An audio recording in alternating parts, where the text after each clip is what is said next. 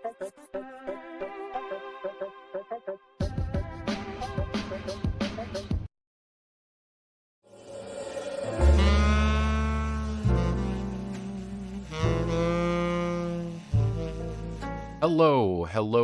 Kalu, Kalay, and welcome back to the Divinity of the Grind. That sounds a lot more formal than it actually is. Welcome to the Divinity of the Grind. A stream, technically a curious case, where I talk about games I was sent. Now, I've got technically 2 games we're going to be going over today. However, I kind of want to go over some of the ones that I was sent. And why I'm not going over them. And the answer is going to be pretty similar to all of them, except a few. This is Heat. High Excitement Action Tabletop, Alpha Edition. You want to know why I didn't want to go over this, is that it's Alpha Edition, and I'm like, I don't... It looks interesting, but I'm also like, do I really want to go over this, like, right away? I'm like, nah, I'm good. Like, maybe later on instead when it's alpha, because the thing is, like, when I see alpha edition of a game, what happens is I immediately think that anything can change from point A to point B. So, like, introducing it to somebody would be like, oh, hey, here's this, and then next week, the entire system changes. I'm like,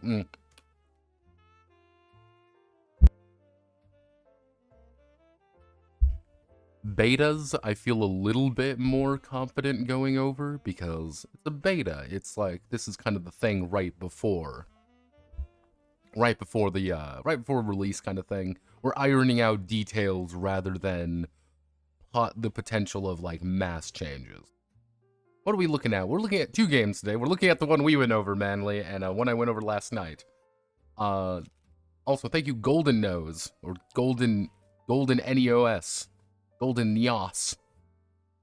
Golden Nyaso. Thank you for following. So, yeah, we're not going over this one just because it's an alpha.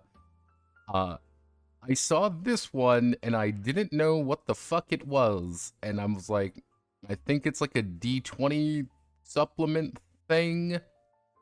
So I'm like, this isn't what I go over. It's Monkey Paws games. I believe we've talked about them before.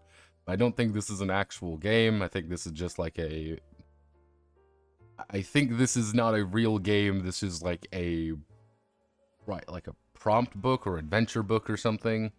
I'm like, that's not really what we go over. And then we have kind of the interesting one that I made a call to just not really want to go over at all. This is Unconquered. Unconquered has a little bit of a legacy to this one, because I was sent this game. This is the full version of this game. And it kind of got sent to me at the end of December-ish, so I didn't really get to it that well, so I'm like, okay, I can't really fit it in anywhere. I'm like, alright, fine. Then I heard I don't have the pink hack to compare. Then I heard there was a lot of copying here, a lot of plagiarism accusations. And... Is that legitimate? Let me see. It's yeah, right here. I saw this with the UVG, and apparently there's a lot of plagiarism issues in it.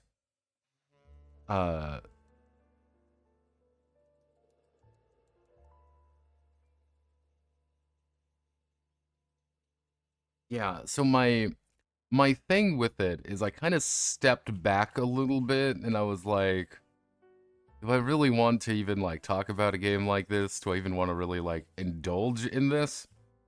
And the answer is probably not, because this seems like, one, I don't think this is a game. I know it's a miracle. I don't actually think this is a game. I think this is just a weird setting book thing. Oh, didn't mean to click on you. I think it's one of those weird setting book things. So, meh. Marciata. I do have UVG, and I've heard very mixed things on UVG. in that regard. Very mixed things, being like, it's just a shitty hack, or I've also heard, like, it's really good, but outside my metaphorical wheelhouse. So that is why we are not going over those particular games. But the two games we are going over are two games that I was sent. Well, one I was sent. This is Hexen Academy. Now, Hexen Academy is by a man on Blue server. He goes by, let me see. Let me pull him up real fast on Blue server because I can do that. He goes by JD. He goes by JD on that. However, he does go, though his name is apparently Tyshawn Williams McRoy.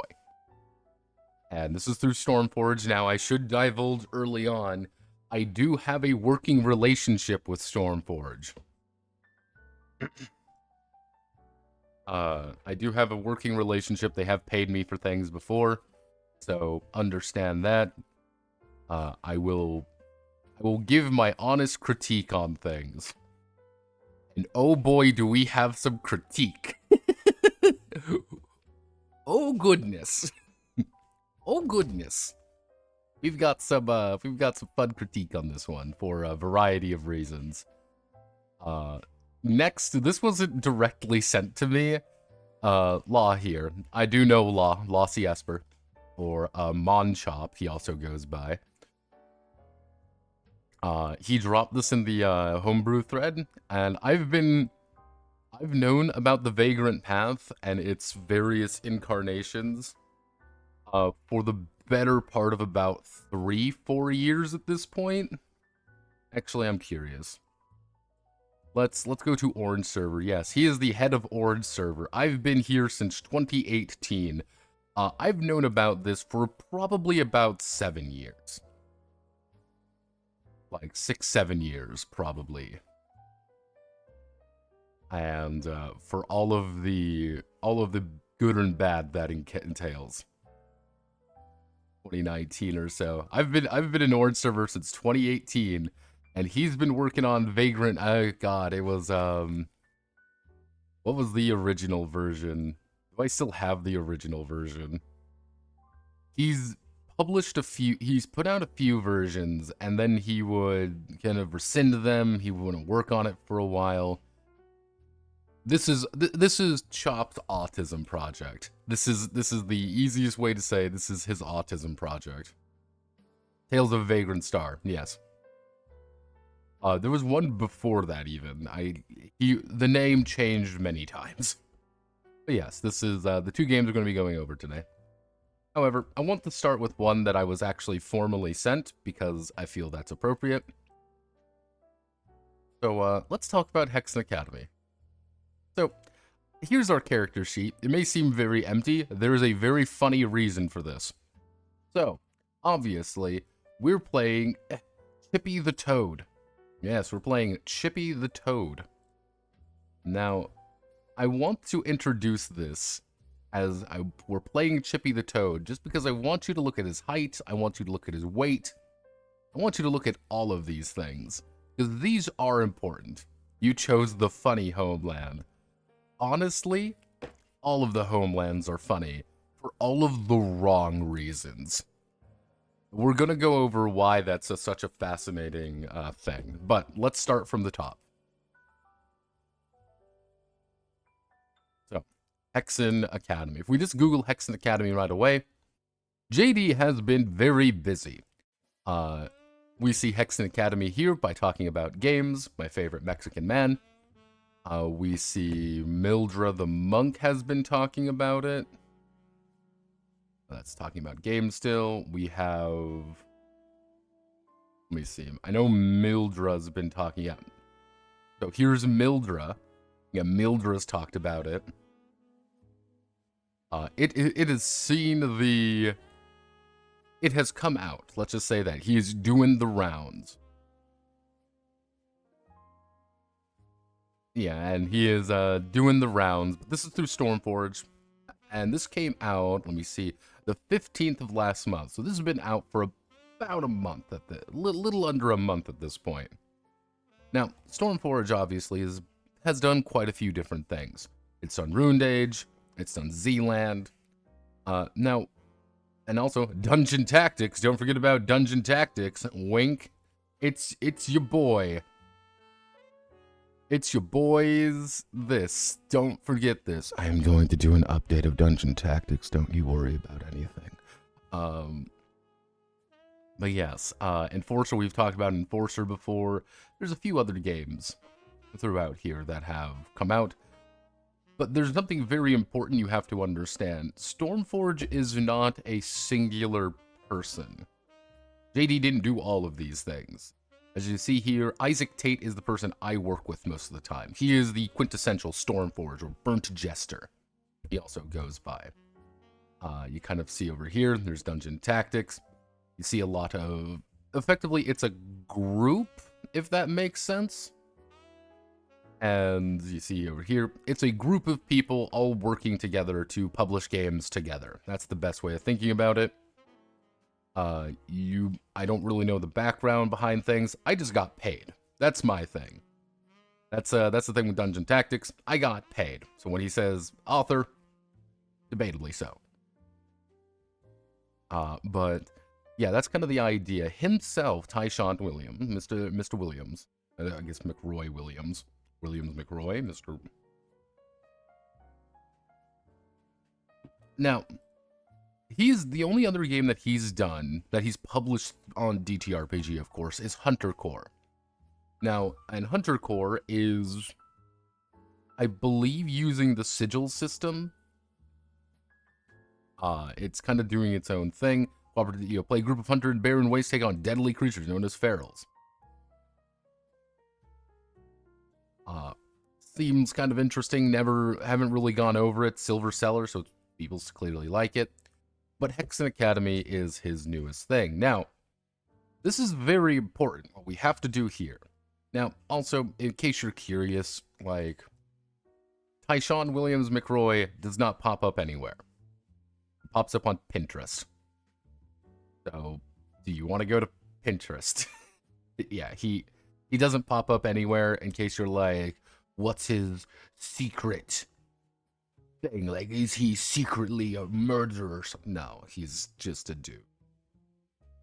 I don't know anything else about him. I don't know anything related to him. And I usually don't dig into people with these ones, except if it's kind of like a company.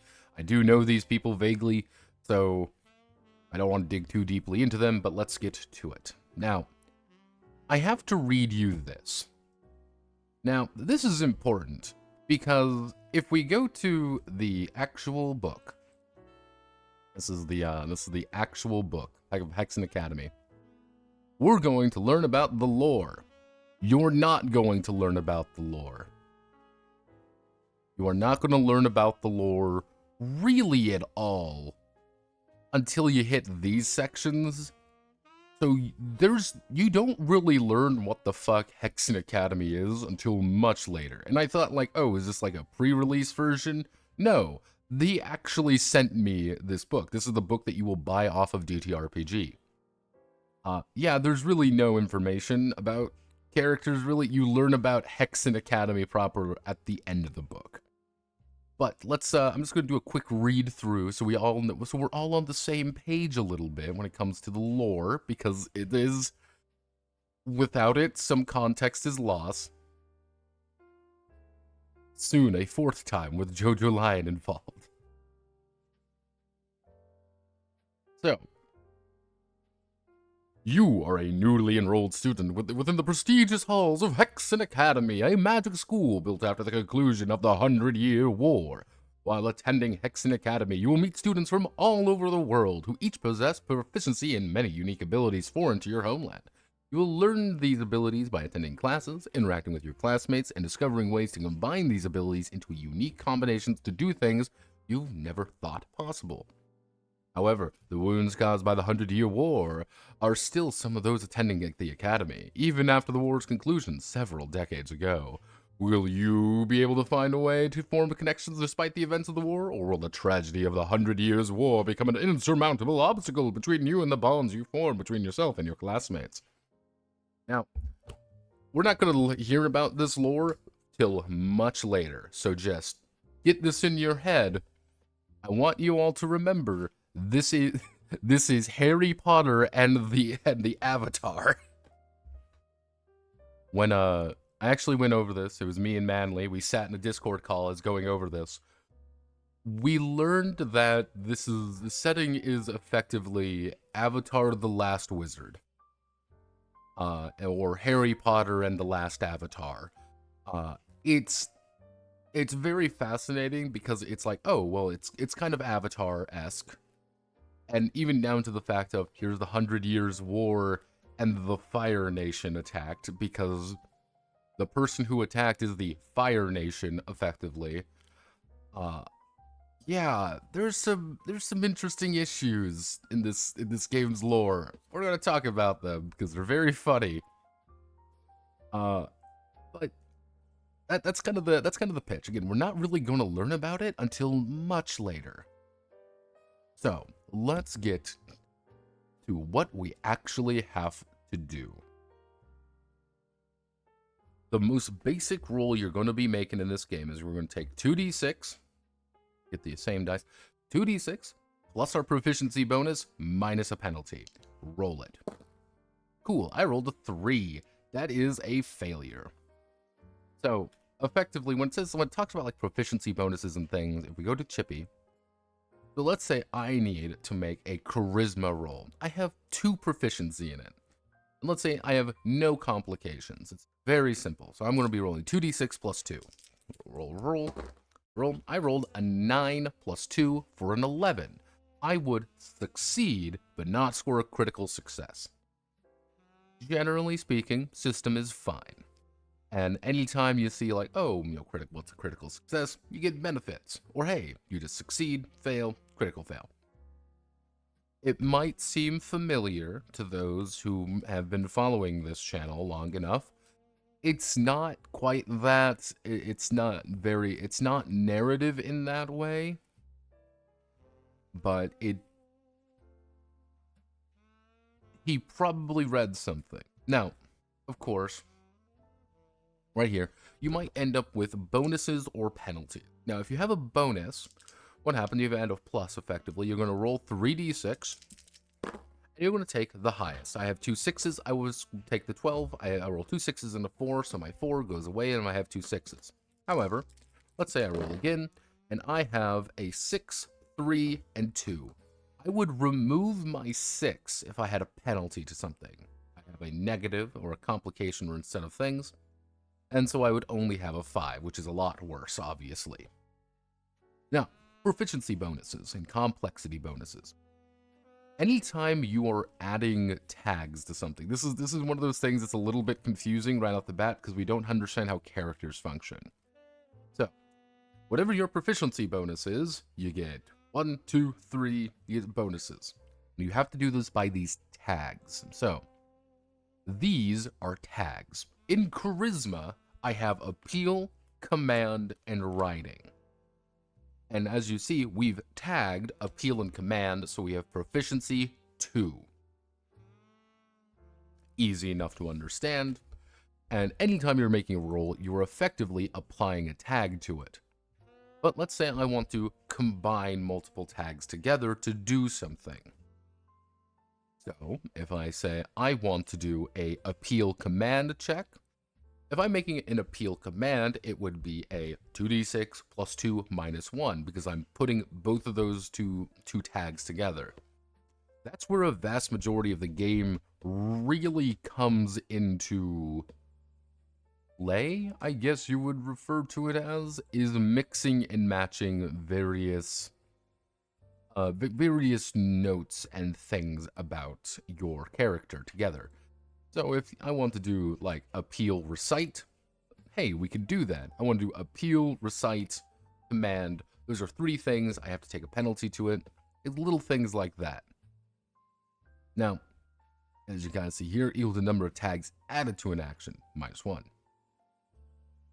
If you add a bunch of tags, you're pretty much stringing together large amounts of actions together in one, but you're taking a higher complexity rating. Which is, hey, this is going to be harder for me to do. However, it's going to be a lot easier for me to do other things. I get to do more, but that's harder, versus I'm doing less, but it's easier. That's the best way to understand the proficiency bonuses. Now, modifiers, like I kind of already explained them. Now we have traits. Now, what you're going to do, these are traits. These are tags. Tags are inside of traits. So if I want to say make a charisma check, I am making a charisma check. But I can add the appeal tag and the command tag. Easy enough to understand. Now, this is where things start getting very, very silly. Very, very goofy. So, what is a tag? Now, each tag is designed to do something. Easy enough to understand. There are 3 things it can do. It can act, or it can do an act, do an action, and then it's going to tell you about the range, damage, and duration of it. There's 2 things that it can do, but sometimes there are multiple ones. So, what is an act? Now, you may be saying also, Notepad, this is incredibly difficult to read. And the answer is, yeah, I know. It's incredibly fucking difficult to read. Because everything is not spaced out very well, and it's all tables. Get used to bullet points. Getting used to bullet points with this game. And if you're like, oh, well, I want something that looks really nice. Oh, okay, this is going to be a pain in the ass. Now, I'm gonna skip ahead a little bit here, just because I want to show people what I mean by this. This is the same premise.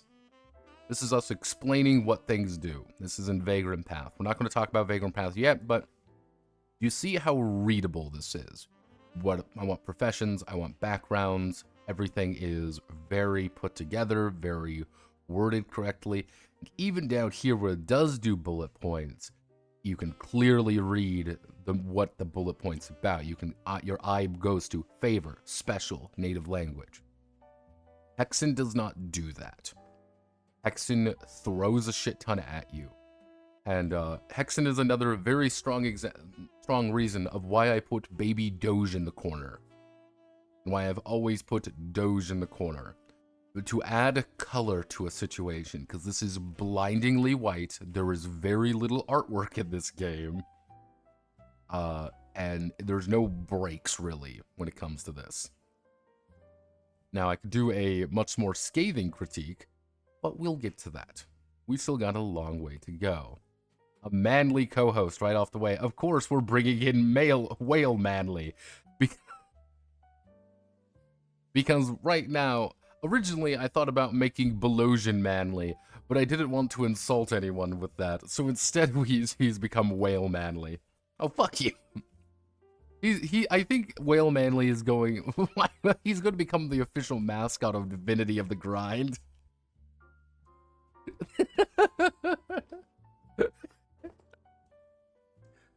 But Whale Manly's your favorite, Manly. He's your favorite, Manly.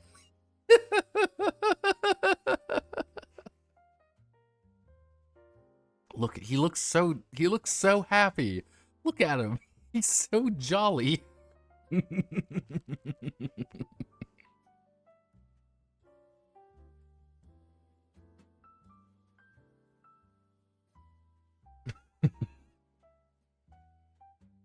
Good old-fashioned Whale Manly. He looks like he's a part of one of those dolphin rape gangs.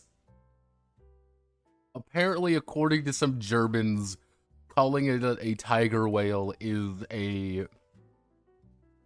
Calling it a tiger whale is apparently like a very weird euphemism for rapists. So, yeah, go for that.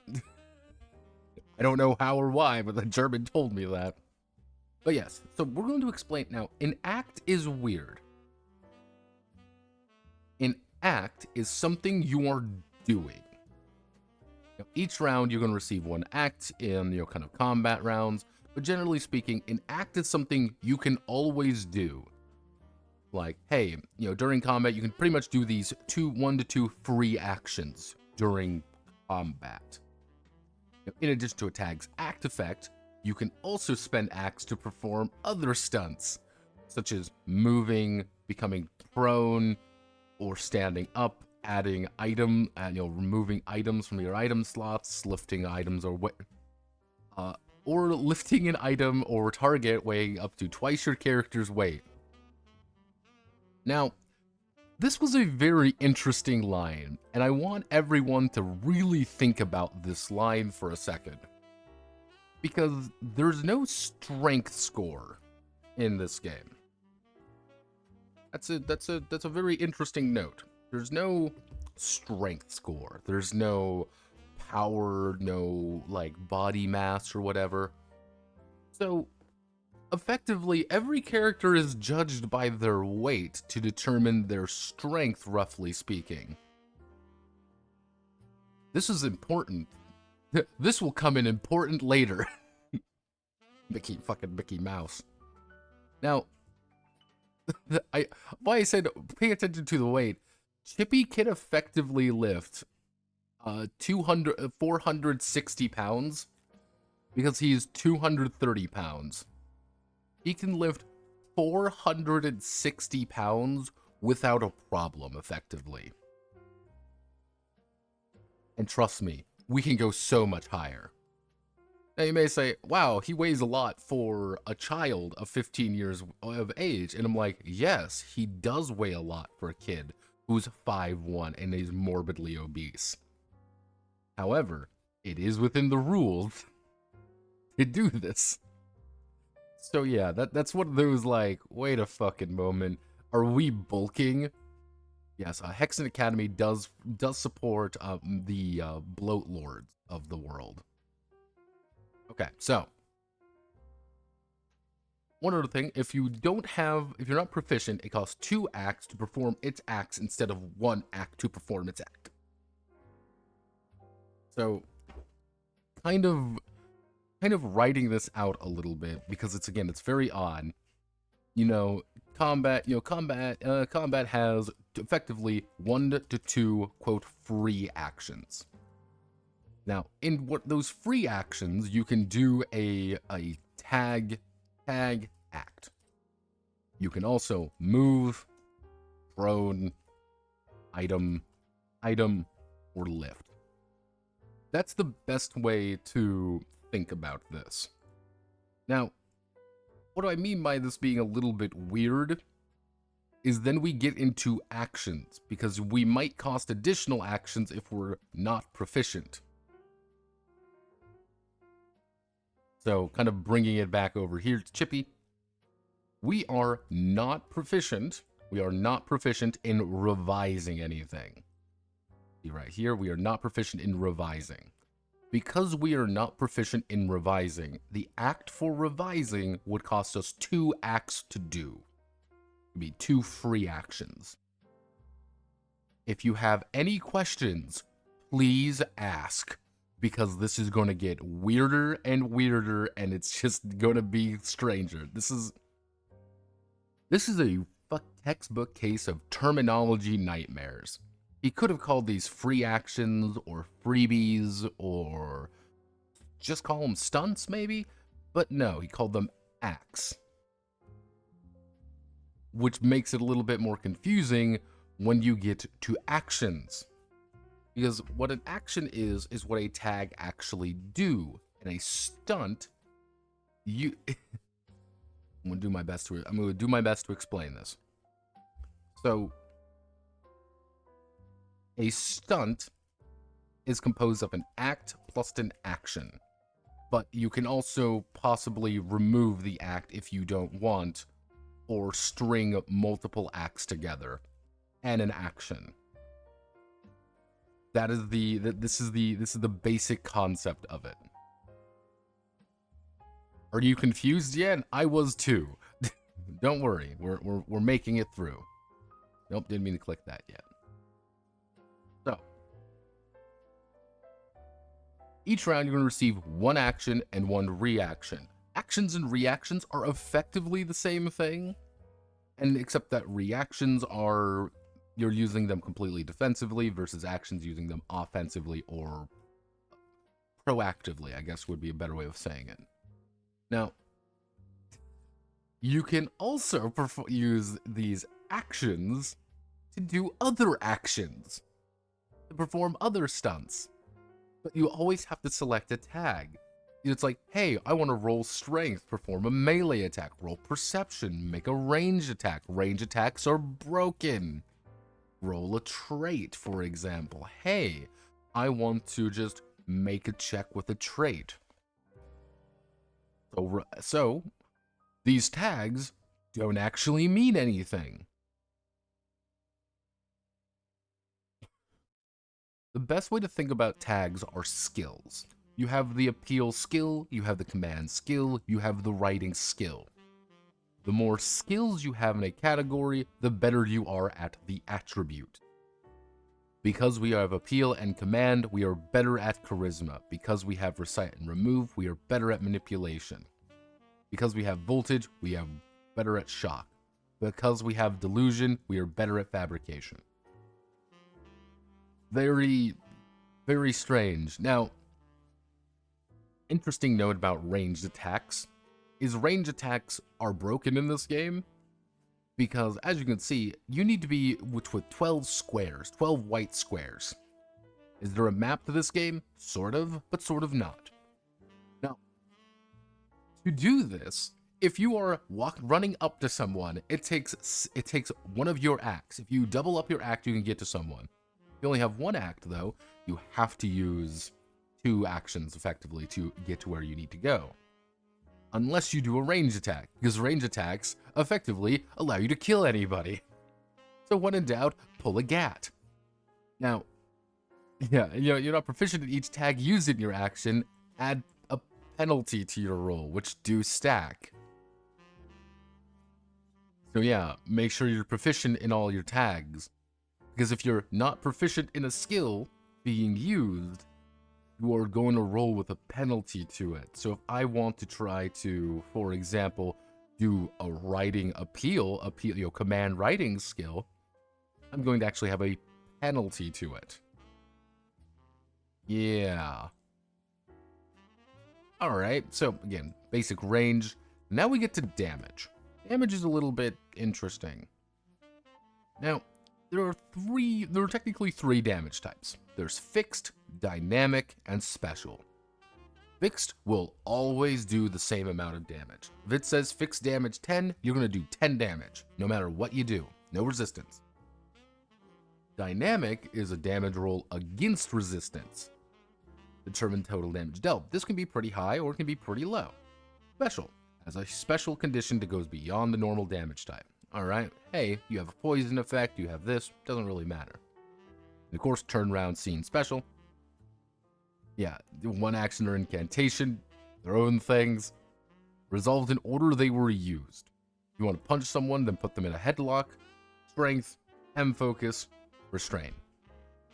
Yeah, I could see people getting a little mad at this, but don't worry about it. Now, there are item slots. Make sure you get your item slots correctly, such as arm slots, head slots, body slots, leg slots, inventory, and familiar slots. And then we get to item crafting and runes. Yes, get ready for item crafting and runes. In short, you're going to be making a variety of rolls. You can see 6 crafting rolls made with either intelligence or encryption. Whenever you roll a success, you get 5S. Whenever you roll a critical success, you get 10S. If you fail, you get only 1, but if you critically fail, you remove progress. Easy enough to understand. However, if your item has a rune on it, you can passively use the act or action of up to 4 manipulation or non-talent tags until it's deactivated. I can put a rune for light on something. If I put a light rune on my clothes, I can say I'm activating it, and then my light, and then a blinding light. I put a enshroud rune on it. I can hide using enshroud. Easy enough to understand, but you kind of see this is where like a lot of this like project name, steps of progress, all of this entire section is dedicated to this one page. But as you can kind of see, I've got my Gat, obviously, which is a weapon with a delusion rune on it. So I can fuck with you and pretend that there's two of me shooting you with a gun. So, every item possesses 100 HP. When it's 50%, it loses. It's pretty much going to be really unreliable. And at 0, it's fucked. There are multiple different kinds of tools, obviously. One-use items, tool items, clothing, miscellaneous, weapons, projectiles. Yeah, this is Harry Potter and, Harry Potter and the fucking Gat. You can actually bring a gun to school. Nothing is saying you can't. Or a grenade. So Harry Potter and the final solution is happening.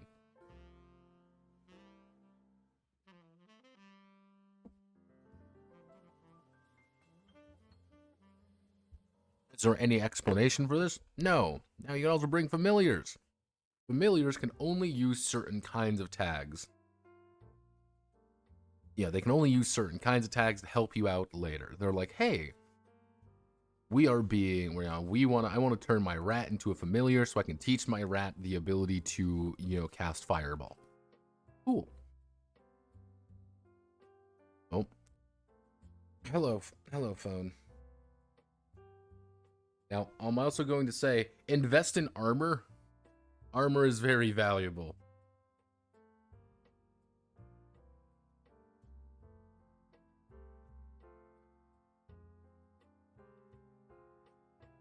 And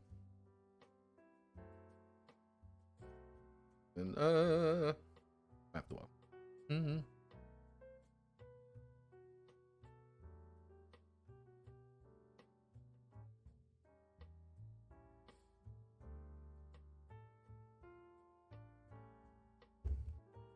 It's snowing like a pain. It's snowing like a bitch outside.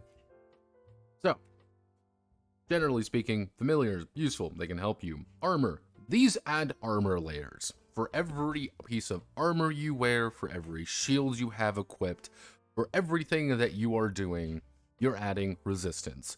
Resistance is the best thing in the entire game, bar fucking none. Nothing else you do matters. Good Cabarachi. Nothing else matters. And that is entirely because of dynamic damage. And we will... it's very funny to explain how dynamic damage is very fucked. So, vehicles. Yes, you can actually buy a vehicle if you want. You cannot buy a vehicle. Or you can have various hybrid items. Hey, everyone. Yeah, no. You start with 1,000 gold, effectively. So, if you want to invest in, a gun, you can. You should totally just use a gun. Now, then we get into combat. Every combat is pretty simple. Turn, round, scene, day. Don't think about it too much. Now,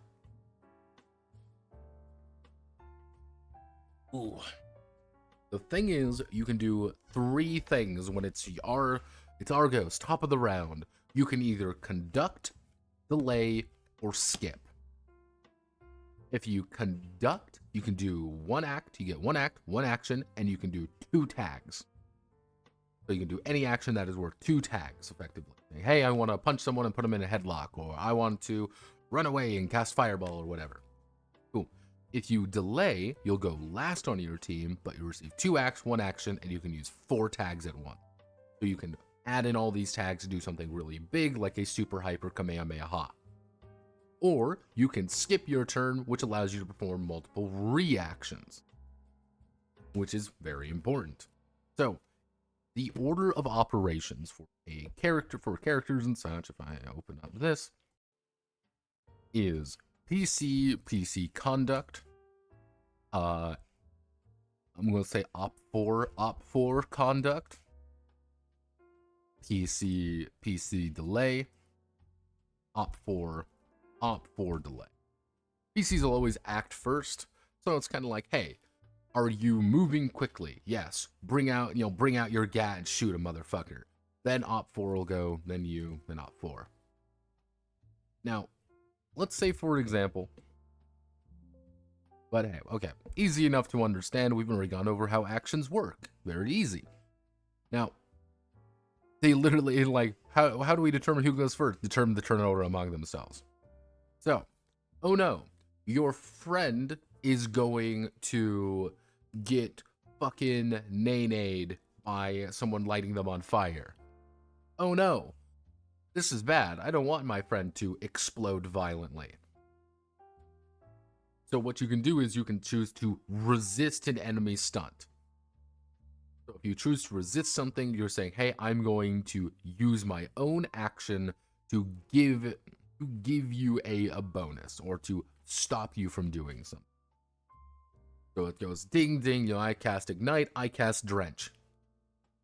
Or your friend is like, I'm gonna cast Freeze, and you're like, oh, I'm gonna help you by adding Drench to it. That's really all it works. Now, if you perform a reaction during a round, you get one reaction, actually I should say, you get one reaction per round normally. Every reaction after that is you get a penalty to all of your rolls, and these are pretty bad. And you might get multiple rolls, preventing you from doing anything. And yeah, generally speaking, it's bad. Unless you skip your turn, because if you skip your turn, you could do multiple reactions without this, you know, subsequent penalty. And you're like, oh ho ho. You're now doing a lot more things at once. This leads to combat rolls. Now, you may be looking at this saying, hey, help you and your teammates better coordinate yourselves during combat. You may choose up to 2 rolls at the start, which are Mundane, Balanced, Magical, and Striker, Leader, and Defender. Now, you may be looking at these like, oh, cool. You know, what do these actually do? These do absolutely nothing.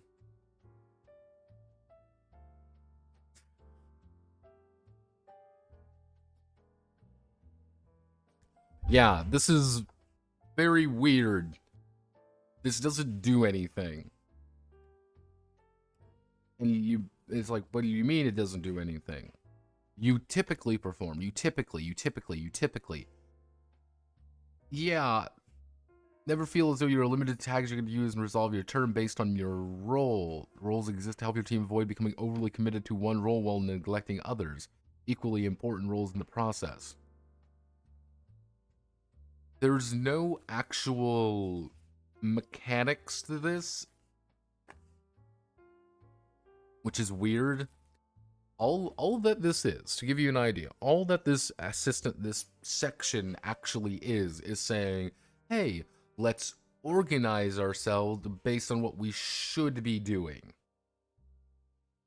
That's it.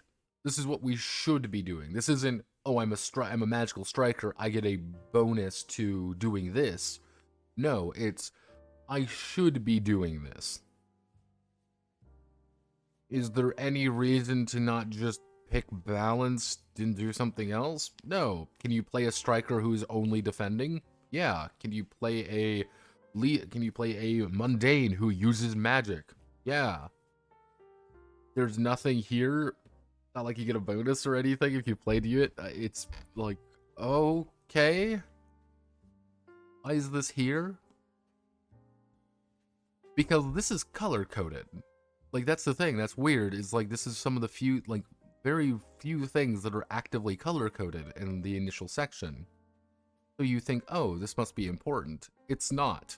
This is completely irrelevant to 95% of things you're going to be dealing with. Outside of your players are criminally stupid, or there's like a lore reason you want to do it, but there's no actual in-game lore reason for it. Because if it was like like Quidditch, for example, use Quidditch for example, because we had a Quidditch team in college. Go Griffins! The thing is that was weird with it. It'd be like, yeah, all right, cool. As this person, you get a bonus to this. As this, you get a penalty to this. If it was like, hey, one person's the seeker, their entire job is Like, their entire job is to seek the golden snitch or whatever, and they shouldn't really be doing anything else, because that's a very taxing thing for them. So, by virtue of them being in that position, they are more focused on doing that, versus, hey, I'm a defender, hey, I'm a attacker. You can do other things, but you really shouldn't. Don't break the team. But it's not that. That's like... This feels like something that was more important in an earlier draft. Yeah, you get what I mean, because the other thing, and this is why I kind of brought up Avatar way earlier, is because if you were to see that, but I would also do like pro bending. I was like, wait a second, is this like pro bending? Like, that's the entire gimmick, is you are, like, trying to, like, fight back and forth between one another kind of thing? Like, oh, like, okay, this has, like, a point. Like, oh, you're a defender. You're just, that's your sole goal in life, or not. I have no idea. There's no actual explanation for how this shit works. Pro bending is fucking stupid too, by the way. Fucking, it's so dumb. Love it. Maybe that's what I should do. Maybe that's the game I should do. Finally make that sports game I've been meaning to. So, HP. You have 100 HP. Doesn't matter what you are, you have 100 HP. 151, you're fine. 50 to 1, you are, effectively, you actually get a bonus to all actions. You're going to be more likely to succeed, but you're gaining fatigue. What's fatigue? Fatigue makes life miserable for you. Anytime you reach 0 HP, you are knocked out. They can either knock you out or kill you. However, if you go to negative 100 HP, you're immediately knocked out. You're immediately killed or attacked 3 times while KO. You just die. You're just DEA dead. Remember, you're 15 years old and children. This was actually a thing I put in Scala Maleficarum. This is like a big thing I put in that game, which is the basic concept of you really shouldn't get killed. Generally speaking, if you're getting killed, this is flagrant, like, problems here. You really shouldn't be threatened until you are much older. And, life and death scenarios happen when you are much older. When you're younger, you're paralyzed, something bad happens, or you get injured, not, like, fatally. Because you're kids. That's the idea. You want players to feel more encouraged to do things. Here, it's like, yeah, no, you can die. Now, you may be wondering, Notepad, this doesn't seem like 100 HP. This seems like a lot of HP. It is not.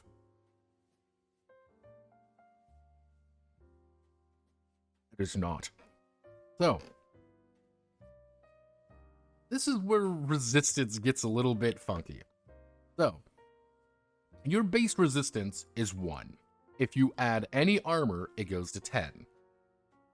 The more armor you wear, it can build up by 2 until you hit 20. Why is this important? Because of dynamic damage. Dynamic damage.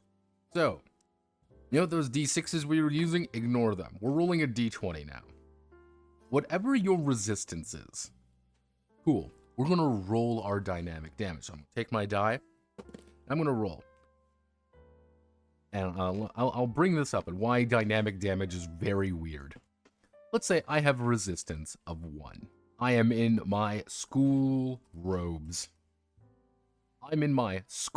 Chippy has Chippy has resistance 1. He is in his robes. Chippy is getting attacked. So, they're going to roll their d20. They rolled a 2. So, but it's above 1. 2. So we're going to add additional.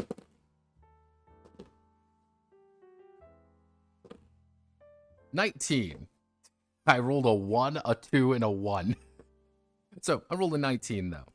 So, we're going to roll again, because it explodes. 11. Now, if you roll lower than your previous one, you end it. However, you see here, I technically did, with just 3 really basic rolls, I did 32 damage with 1, and even these were not great rolls. Now, let's play let's play a game. Let's try again. I've been attacked. 12. 3. Okay, 15 damage. You're seeing why things can get a little bit pinky, but let's say you roll a 20. If you roll a 20, you crit, you're going to double the final result, no matter what you roll. So let's just say I add a 20 here. I added the 20. I did 32 damage normally. I do 52. I don't do 52 damage anymore. I, in fact, do 104. But because I rolled a 20 here, I'm going to crit again. So I'm going to add another 8 to this, to give you an idea of how fucking horrifying this can get. Like, even like this, like, you would do 104 fucking damage here. This is lethal. This is lethal damage. You're out of the fight in one roll. One bad roll in this game, and it's over. One bad hit, and it's...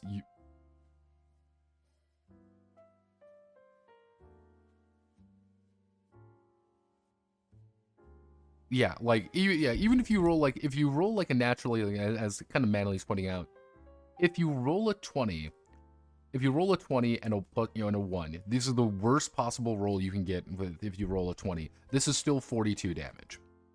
Because it would be 21, times 2. Yeah, like, so you've done 42 damage. This is easy half your health. But let's say, for example, you have something like, we'll say an average of 12, 15, 20, and 5. How about that? Like this right here, this is 50. This is lethal. This is technically, because this would be 50 damage times 2 equal 100. This is lethal. That's over. Like, you can instantly go from 0 to 100 to 0 health. This is weird for 2 reasons. This is really weird for 2 very important reasons. Because everything has 100 health, 1, so anything can do, and there is so much shit that does dynamic damage. Every melee attack, every ranged attack, most spells, all do dynamic damage. You roll a 20, no matter what, that person's fucked. Any roll you make with dynamic damage could be instantaneously lethal. Like, let's say, for example, you even roll something like this. You roll 2 20s in a roll, 20, 20, and 1. This is 41. Congratulations, you've done 82 damage. If you're already at 50, you're at negative 30 now. You're completely out, like, nanade. Like, this isn't even very good. But if you get, like, a good, consistent... the ideal roll, by the way, let's say like a very ideal roll would be someone with resistance 1, mind you. Let's say even something like...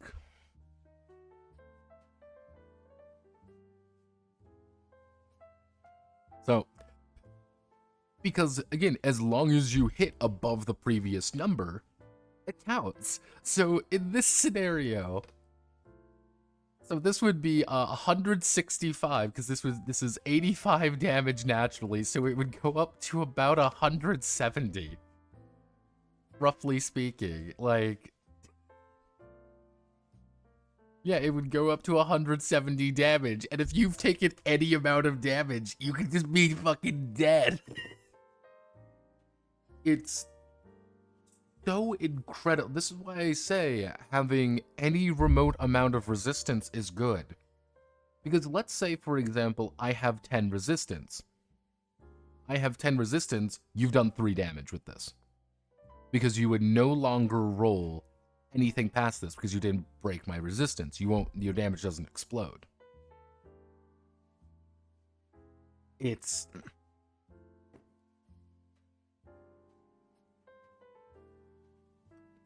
worse, yeah. So yeah, like crits don't happen all the time, but you can roll pretty long against two protected targets, so many rolls plus more possible crits. Exactly. Even if you get really consistent, like the absolute best roll against someone with 1. I'm curious, what is the absolute? Now this is not real, mind you. This would never happen. This is a complete fabrication, you could say. But I'm curious, what would be the complete meme?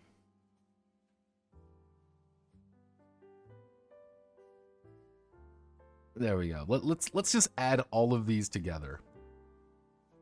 So, this by itself is 211. You have done 400, this is 211 damage times 2 because of the 20 crit would do 422 damage. This is fundamentally the highest amount of damage you can possibly do. And guess what? We're not even fucking done yet. We can go so much higher.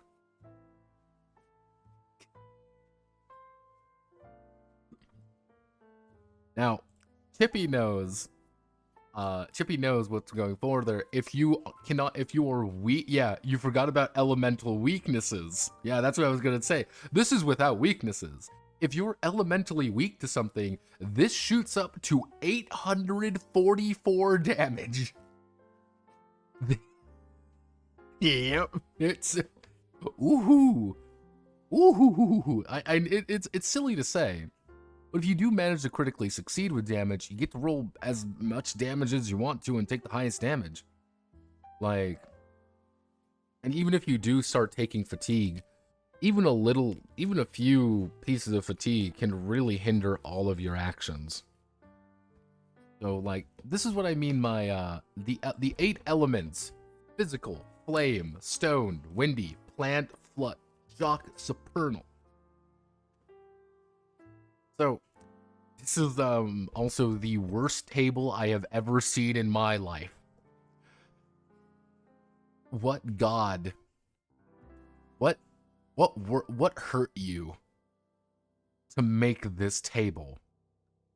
Because what this is flame is strong to plant, but weak to flood.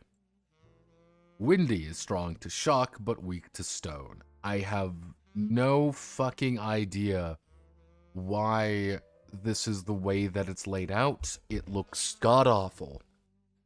It looks truly atrocious, and I hate everything about it. I don't know what the goal was here. Having, one table maybe would have been fine. Or you end up with things like physical is weak to physical, but immune to supernal. Supernal is weak to supernal, but immune to physical. You can just write that out, man. So if you're strong to something, you double your resistance and half damage received. Hey, you might not be able to take any damage to something. You might say, hey, nope, hit me right in the chest, you do nothing. Or you do 2 damage, or you do 1 damage. If you're weak, you half your resistance and double the damage. Now, they don't say when this doubling occurs. You double the damage after you double the damage from the 20. So if you hit someone with resistance, if you blast someone who is weak and roll a 20, minimum you've downed them. Minimum you've brought them. You've done 84 HP, minimum.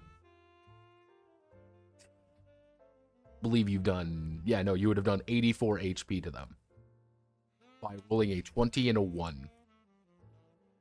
If they're weak, or if you're immune, you just don't take any damage.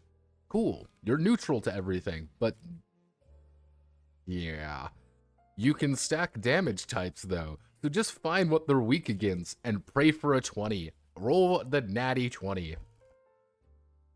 And then we get the incredibly autistic Area of effect abilities. Yes. Area of effect is always 1, meaning height, length, and width of every space. It goes up and down and all across. It's great. So, obstacles and cover. Or cover and hazards. If you have cover, you have 10 resistance, and it adds 1 armor layer. Cool, so if I'm wearing armor and I'm behind cover, I have 12 resistance. If I have half cover, I can pick it up and move it. Well, but full cover, I can't move it. However, does not ever really dictate how half cover functions. So if you're big enough and if you are bloat lord enough, you just pick up somebody and use them as half cover. Yeah. It's great.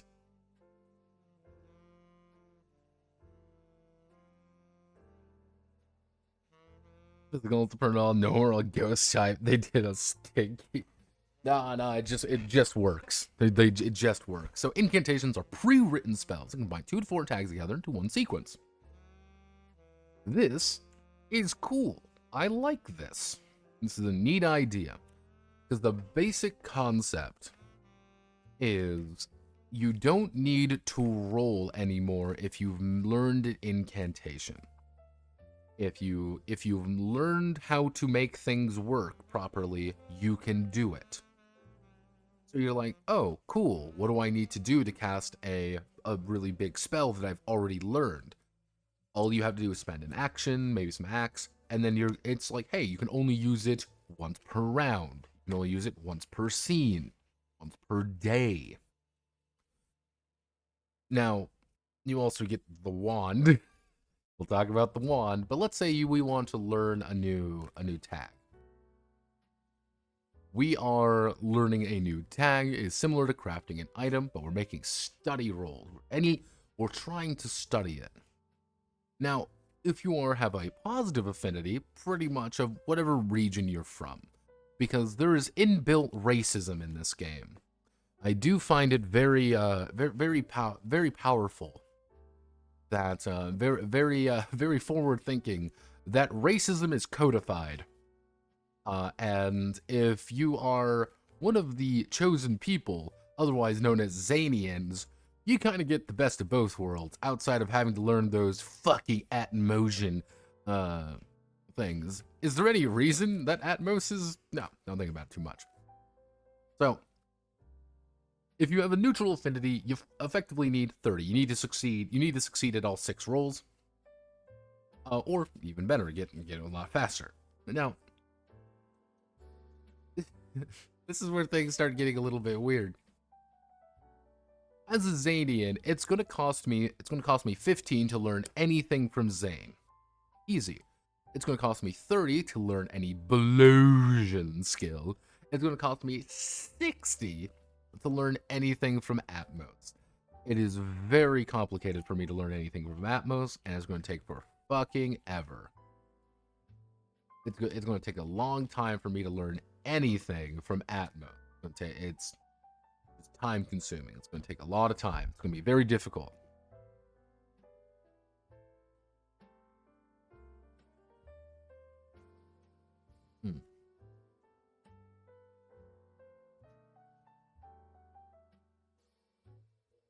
Similarly, you can actually create new incantations. Generally speaking, 2-3 tag incantations are going to be as much as you can do. Larger incantations can take a long time to learn.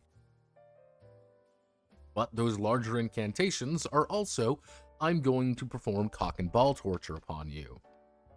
Yeah, it's bad, but you can also teach others, which is one of the main advantages of going to school and making friends, is getting your good friend to actually teach you how to use his magic. So an optimized way of being is getting literally a diverse set of friends and teaching each other magic. Or more accurately, making sure Grognak the Barbarian has his magic to be optimized as all hell. So, Scrolls, one-shot items. You use a scroll, awesome. However, you can use scrolls as pretty much... The best way to think about it is a scroll is a one-shot incantation. You're like, okay, cool, bang, I'm gonna go shoot this out, and I'm gonna blow on, use this, and it's done. However, hey, we have a scroll that we want to use, and we want to use that scroll to learn about it a little bit more. We want to learn better, we want to learn easier, and instead of, kind of worrying about complexity rolls or anything like that, we're completely just learning about, let's each study roll to 0. Hey, we're good, we're making progress. We are learning how to, make things better. Learning incantations. Now, this leads to our grimoire. Our grimoire, as you may say, a grimoire is effectively a book that allows us to store our incantation. Same basic idea. It has the appearance of an 8.5 by 11 leather tome with 6 pointed star etched into it. Yeah. I should address the elephant in the room here. This is part of the holy country, I should say. Shalom, brothers. As a member of the chosen people, I did find kinship with this game more than I thought I would. However, things get a lot sillier later on.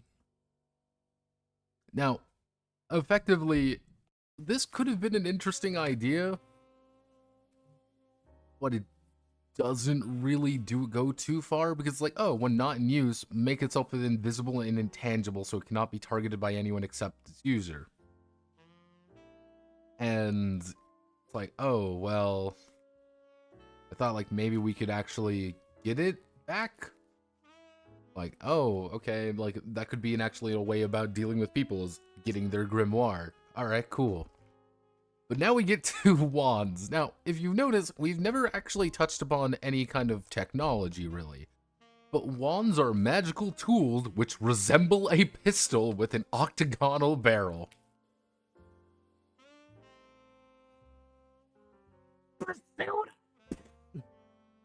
Yeah, you just... Let me cast my magic wand, otherwise known as a gun.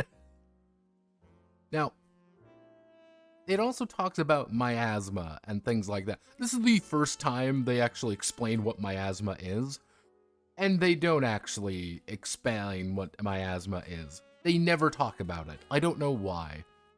So, effectively, wands allow you to use your spells more effectively.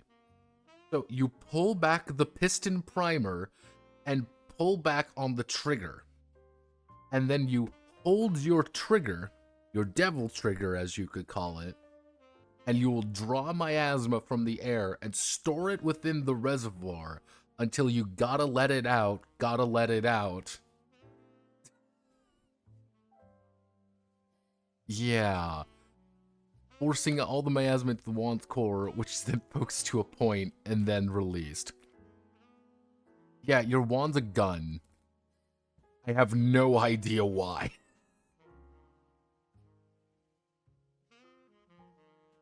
Miasma's from Hunter Core? It is from Hunter Core? Is this part of the same world?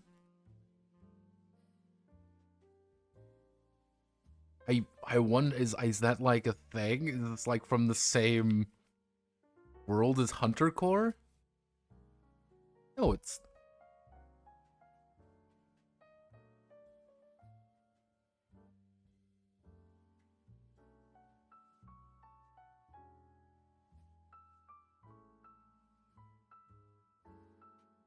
Let's see. No, you didn't. The world that went through 3 apocalypses. That explains so much, Manly. Manly, this explains so goddamn much. Because when me and Manly were going through this game, we were getting so fucking confused about things. Like, why the lore doesn't make any fucking sense. the lore doesn't make any sense because this is not. This is a sequel, Madly. This is a sequel to a world we've never even read. That's why there's no lore, and all the lore doesn't make any fucking sense. It's part of a different game entirely. Yeah, and soon Jojo Lion Part 4 in space. Now, Wuso, this is funny because you've introduced this to us, I'm gonna just go by what we were going through.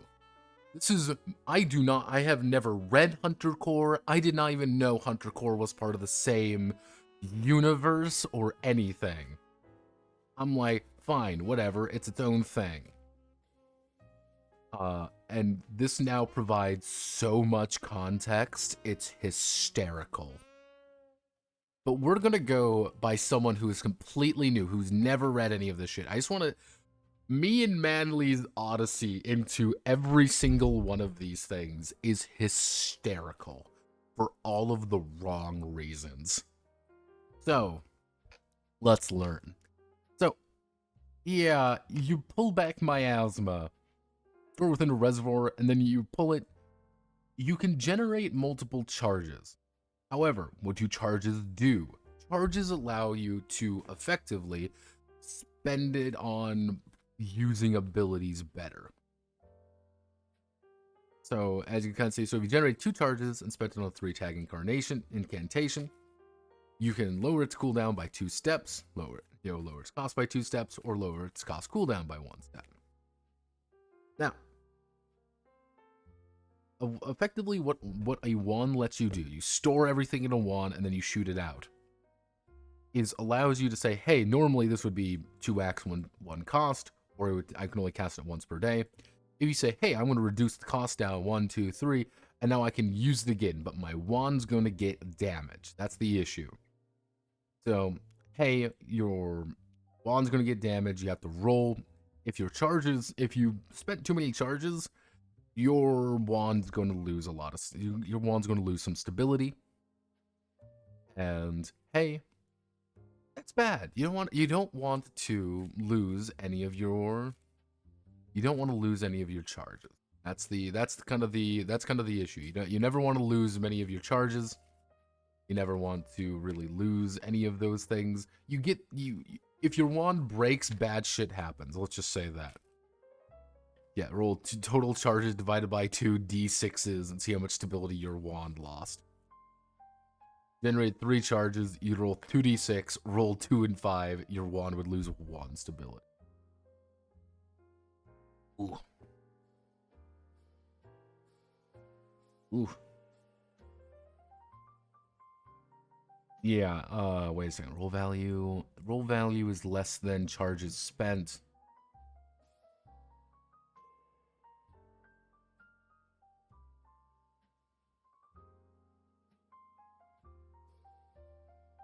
Okay, I see. This is a little bit weird, but this is per die. So you're just gonna roll that many d6s depending on whatever you rolled. So since he rolled a 2, he would lose that. All right. Again, very weirdly laid out. Like just not even just going over there. You get some very basic time slots. Make sure you go to sleep at right times. Don't be an asshole. So when you attend a class, you learn all 3 tags listed under it. So if you were attending strength class, you would learn about all of these things. You pretty much get free study rolls on any of the tags in that class. So again, if there's something that you're kind of adept with, you would put whatever you're studying down here, and whatever the steps of progress. Hey, it might take you fucking forever to learn how to be stronger, but if you jump enough time, put enough effort into it, you're gonna learn how to do it. You got it? Awesome. You're doing good.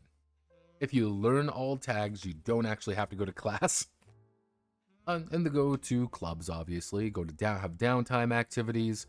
These are pretty simple stuff. You can just do work. Learn.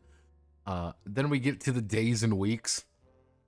Sonday, Friday, Flauday, Stowday, Winday, Plauday, Flowday, Showday, Supday, Fauday.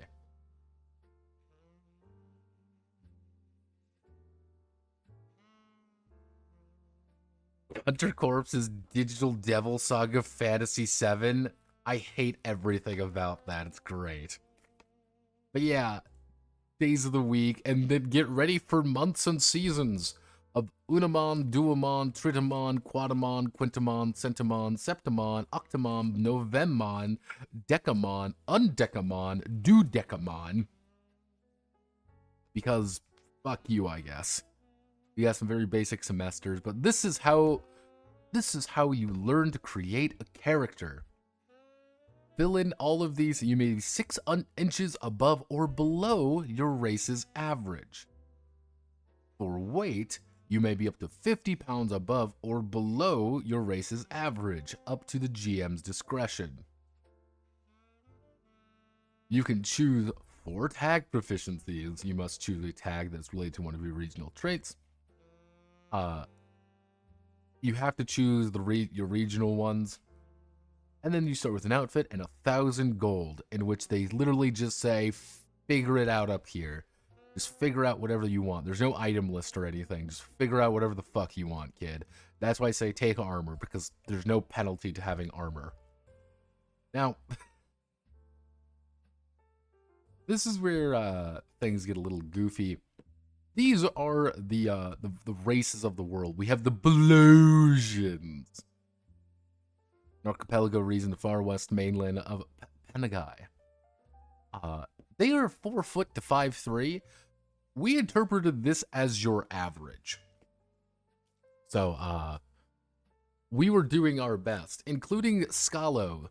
The Scalo are hilarious, and they are our favorite race in this world.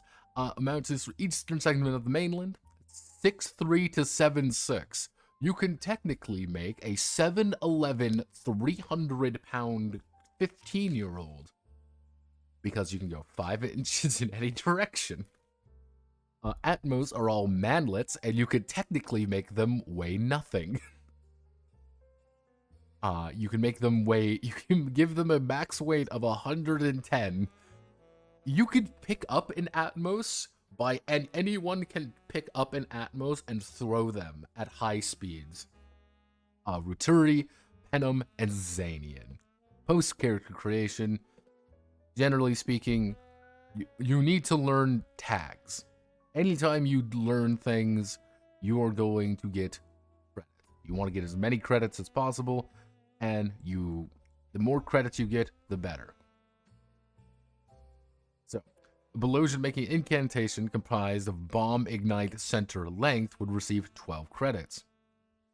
Yeah, you must secure at least 120 credits by the end of each semester to remain at the academy. Yeah, 120 credits is actually quite a lot. You really need to just really min-max kind of how many credits you're getting. 120 credits is not easy. But, detriments, generally speaking, if you get 15 detriments, you're fucked.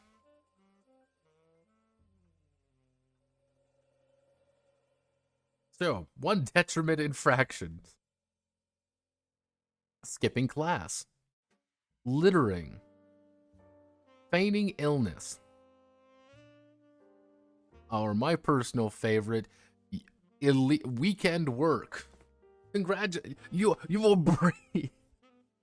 I've actually meant to ask JD if he's Jewish. Because I read some of these things and I'm like, I'm getting a weird, like, wait a second, we can't work on the Sabbath. Wait a fucking moment. I'm like, wait a fucking moment. And I'm not even saying like this is bad. No, I'm like, that's so specific. Like breaking curfew, trespassing, illegal sparring, selling contraband, bypassing the net. Yeah. yeah, replacing characters. So this is how you actually get lore in this section. You have to learn about the regions. Now, I'm going to go over each of the regions kind of in brief. We read all of these, but these are funny in their own way. So I'm just going to go over the Belosians. Now, the Belosians are very important. I'm just going to read this. Balos possess the strongest military in the world thanks to their technological advancements, such as the Infinity Engine and armada of air and sea-based ships. It is said that the Balos instigated the 100 Years' War due to reports that they received warning them of an invasion from the mainland, which prompted a preemptive strike to prevent the war from being fought in their homeland. It wouldn't be until the climax of the war that they realized that the reports were lies fed to them by forces who wished to travel to the mainland to conduct a profane ritual, which they never talked about, which was thwarted at the penultimate hour. Now, they would decommission most of their most destructive weapons, offer their technology to any region that wanted it, and offered help rebuild areas most affected by the war. Yeah, this is an important note right here, because I want you to remember there are guns, there are airships, there are ships and things like that. There's a thing called the Infinity Engine.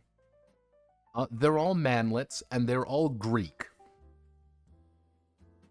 Yeah, now mind you, jackets capable of shrugging off small arms fire, with multiple pockets, gloves capable of withstanding extreme heat. Yeah, effectively, these are dwarf, Greco-Maori, like, Jamaicans. That's the best way to think about it. They are Greco-Jamaican imperialists, effectively. I want you to remember, these are imperialists. Now, living arrangement. World. Life within a special visiting the mainland, expecting a military-industrial complex. Where was the one? Every house is also built in reinforced poles. So, fathom where they witness existence for this indoor plumbing with heated water, facilities which allow them to relieve themselves without having to dig a trench beforehand. Torches that never go out, boxes that preserve food by chilling them. And they discovered during the occupation of Penem, and even appliances that can produce air that can chill during blistering hot days. Homes are also equipped with a home defense system, such as panic rooms that double as bunkers and hidden rooms that allow occupants to fire upon intruders from sniper nests. They're fucking nuts, by the way. They have land crafts, they have cars, effectively. They have flying cars, they have flying everything.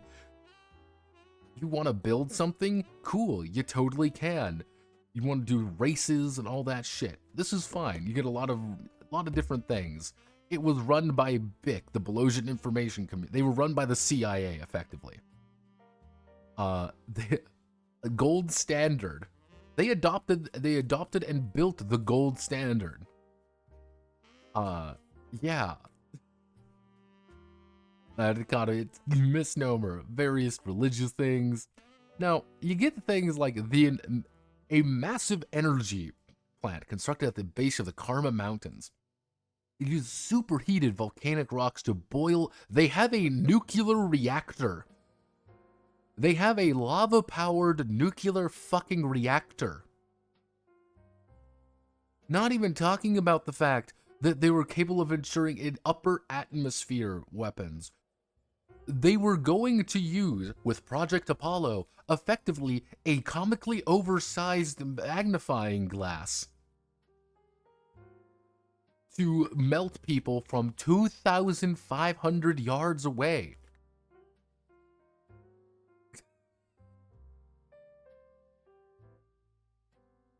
Just to kind of put you on the context here. If the JD is overpowered. Now, this is also one of those funny things is, now remember, every Belosian knows some of these spells. Every Belosian knows some of these spells. Crafting, medical, piloting, alright, easy enough. Inside, range focus, notice dynamic, you can throw anything that weighs twice your current body weight.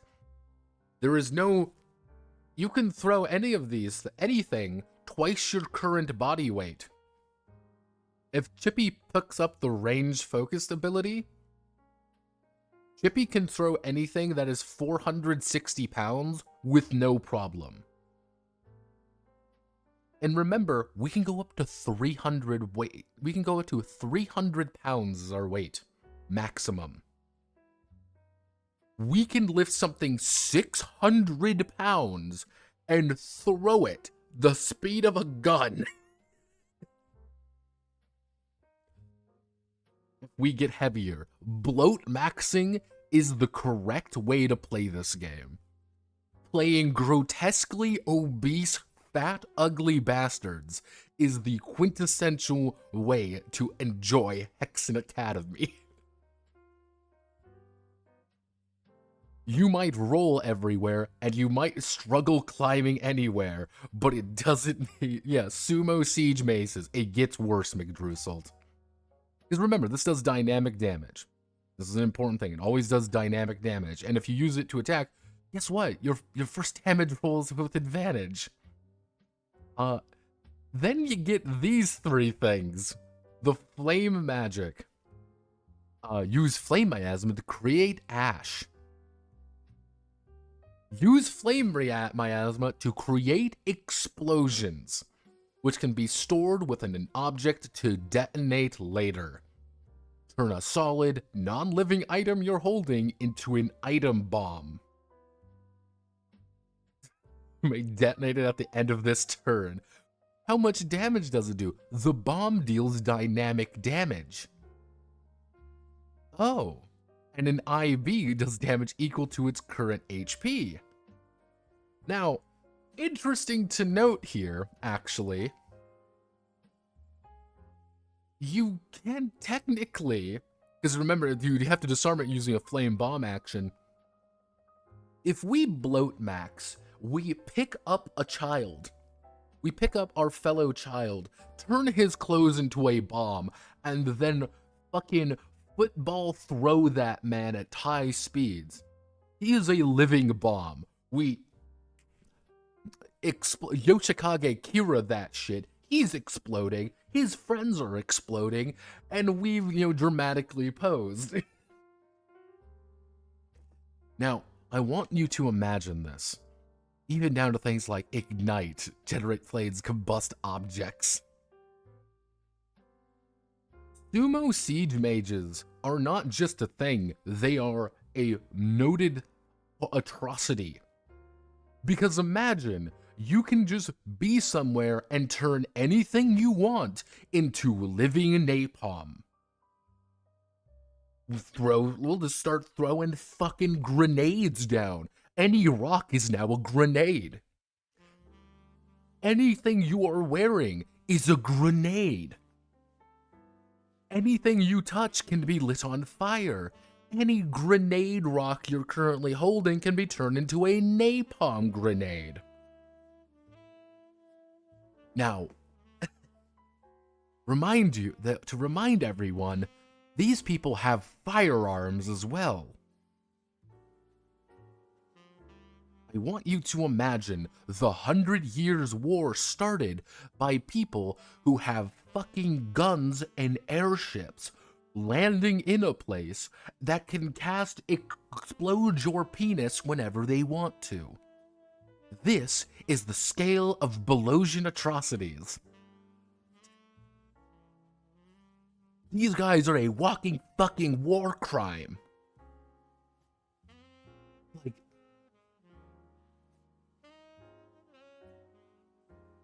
someone in JD's group became a multi-trillionaire gaining money every time they got hurt or something like that. Like, this is fucking nuts. Like, this is, like, just from a purely, like, kind of innocent her. Like, that's, like, the weird thing with this is, like, oh, hey, we could just kill everybody. There's no consequences to any of our actions, because you can also just add width. Oh, hey, this rock grenade I have now has higher width, and, become up to 6 wide. Yeah, every single napalm rock grenade you now have, you can level cities with it. Throw something big enough down.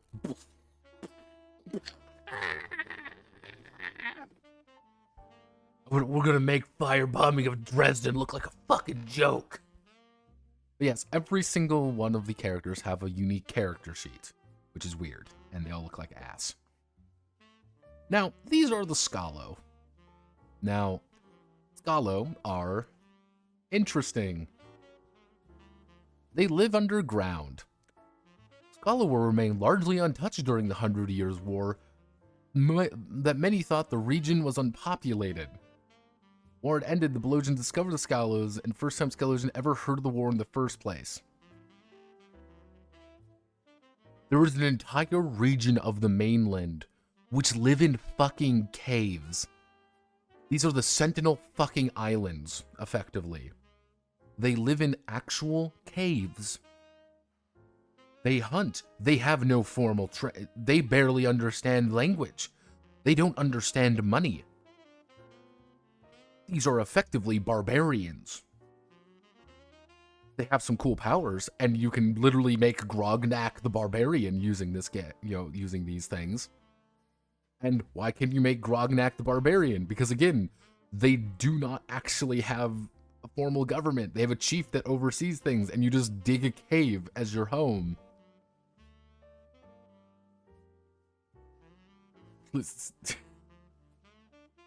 They have a barter system because they don't understand gold. Like, they live in caves, effectively. These are cavemen, but they can beat the shit out of you. But hey, you can literally just play Grognak the fucking Barbarian and roll out there, scream as you rip a man in half. Because you hit because melee does dynamic damage. But you can also learn to restrain them. But you're also incredibly fast, but you can also slide and do all of these other things. You literally have the divine ability to crush someone's balls.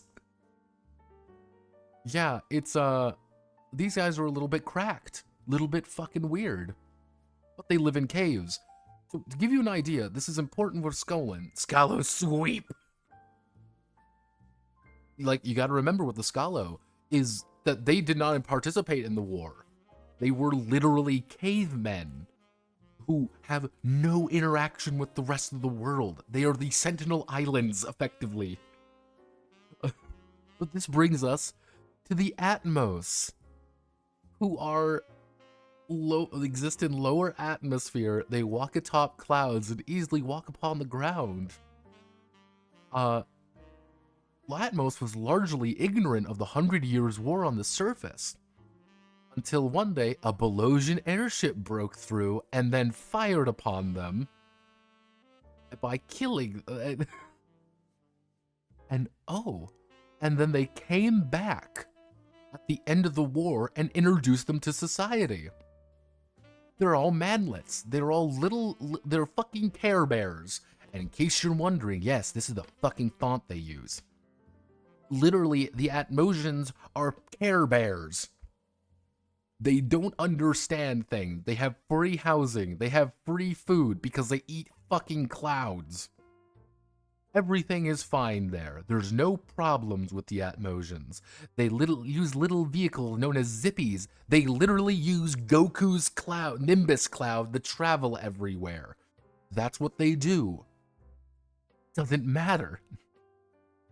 They can do whatever they feel like. They eat whatever they want because food's free because it comes from fucking clouds. Like, oh, they have little mayors and stuff. They live forever. They're impossibly wealthy because they don't care about money. They just like having it. That's the funny thing. They have no reason to it. They just think they're shiny and make fun sounds. They're the richest area in the entire world. And it's like, what are you fucking talking about? And it's like, okay, so if you're paying attention, these guys don't actually exist in the war either. And in case you're wondering, you can also make Grognak the Barbarian learn all of these abilities, which you should, because Grognak being able to turn himself into a gas to, zoom up to you, return into metal, and then beat you to death, Omni-Man style, is very valid. So, this brings to the Rutari, or the Rutri. Without eating Smurfs, mortality is broken from an economic perspective. They're not even immortal. That's the funny part. They are just filthy rich, and they don't care. Scalo sweep. So, the Rutri, are even funnier. It wouldn't be until when confronted by these strange machines, the Elder chose to keep his tribe hidden. These are a tribe of elves, effectively. They use bows and arrows and hunt in the rainforest as weird ultra hippies.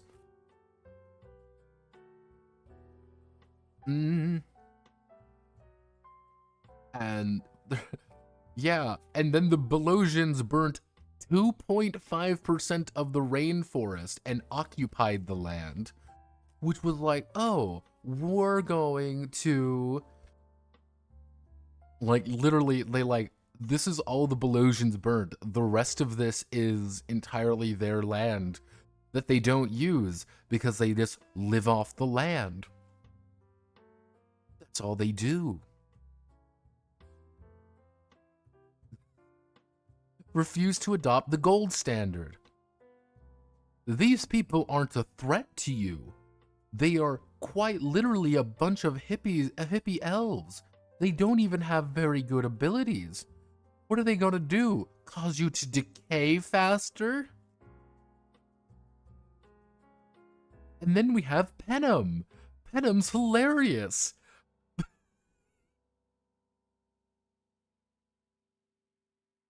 They can turn your healing. Yeah, they can turn your healing with poison.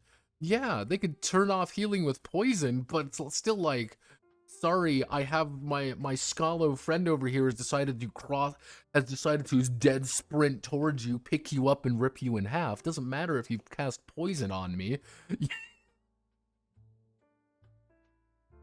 So, sorry, my Scalo friend here has learned the exploding penis spell in addition, so he just blows your face off and then rips it off. It's like, oh, like...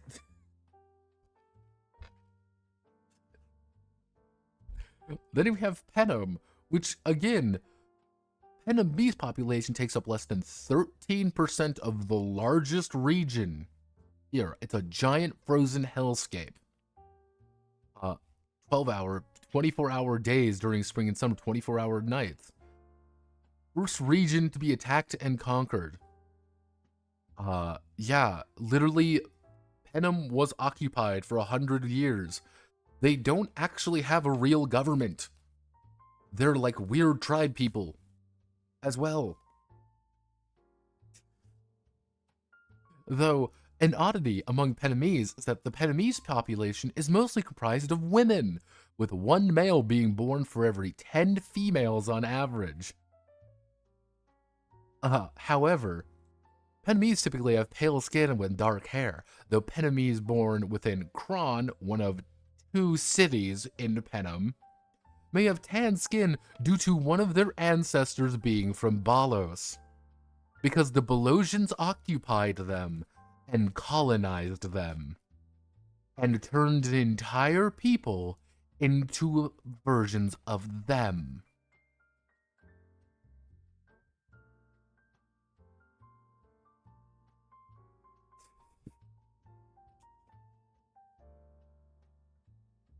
Due to their homes being comparatively warmer due to the hot springs found in the area.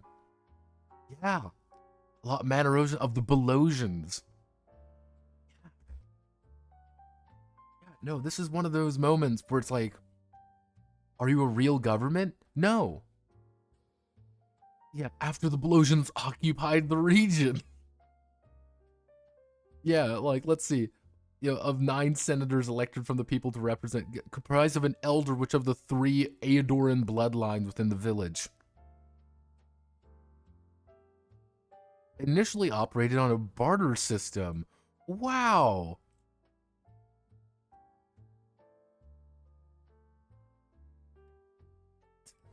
This is one of those weird moments where what I want to kind of like get across here is something very fascinating. We'll get to when we get to Zane as well.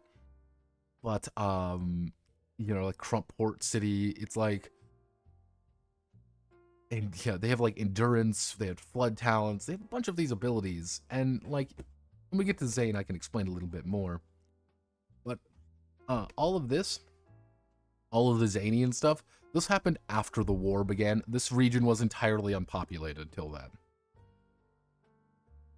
That's an important thing. This entire region, the region as a whole is comprised of massive dry desert, natural disasters occurring frequently. Early on, during 100 Years' War, the elves exiled them, trying to, effectively, proactively protect their region. The literal elves exiled these people to the fucking desert, which they had no one living there. Now, if you notice something very important, these people are tribal people who barely have a society. They are tribes, effectively. There are 2 major regions, there are 2 major cities in this region, and a handful of cities based off of, effectively, a pseudo-monarchy. No one lives here until after the end of the 100 Years' War. No one lived here. Literally, there are 2 fucking regions in this entire world that had people live in them. This war was 100 years. 1 century. And that war was against no one. This was not a war. They were fighting no one.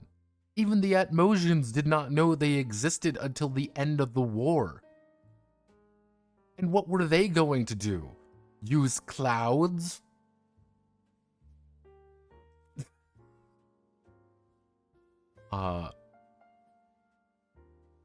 This is one of those weird things with Hexen Academy.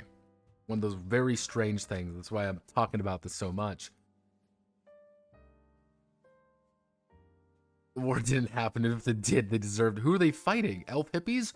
I don't know. That's the thing. They never fucking explain. Legitimately, the way it sounds is the entire northern region. The entire northern region was captured at the beginning of the war. They literally rolled up to a bunch of monarchists with fucking guns. Guns and exploding airship cannons, being like, we own you. I'm like, okay. They colonized the fuck out of one, erasing entire lineages of a bunch of effectively women. Imagine a bunch of Greek dwarves show up to a land of only women, and they're like, well, shiggy-diggy. That is literally what occurred. They carpet bombed 2.5% of a rainforest and pissed off a bunch of elves. Then the elves decided to say, oh, we'll just send away some of our population to the fucking desert. What are they gonna fucking do? Fight? No, they're not gonna fucking fight. There's no one in the desert. The Scalo, this entire region here had no one living in it, according to everyone on the island. I don't know what the fuck you were fighting. Yourself? Anyone else? I don't know. And like, it's one of those things being like, oh, we're so sorry for conquering you for 100 years of occupation. That's not an occupation at that point. You just annexed them for 100 years and then told them to fuck off. Like, what were the elves gonna do? Oh man, we gotta... Well, they didn't send them away. It was like Exile Elves who didn't like hippieing, so they went off to hippie in the desert. Exactly. A hostile nightmare realm in the desert, too. Because Zane sucks. Yeah, it's... You look at like this, like, bricks mixing sand and water. They've invented brickwork. Yeah, they have tents. There's entire sections of people who are still nomads. The fucking Belosians have air conditioning.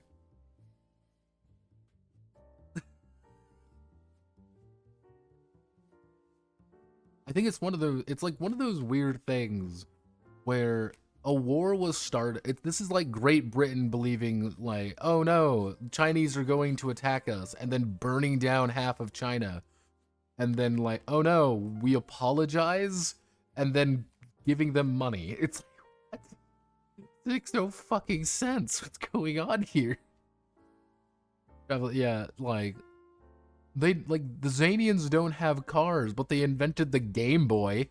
It's like, what? And they developed it because they took the Belosian deal and got their technology. I have no fucking idea. Yeah, look, due to their ties with Balos. Yeah.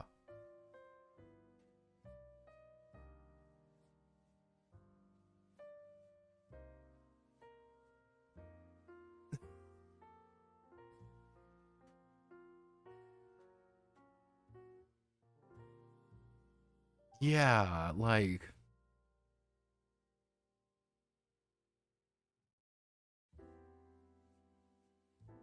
Yeah, it's fucking bonkers of what the fuck this set. And the thing is, it might make sense in, like, not a Game Boy, like a Bop It game, Right Order and Remember. It's not True Console because I thought it was a full, yeah, it's literally like, yeah.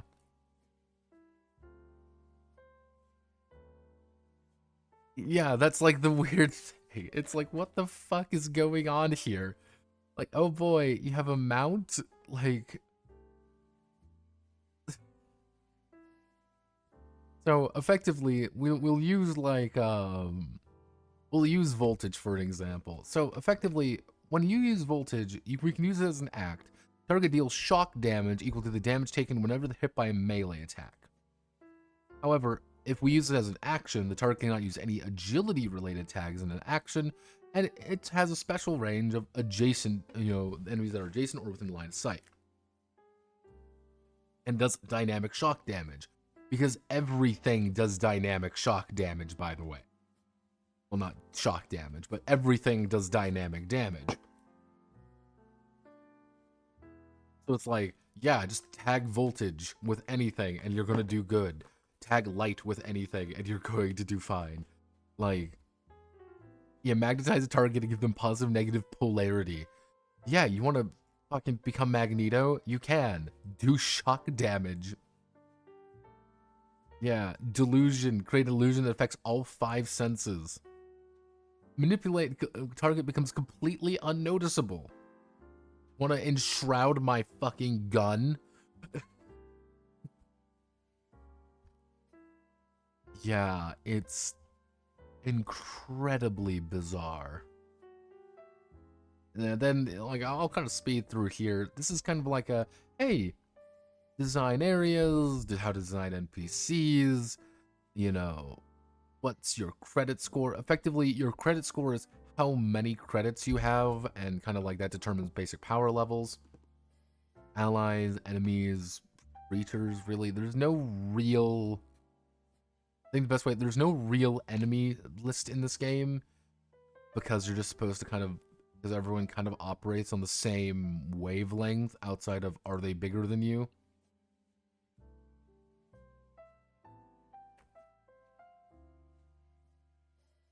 Ah, yes, Belosians dare to spread the gifts of progress for 100 years, pay the reparations, Bolo Piggy. And some of them don't even want it. The fucking Skalu still live in fucking caves! Like, it's one of those things where, you hear being like, I compared it to, like, the Sentinel Islands. There is effectively, like, barely a, like, Copper Age, and piss in communal holes. Yeah, piss and shit in communal holes. Like, there is an entire group of people in our day and age right now who are effectively in the Copper Age.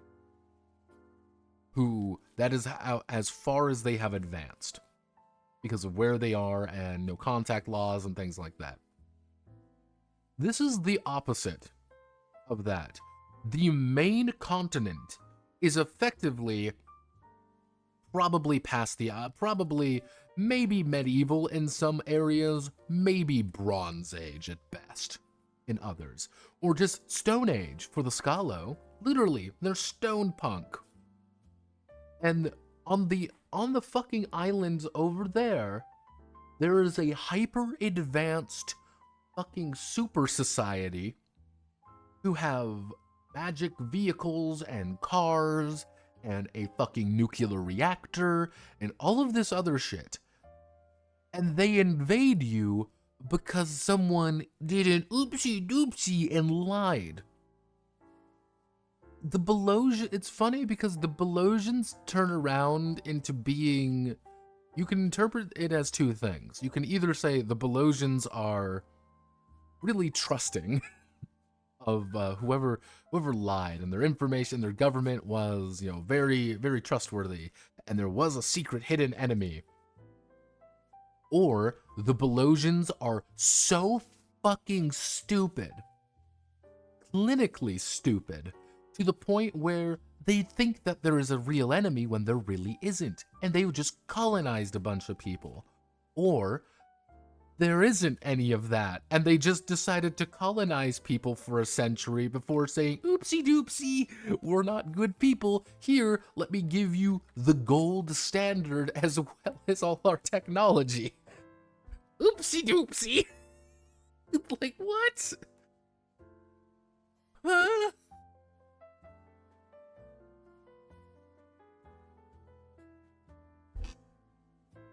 Yeah, kind of like I want to make rules, how to make magic, because this is Hexen Academy. This is the actual academy of Hexen Academy. You learn about this on page 98 of 128, mind you.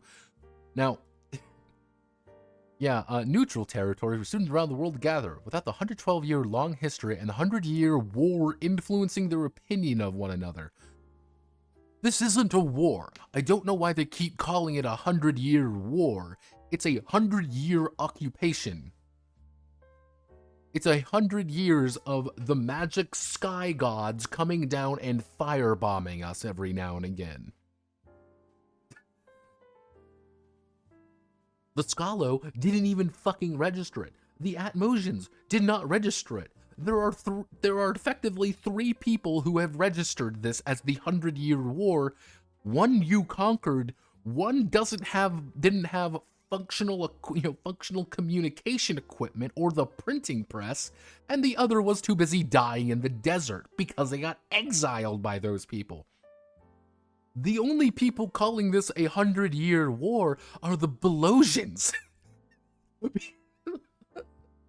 This setting is fucking nonsense.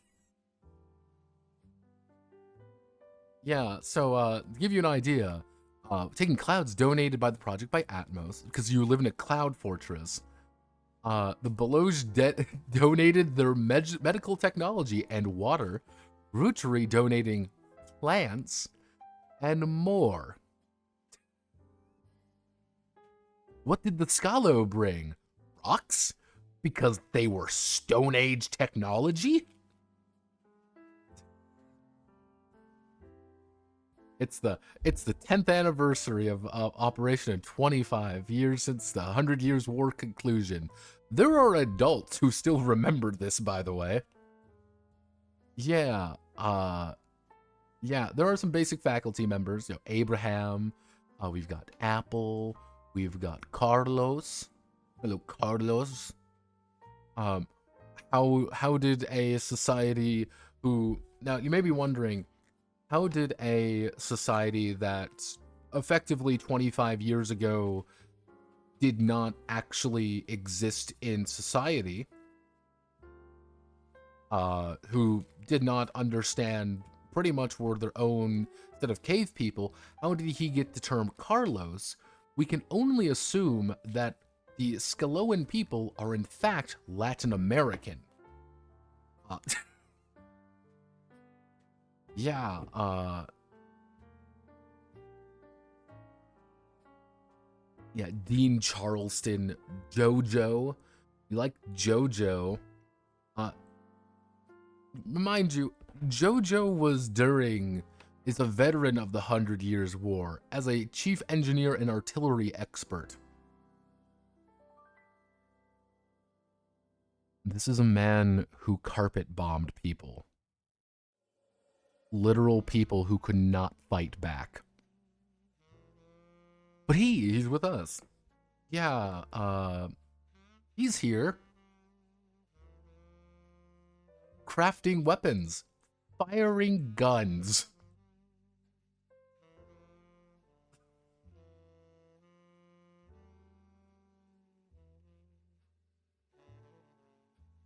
Yeah, here's a fucking hippie. Like, Nene's old. She's 56 years old. She didn't know society existed 25 years ago. She was a fully grown adult.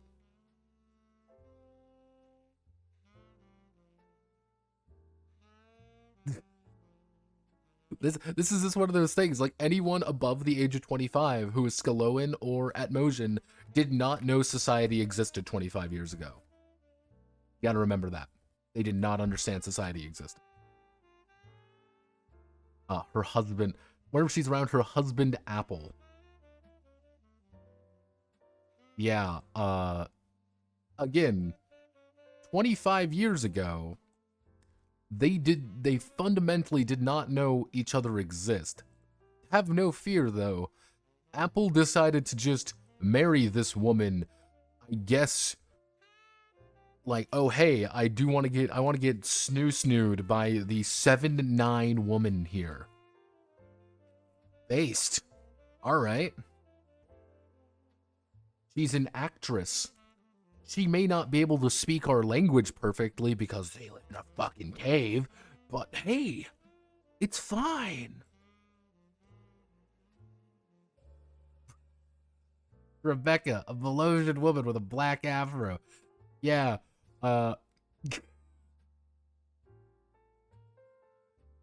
yeah, veteran of the 100 Years' War. No shit! Now, the interesting thing is, the only veterans of the 100 Years' War are effectively Belosians. Yeah, her husband died. She was forced to return to Paris to take care of herself and her daughters, but she had to grow gold and bitter. Yeah. Yeah, but I don't even, like, let's see, black hair, pale. Yeah, she Solaris here is Punamese is pure-blooded. However, unfortunately, she's also a race mixer according to the society. Like,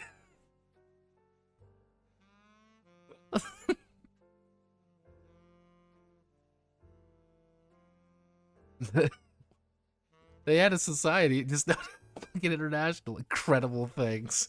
Yeah.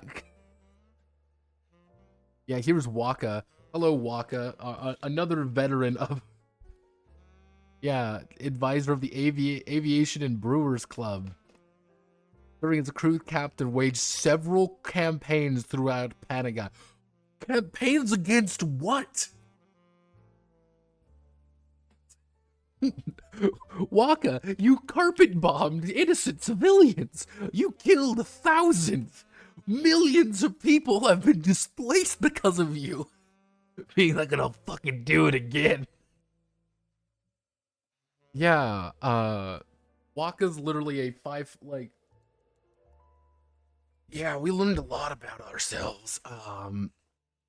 Yeah, we learned about kind of how the dormitory works. Again, everyone is, it's very important It is very important that we do separate the races based off where they are. Race mixing is not encouraged in Hexen Academy. Thank you very much. Of course, the Belosians may introduce with the Penamise, because they are effectively the same, are they not?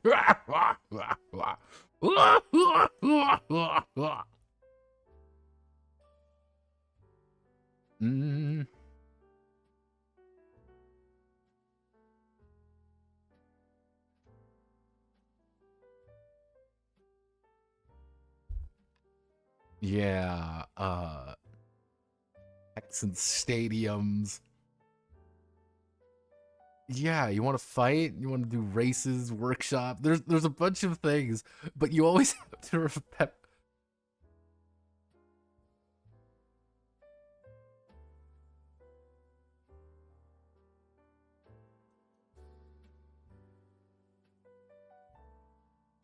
Oh yeah, so we'll find base girl. Let me see if I can find okay. Now these are all of the potential students that you can bring. Now you have to join one of the no one wants to be called of beta class or omega class. You want to be part of alpha or delta class, like real people.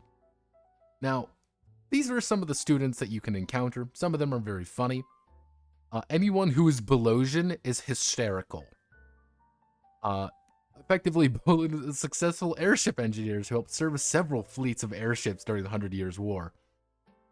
Literally, Bolin sits on Grandpa's knee and being like, "Grandpa, what did you do during the 100 Years' War?"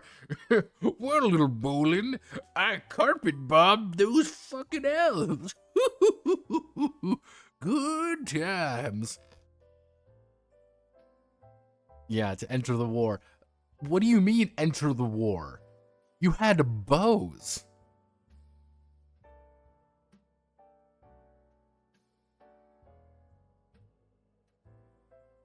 Like, she used a fucking bow.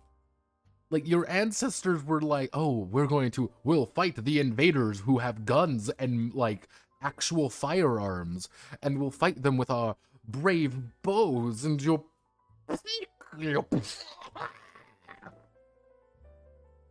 Yeah, have no fear. She doesn't dislikes Belosians. Carlito, yeah, Carlito likes sandworm racing. Calypso, dislikes Belosians.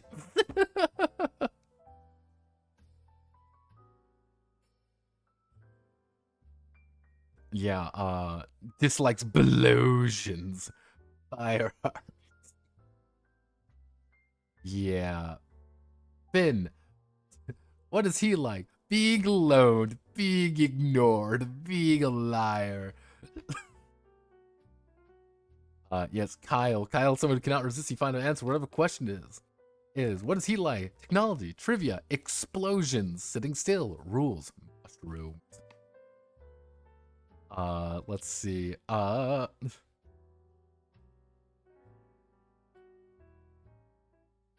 Yeah, technically, she doesn't like... yeah, Misha. Misha is 7'10" and likes small, cute things. A tan leather tunic that ends just above her knees. Misha is effectively wearing yeah, we haven't advanced far. Here's Momo, of course. Momo likes punching people. Yeah, an open leather vest, a leather loincloth that goes down to his knees, a pair of metal cuffs on both arms. This is a 7-foot tall, 238-year-old, 15-year-old. Encountered a non-skull in his life. Legitimately, imagine this man walking up, being like, "Hello. Hello, tiny person." Tap, tap, tap. Like, yeah, also, Rosa. Rosa's the best. A Belosian girl with red hair, brown eyes, and dark skin. When Rosa was a child, she listened to stories of her grandfather's account while he acted as an airship captain during the 100 Years' War. She hoped to one day become an airship captain herself, managing her own crew and serving in the military. But as she grew older, she realized many people looked back upon Balos' actions were with shame. In spite of this, Rosa hopes one day to reignite the passion of her homeland by speaking of their accomplishments during the war, though she sometimes comes off as insensitive, especially around those reasons who suffered. To give you an idea, her starting outfit is a homemade Belosian military fatigues with a military patch on her right sleeve. She starts with a fucking crossbow, bomb bolts. This bitch show.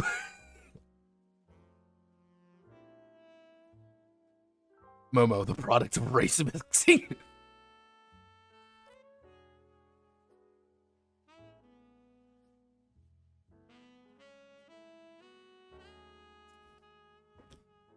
Well, like, these were campaigns, so you expect stupidity holes and other books. Belosian. Here's the thing.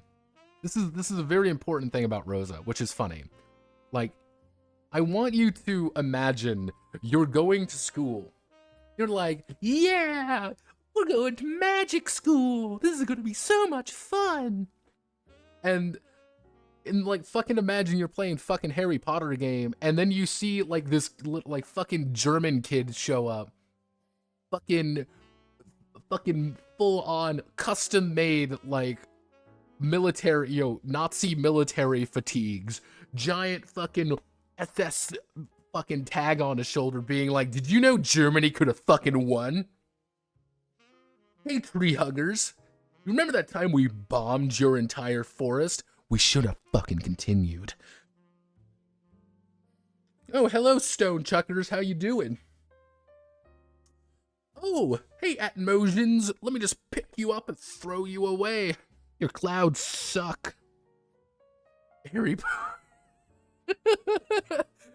Harry Potter wizard wearing Voldemort cosplay. It's great. It's just so out of place, and she has a crossbow with explosive bolts on it. Like, she's great.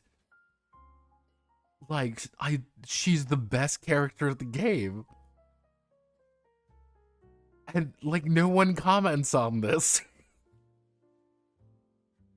Yeah, you can learn about all these different things, and, like, you want to learn about the aviation club. You want... Yeah, if you notice something, Belosian, the artistry club, Rutrenian girl. Let's see. We want to do,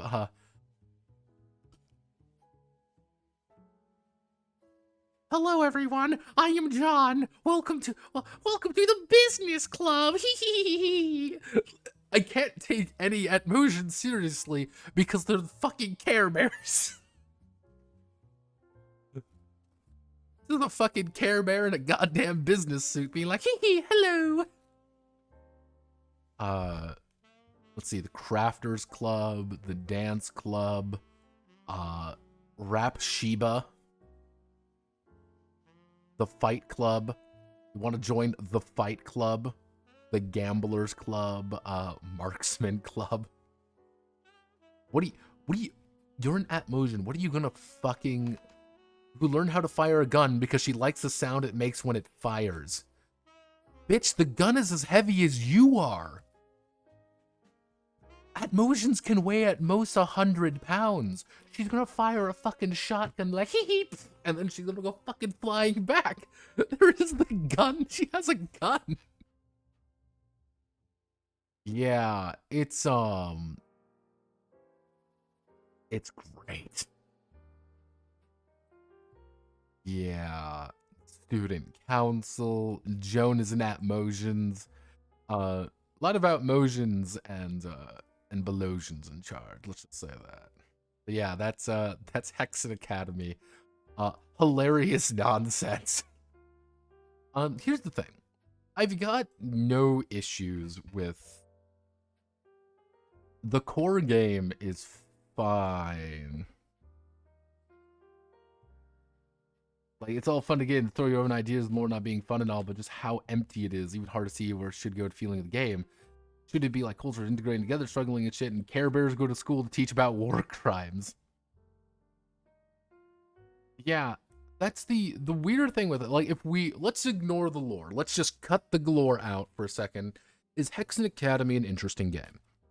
I think it's interesting. I think the tag system is poorly worded, but it works. The idea of like, hey, I want to string together multiple tags to do something bigger, and it's like, cool, all right. System is 2d6, add them together, nice and easy. Incantations are fun, you know, kind of like the idea of building things up, of researching and studying. Cool, this works really well. Anytime it focuses on that school aspect, it's like, oh, all right, this makes sense. But then it's like, anytime the lore shows up, it gets confusing. And I think that's what fucks me up about this game.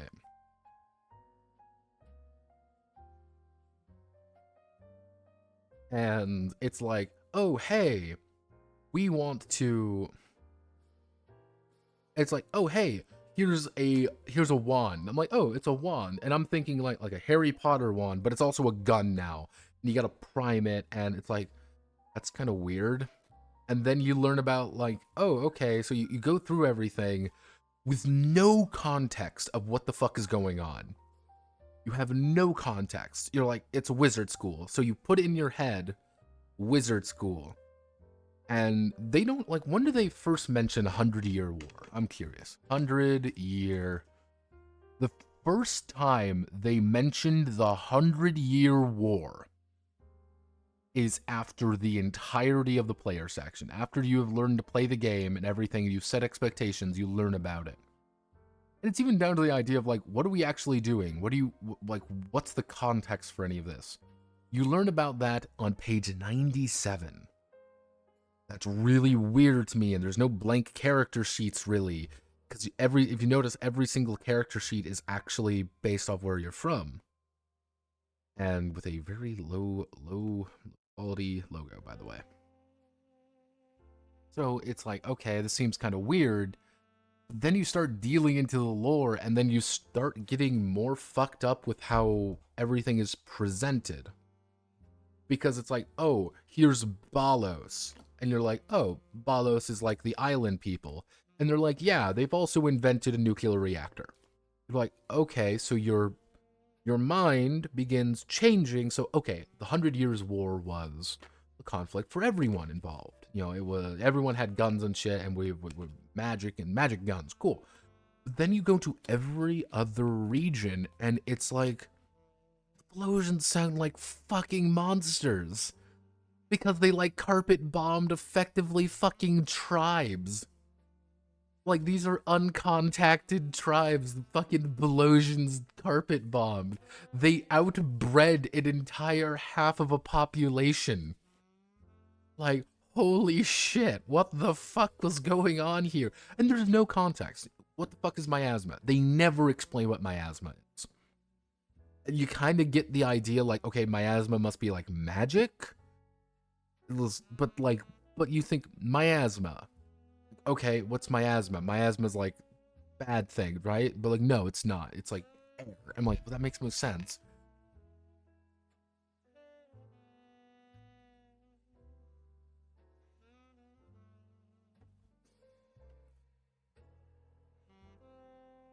Tell me about the mechanic. The mechanics are effectively, at their very core, 2d6 beat 7. We'll use Chippy as an example. So let's say Chippy wants to make a charisma check, and he wants to make an appeal command check.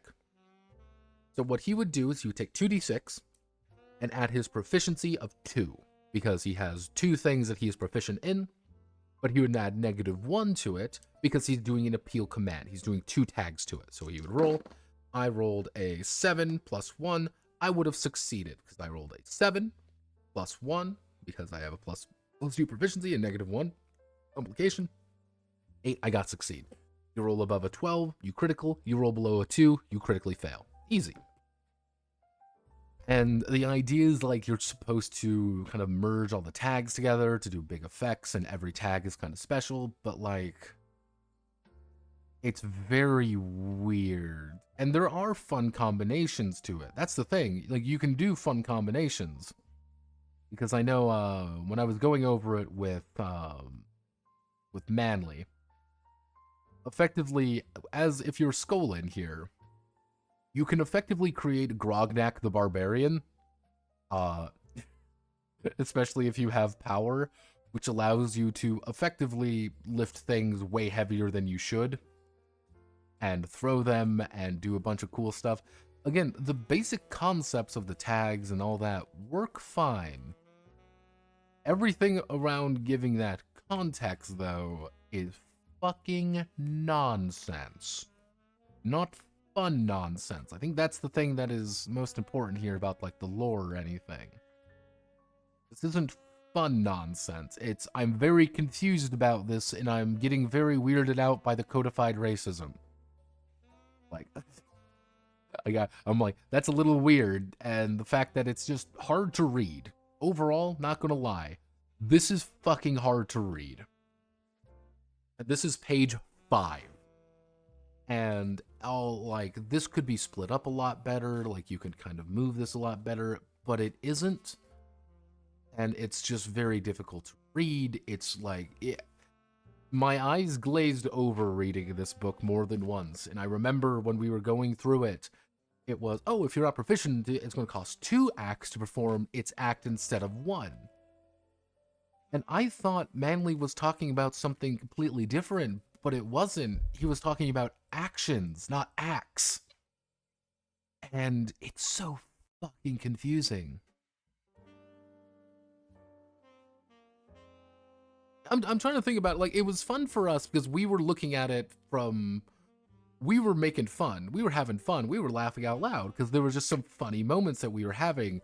But if you were to just read this, like you bought this game, you have opened this up and you're reading this, you're like, I have no idea what the fuck miasma is. I have no idea what the fuck anything is going on. Like, it's not as, like, fun to put together unless you start adding your own things in. It is the intended way to read it, but, like...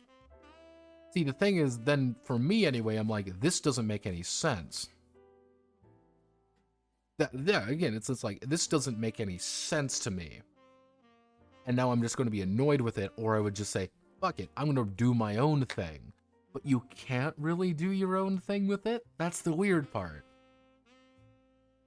Like, because every single character sheet is already kind of filled in for you. And it's like, oh, like, this is... It's a very strange game. Is it good? No. I'm not going to say it's good. I ain't going to support it. I'm not going to say, like, this is a hidden gem or whatever. I think this game is really difficult to read, and it's just some... It's some weirdly pointless information. Because it's shit like this. Like, this is not actually organized text. This is fucking nonsense. Barf down in front of you. I'm like, I didn't even read half this shit. I'm like, I don't care. Because all of this shit makes no fucking sense.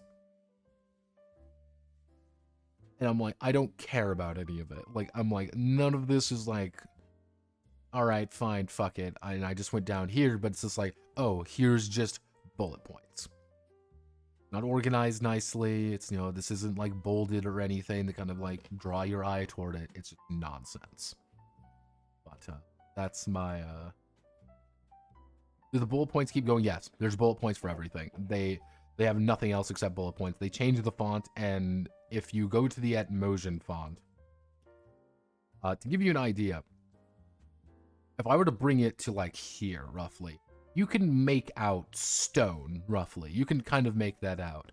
But then you get the Etmosions, like... Can you read any of this shit from just this stop?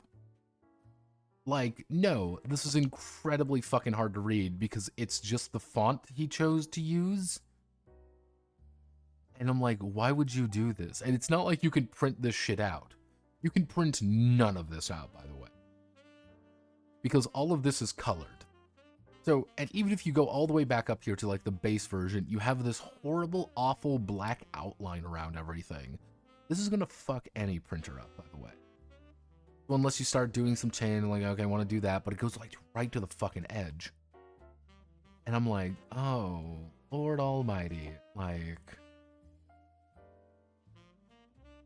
look at yeah, it's, yeah, you can print, like, I'm not gonna say you can't print it. It's gonna just look like ass, though.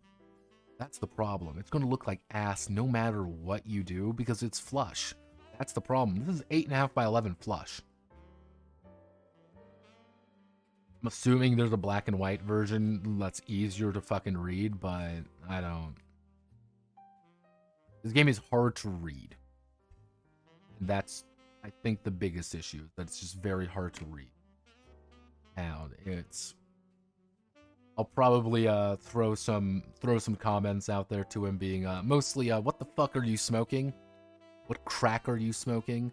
That any of this was kind of like approved in any way, because we can have fun because we're joking about it, because we're making fun of it. And honest to God, it's funny it's funny commenting on the fact that fucking the fucking Rosa is effectively running around in fucking homemade military fatigues. That's funny. Do we really need a full paragraph about her? And just awful, weird, like, this is really like, oh, hey, here's just some fucking bullet points. Oh, yay, bullet points. And like, let's change the font up a bunch, and your eyes just gradually fade. And we have another fucking font, by the way. You're like, I can't do this.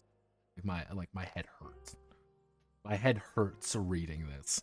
And that's when you go straight into it. There's no lead up. There's no context to a lot of things with it.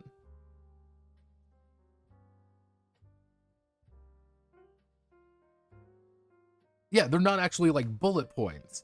That's the thing. That's weird. To be honest, stock NPCs are good. Thing is, like, stock NPCs are good, but like they should be stock NPCs, not like really specific characters who have relationship with other characters. And it's kind of like, but because like there's no enemies or anything, there's no like opposition, and they should be earlier, and they should provide context of what the fuck you're doing, because it's just weird and nonsensical. And some of the shit you read be like, what the fuck, Momo? What the fuck are you on about? You fucking racist? Everyone's racist against one another. It's like, what the hell? Ugh, God. Yeah, there's death rules, but like, what are you fighting? I don't know what you would do in this game. That's like one of the things that like I'm trying to think, because like I made a big point about in Scholar Maleficarum, my Harry Potter game. I made a big point of Scholar Maleficarum to say, hey, you are going on adventures because classes are literally about going on adventures sometimes.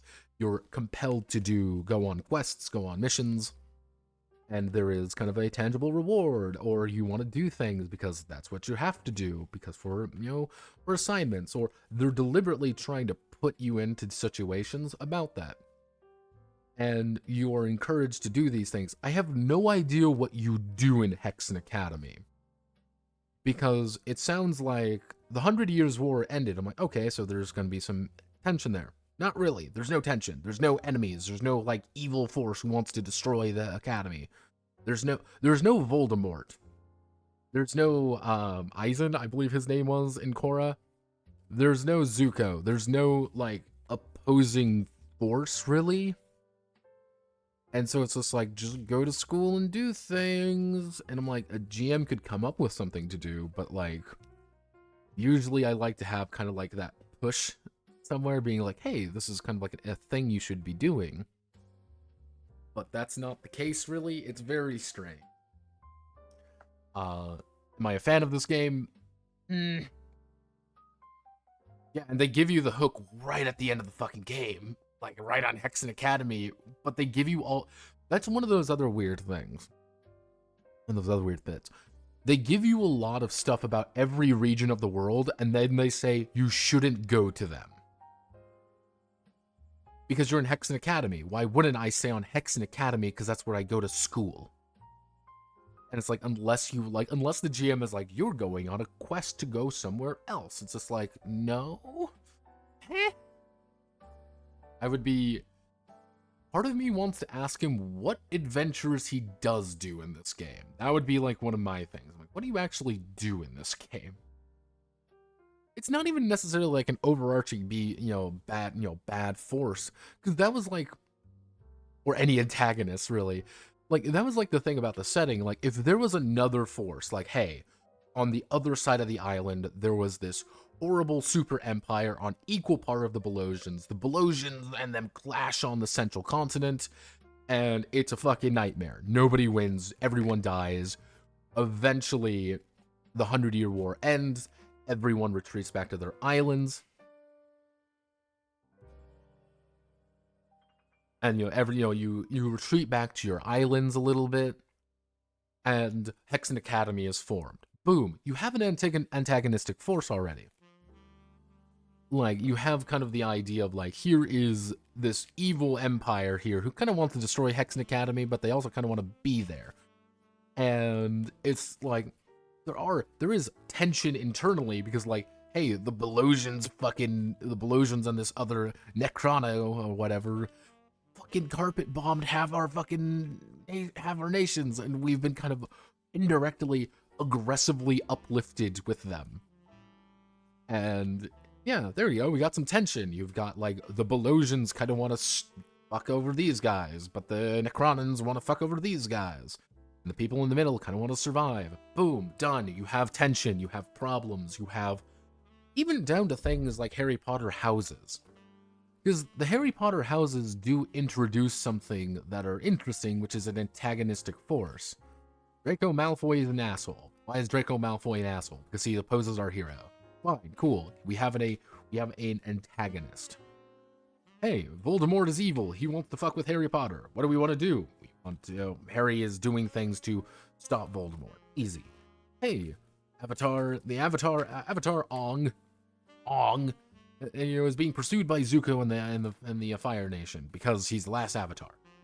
He's the last Airbender. Boom, done. We have conflict. Hey. You have an antagonistic force. Even if it's just, hey, Hexen Academy is in a dangerous place, and there are monsters around who want to fucking eat you. Cool. That's what they want you to do. They want you to get into fights with other, with kind of these monsters to prove, like, hey, like, we're a peacekeeping force or whatever. Fine, cool, easy. But that's not really the case, and that's just one of those weird things about Hexen Academy that I'm not a huge fan about. So, that very long wording, we're going to start on Vagrant Path in like 5 minutes, because I am going to go to the bathroom. And of course, our hero is of course going to be Prometheus. The most accurate rendition of him I think we've got today, which I feel to be very appropriate.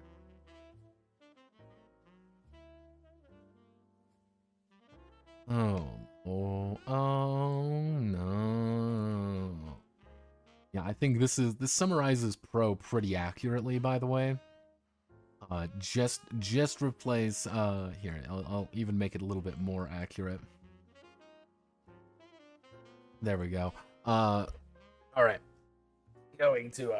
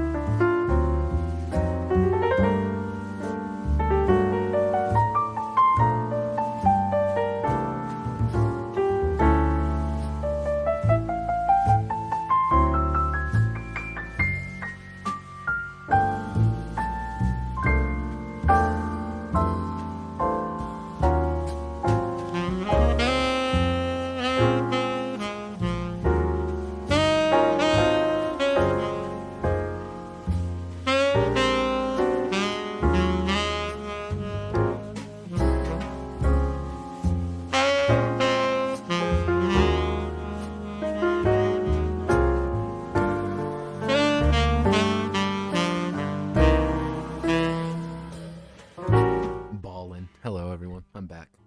All right. So, we got water. I've got, my soul has been rejuvenated. Put Manly Whale back where he's supposed to be. So, Vagrant Path. Now, we need to talk about Vagrant Path a little bit and some of the lead up to it. Because, I find this to be appropriate. So, who is La C. Esper? Now, we've dealt with him a few times. This is Chop, of course. I've talked about him before. This is who he is, an art man. He does art. He works at he is a game and graphic designer down in Argentina. Yes, he's a sad Argentinian man. Now, let's because everything is freely available, we can actually just go. Yeah, there we go. Game development right out of there. Yep, here they are in Argentina. In fact, we found them. If we look hard enough, we could probably find more about them. Let's actually see. Rave again. let's learn about more. Hello, here's raveagain.com. Let's learn about Rave. So this is his company that he works. Club Penguin, he's worked on Smite Rivals, Hellforge, Armored Aces, Arkheim, Star Wars Commander, Galactic Defense. Yeah, as you can tell, these are guys who effectively do a lot of mobile game stuff. This is not a problem. This is just a company who they do art and game stuff for like mobile games. And that's money. I'm not here, like, this is the thing. Like, it's very easy to be like, these guys are the first human beings available. These guys are subhuman. Like, no, it's money. That's like, these are their 3 games. I've never heard about any of them. I don't wanna. You can buy it right now, right there. You can buy it for $4.99. Let's see what this one. You can buy this game too. You want to buy this game? Yeah, you can buy it. You want to buy Dwarfs? Hammers for Hire? You can buy this game if you want. Nothing's gonna stop you, but this is where he works. This is what he says he works at, so ta-da, nothing I can say about that. But this is his game design stuff. He's done a few different games. Hormega, we've actually talked about a long time ago. Short Tales is published by Stormforge, actually, fun fact. Gambler's Court he did as believe a game jam, and Vagrant Path is his main darling, his main boy. And I believe this is actually the version we're going to be going over. Updated 6 days ago. I did double check it. I got the one he put on. I believe this would be the most recent version. He's been doing this a lot longer than 28. I know that, but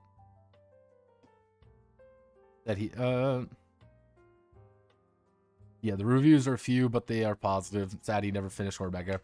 Yeah, no, he never finished it, but that's kind of I believe he wrote it for a game jam. That was kind of the thing there. He wrote it for a game jam. You can even see up here, you see that right there. Most of Orange Server is him, by the way. Like, that's just a known fact of life. Orange Server is him. I believe Short Tales on, yes, Short Tales, Travel Journal of Short Tales. Publisher, let's go to Chop. Let's do 2 ratings here. Does he have anything here? I believe it was Short Tales. I believe it was Short Tales that got picked up by Stormforger. But yeah, you can also pick it up on here. Seems people got pissed off at it.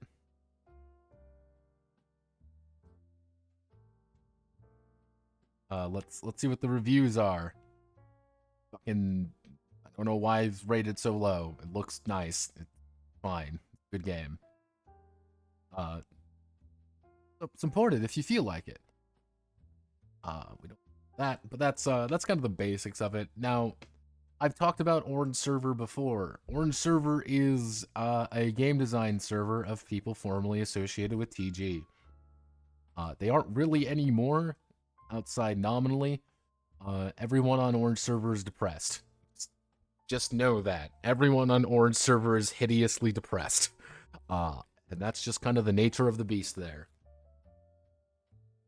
Whether you like Orange Server or dislike Orange Server is not my problem. However, that's just kind of the nature of who they are and why they are the way they are. Currently, there's actually a game going on, a game jam, but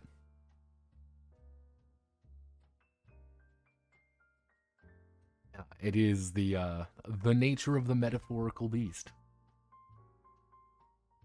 Oh. But yes, welcome to the Vagrant Path. Dun dun dun dun dun. Very pretty, and as you notice, pretty much everything is by him. This is an important thing to know. But we're going to, I'm not going to say we're going to rush through some aspects of this, but there's a lot to go over. First thing is to really understand about, there's no art in this book, by the way, because man's smart in that regard.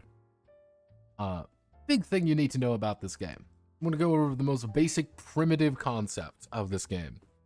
Hey, we are a society of nomads. We've pretty much hit like Iron Age, maybe a little bit beyond Iron Age in some circles. However, a giant spaceship crashed into our fucking world, and we've kickstarted, and we jumped way ahead in the technological sphere. There are drones here, but we never invented the printing press. That's kind of like one of the base assumptions here, is this is a world that has been, this is an old world that has been shot up many tech levels without filling in the back. And that's kind of the nature of the metaphorical beast here, and that's kind of one of the problems, is, hey, there are problems in this setting, and we're just vagrants, though. You might solve them, you might not, but that's not really the point. Most of the world is actually very ill-defined, even though it's about traveling it, nominally. Now, one of the big things about this game is that this is also a hex crawl. This is something that I kind of want to bring up right now. There's a character sheet, obviously. This is an event log of times, of daily routines, during watches, and things like that. And this is the technical hex crawl map of what they want you to write. This is just a small part of the world, though.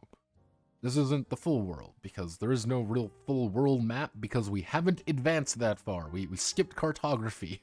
We don't have anything to actually map out the world, because why would we? But yes, so, with that kind of very basic concept, one of the big things about here is that just about everything has a symbol associated with it. You can actually do a lot of this game by just reading it, which is nice. I like that. Now, not reading it. You can do it by just looking at it. So yeah, here are our vagrants. What is a vagrant? A vagrant is an asshole who goes out. Goes adventuring. That's it. They're just part of a roving band of assholes. You're not really like chosen heroes or destined souls or whatever. You're just guys doing stuff. That's really it. There's no real, nothing more advanced along that. You're just a person who does things. Pro, of course, I made him as accurate as possible, of course. Fuck you, you oversized twat, I'll fucking fight you. I just thought that would be the most appropriate way to summarize Pro with his profession of sellsword bastard and a professional bastard. He is an asshole, and because I respect Pro on that front.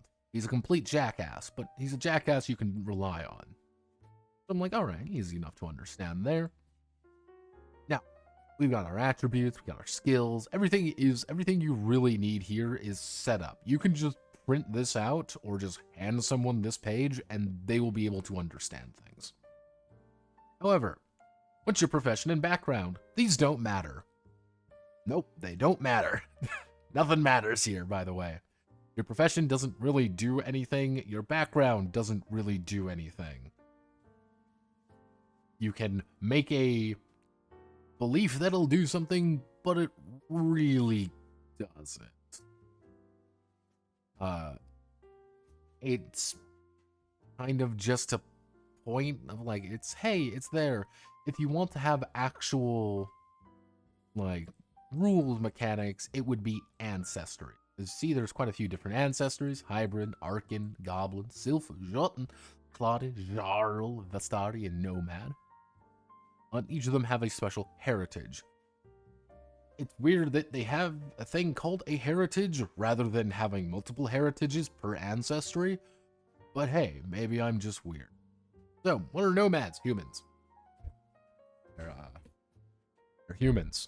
That's really all you gotta know. They are nomadic, they have settled down in some places, others of them have not.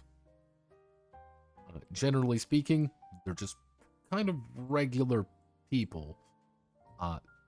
One thing about here is with your heritage, you don't actually get any place to write down your heritage.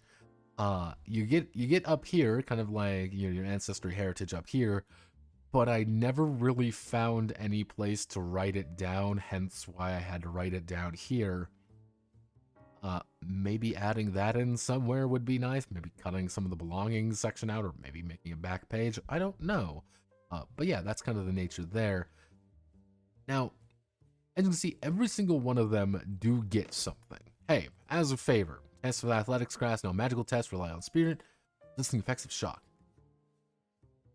Favor is effectively you add die. You add a d10, because this is a d10 game. You will not learn how to roll the die for a while. So, what are Vistari? Elaborate vestments, fine dark clothes, and masks to rise and face bear almost ethereal pale shades, and hair a deep abyssal dark. Yeah, swift passage and trade, a little way of lodging and work. Yeah, Vistari are assholes, and they're just, yeah. Their beliefs hinge on worship of deities adopted as civilizations evolved. Yep, they get some favor. They actually get some problems. And they have some very basic focuses there. They're also human, I think. I don't really know, because there's no artwork of any of them. There's really no artwork anywhere. There are a few here that have like a little bit more, like, okay, you know, let's see. Scarred and burned by blizzard dangers, these suntan wanderers and dark manes, eyes of gold, are life of strict training and wondrous crafts, advancing in the field of medicine, alchemy, and war in equal measures. Generally speaking, if you want to have a very basic understanding, humans, special humans, barbarian humans, the Claudi, snow humans.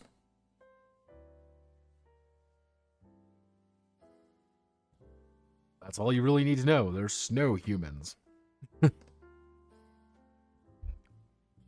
Yep. You know, they even both these. But generally speaking, each of them have something that you get. Jotun are the first one that are very weird. Have 2 meters and crowned with a thick set of horns, incredible strength, and grayish skin, protecting from physical harm from freezing cold in their mountain homes. Pointed ears and gaunt tails are traditionally decorated with gold rings. Yeah, it's the Jotun and the Jotunar are very kind of one of the first weird races, really. I believe these guys used to have multiple arms. Sylphs, they're like elves. They're like antennae to help them sense the world around them, for delicate arms that complement their lithe physique. They're moth elves. Then goblins. They're gablins. What do you want to do? Gablins. Now, Now, mind you, there are illustrations of Vagrant. That's the thing. There's lots of illustrations of Vagrant. He just didn't put them in this version that he handed out, which is probably one of his biggest strengths, because he's a very talented artist. I don't know why he didn't put some art in here, or at least some black and white stuff. Generally speaking, this is a note about Mon Chop in general. There used to be the Goblin Porn channel in Orange server, because he really likes goblins. That's just something you gotta know. God bless the Goblin Porn channel. Yeah, don't think about it. He just likes goblins. He likes goblin girls and goblin. They're a very specific kind of goblin. Arkin, these are machine people. Hybrids, what if we had a horrifying, descend from nomads in one way or another? Diversity, caste, and bloodlines custom rules, so test them out to their ultimate long-term ability. Wherever they choose to settle and thrive, only a few centuries generations later, shift their very nature and lifestyle to accommodate it. Yeah. Well, appears every ancestry cultural monolith, so any culture predates the existence of ancestry, not the other way around. Yeah. Generally speaking, hey, a goblin and a Jotun will be probably goblin-esque. Yeah, you want to we want to be a half goblin? You can. So, basic attributes, you get 6 points between these. These aren't a ton, but you really, actually wait, you get you get 8 points. You don't really get that many, but you don't need that many, because if we go all the way back up here, I'll actually even double check. Yeah, 8 ranks among your attributes.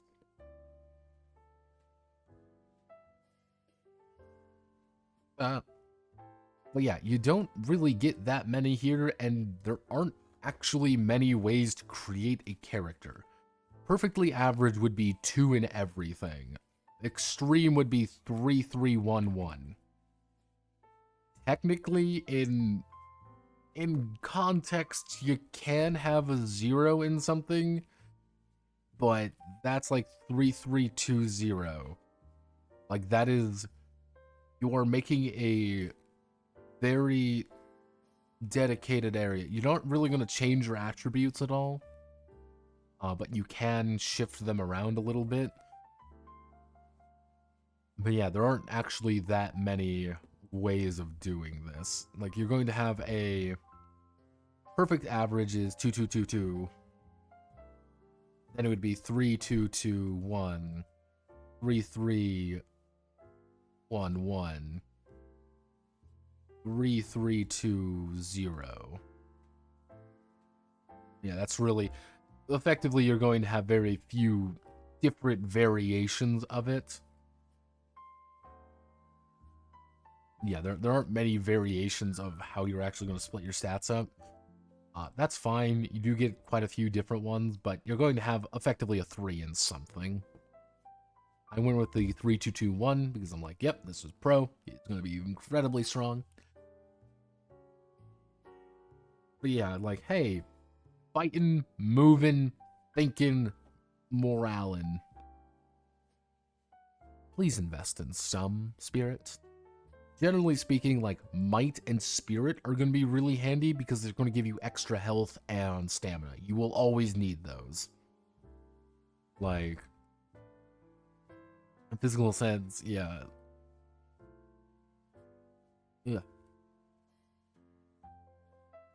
Yeah, meanwhile, athletics and awareness serve as innate abilities through the characters interact with the environment using their instincts, physical abilities, and all these other things.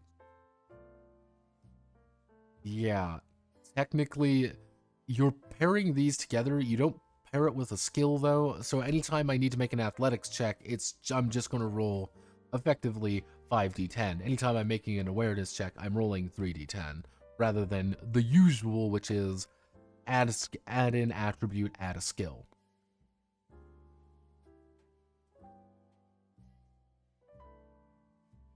Yeah, technically, as you kind of see here, health, 5 plus might, stamina, 5 plus spirit, athletics, might plus dex, awareness, wisdom plus spirit. Easy.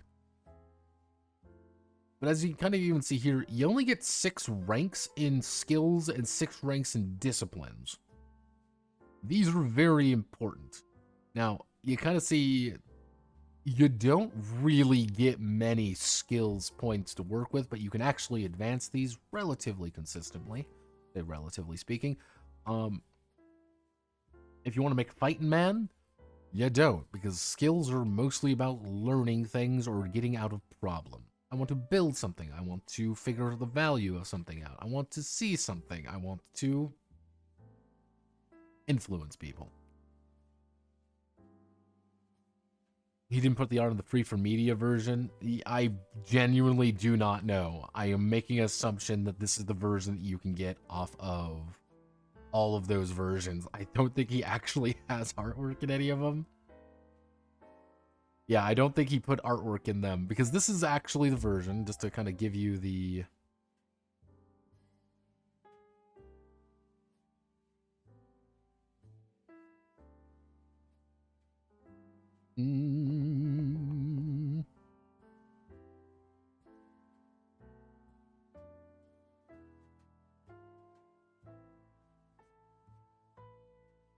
Now, to give you an idea, if I hit this, the version I am going over is this one. This is the compressed for TG version. So here's what we can do. Why don't we go to itch.io, Vagrant. Let's find Vagrant. The Vagrant path. Let's go here. I want to download now. Sorry, Chop. I want to... This is Core Rulebook 1.2. You have artwork in here. I'm not seeing any artwork. Let's just kind of quickly go down. The version we're going over is the compressed variant. This is itch.io. Yeah, no. There's no artwork in here. Yeah, there's... I believe this is the only piece of artwork in the game. Let's see, I mean, something maybe later on. Let's go to the very bottom and go up. Yeah, I'm not seeing any.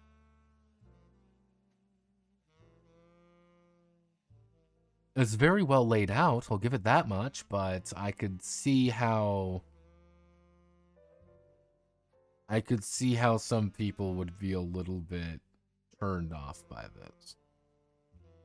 Yeah, there isn't really art. No, there's... Yeah, this is we're going over the compressed version. To give you an idea, the compressed variant we're going over is 6.97 megabytes. This one is 9. The full version is 9. So we've cut 3 megs, really. That's all we're really working. So, skills. Just filler. So, are there places for art with no art? Just filler. Yes. Yeah, anytime you see the little boxes there, like anytime you see a little box right here, I'm assuming this is where art is supposed to go eventually. Is that true? Is that not? I don't know. I can really only assume a place like this would have a piece of art there. I understand this isn't a small amount of artwork, but that should be something you took note of. But generally speaking, skills. Skills are really broken up into 2 categories, which are main skills and disciplines. Technically languages, but languages are as. So, basic skills are pretty simple stuff to understand. You know, nothing... Generally, as long as you're a novice in something, you're doing fine in it. As you can kind of see, Pro is good at wilderness and influence, not much else. However, a talent lets you add 2 additional d10s to whatever it is. So, for example, I have talents in cartography, negotiation, deceit, intimidation, and appraisal. Does this actually do anything? Is there like a list here, or no? You write in your talents. As you kind of see here, you're going to just write them in. That's what you're supposed to do. It's a little weird. Yeah,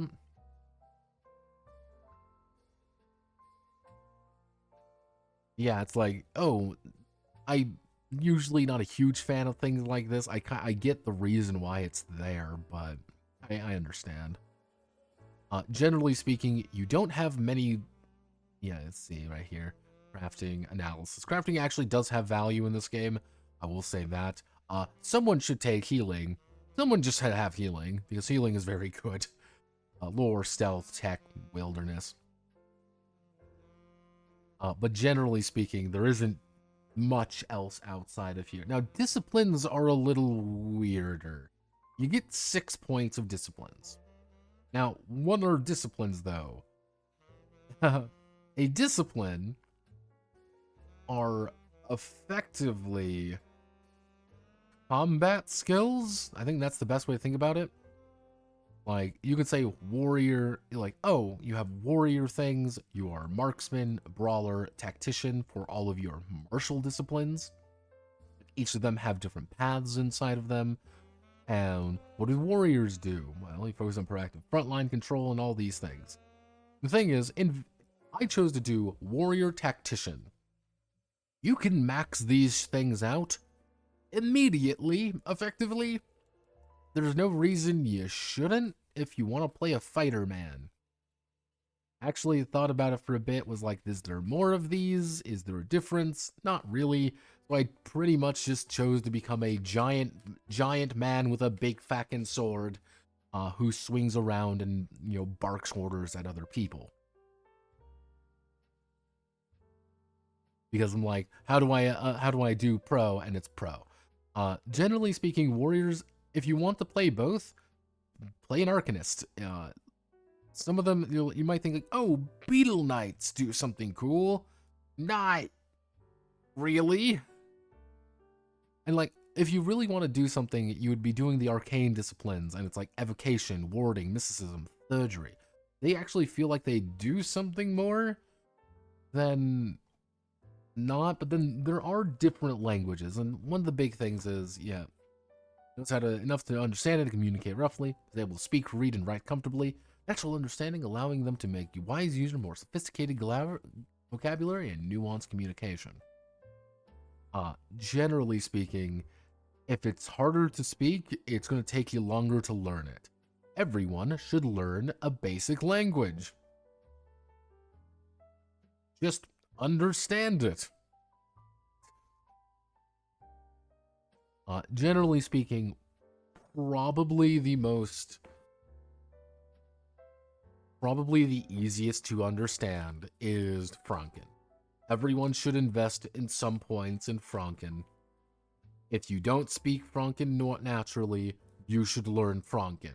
If you don't know Franken naturally, you are investing in it. If you already know it, you invest in something that everyone else knows. Yes, Genrai, simple glyph written, bold, blocky strokes. Yeah, it's kind of like, you can learn this, but if you don't have it, if everyone's playing, 3 of the races, I believe, actually speak Franken. Like, Franken and Bosken are the 2 main languages. Everything else is very... How do I want to... All of the other languages are very partial or very specific. Like, you want to have trade sign language, you can, but generally speaking, invest in Franken, invest in Bosken. Probably Franken. Yeah, one of the things is like, yeah, you have a bunch of languages, but are they really gonna come up? I don't know if they're gonna come up or not. That's one of the problems. Starting equipment. So, you have clothes. They don't do anything. You just have clothes. You have gear. What does it do? I don't know. You have a lantern. You do have a weapon and armor of your choice. You start with 3 money. And they say, oh, enough food rations to last a week. You have 6 food rations, because there's 6 days to a week, effectively. Grappling hooks, respirators, pretty simple stuff. You get 10 points to buy things. you really don't have much to spend it on. I realized that pretty early on because Pro's gear he has is very simple stuff because I'm like, I want to make a mercenary man who fights people with money. I am making a man who punches you to death with his sword. That's the goal. And so hence I created the big Fakken sword and the merc armor. That's all I did. He improved his armor and his sword and then bought some healing gear because that is all he literally needed to do in life. All of this page, not really worth it. Narrative traits don't really mean anything. Now, this is what advancement's a little bit weird. It's effectively at the end of each week, you spend your time training, working your way up to advance a rank in a skill or gain a talent. What are talents? Again, they are your sub skills, they're your specialties in any other world. Yeah, you would choose to focus on training up to 2 skills or talents. So, every week, you get a lesson. Cool. You might need a lot of lessons. You might not need many. Hey, you have friends. You advance it by more. You have had, once you've hit 6, you can attempt a relevant success test. If you succeed, you advance more. Insight is effectively a meta currency they don't talk about much later. You complete 12 lessons. Good. You're done. You learn it. Effectively, it takes you about 3 months with absolutely nothing else happening for you to learn a skill. You get a new skill, you get a new 1 point in a skill, or you get 1 point in or you get a new talent. But again, as it says, you can train up to two skills or talents, plus any language. Generally speaking, you're not advancing rapidly in any capacity, but after about a month and a half, you can start kicking into high gear effectively. If you kick into high gear, awesome. You're doing good. If you're not doing well, you're not doing well. Generally speaking, if you do something cool, you get revelations. What happens with revelations? Cool. You get an extra thing on your lesson. Generally speaking, if you are given a little bit more. If you want revelations. Revelations are good. You can spend things to get more by a number of lessons equal to your wisdom. So effectively, the big thing here is you're like, hey, we've uncovered a brand new piece of technology and we're kind of playing around with it. Everyone can invest time into improving their craft or their lore or technology skill, and that could skyrocket you ahead. Think of six lessons as 6 weeks. That's the best way to think about it. If you do, are you forced to catch up? Generally speaking, you are going to get some very basic stuff. Now, stuff. What stuff do you have? Things you need. Everything has trade price, because trade price is because money is so diverse, you don't really have money, you have trade. Because it could be 12 gold pieces, or 40 gold tokens, or 100 pine cones, or whatever, doesn't matter. Belongings worth significant, like, what are assets? Things. What does this mean? Things. Like, oh. Like, if you want to buy a new weapon, you're buying an asset. You want to buy a new armor? Buying that. Want to buy a new respirator? Buying that. Anything that isn't something is an asset. Anything that is a resource, such as healing, food, fuel cells, is fun. Here, nothing. Like, welcome to the entirety of the equipment section. Yeah, it's very loosey-goosey on equipment. And some people will like that, some people will not. That's kind of just something you gotta know. Generally speaking, they kind of talk about like investments of the new ages. Again, I'm assuming that's where this artwork is going to go, going over different clothing options.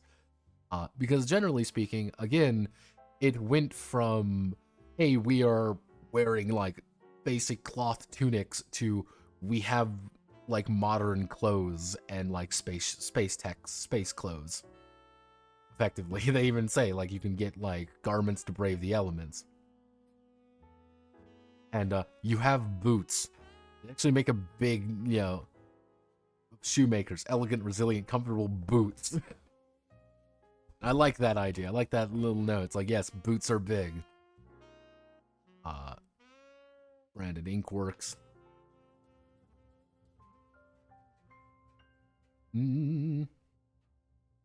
Yeah.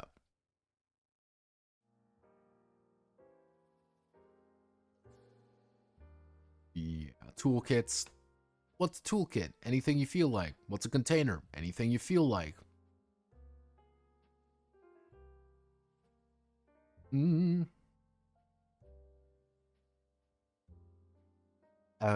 there's not really any rules for this outside of whatever the narrative says. And that's, if I were to critique anything about Vagrant Path, you make a big point about saying it, but at the same time, you don't really provide much for it. It's whatever is said is appropriate to the narrative. That's a very dangerous word there, Law. A little word, a little narrative word can be very, very dangerous in the wrong hands. Generally speaking, anything that isn't one of these things is a trinket. Doesn't really matter. Another big place for artwork. I mean, we could put our own artwork in.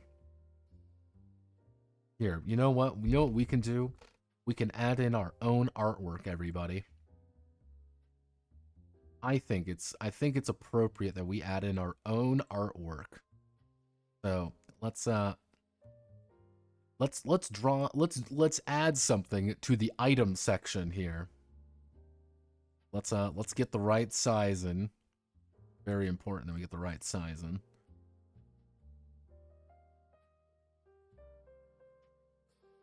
Cut this. So let's No,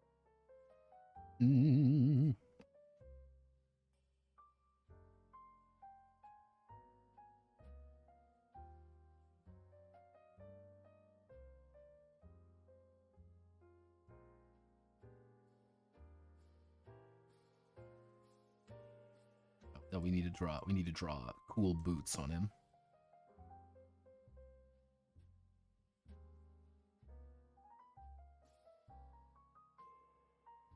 Drawn cool boots.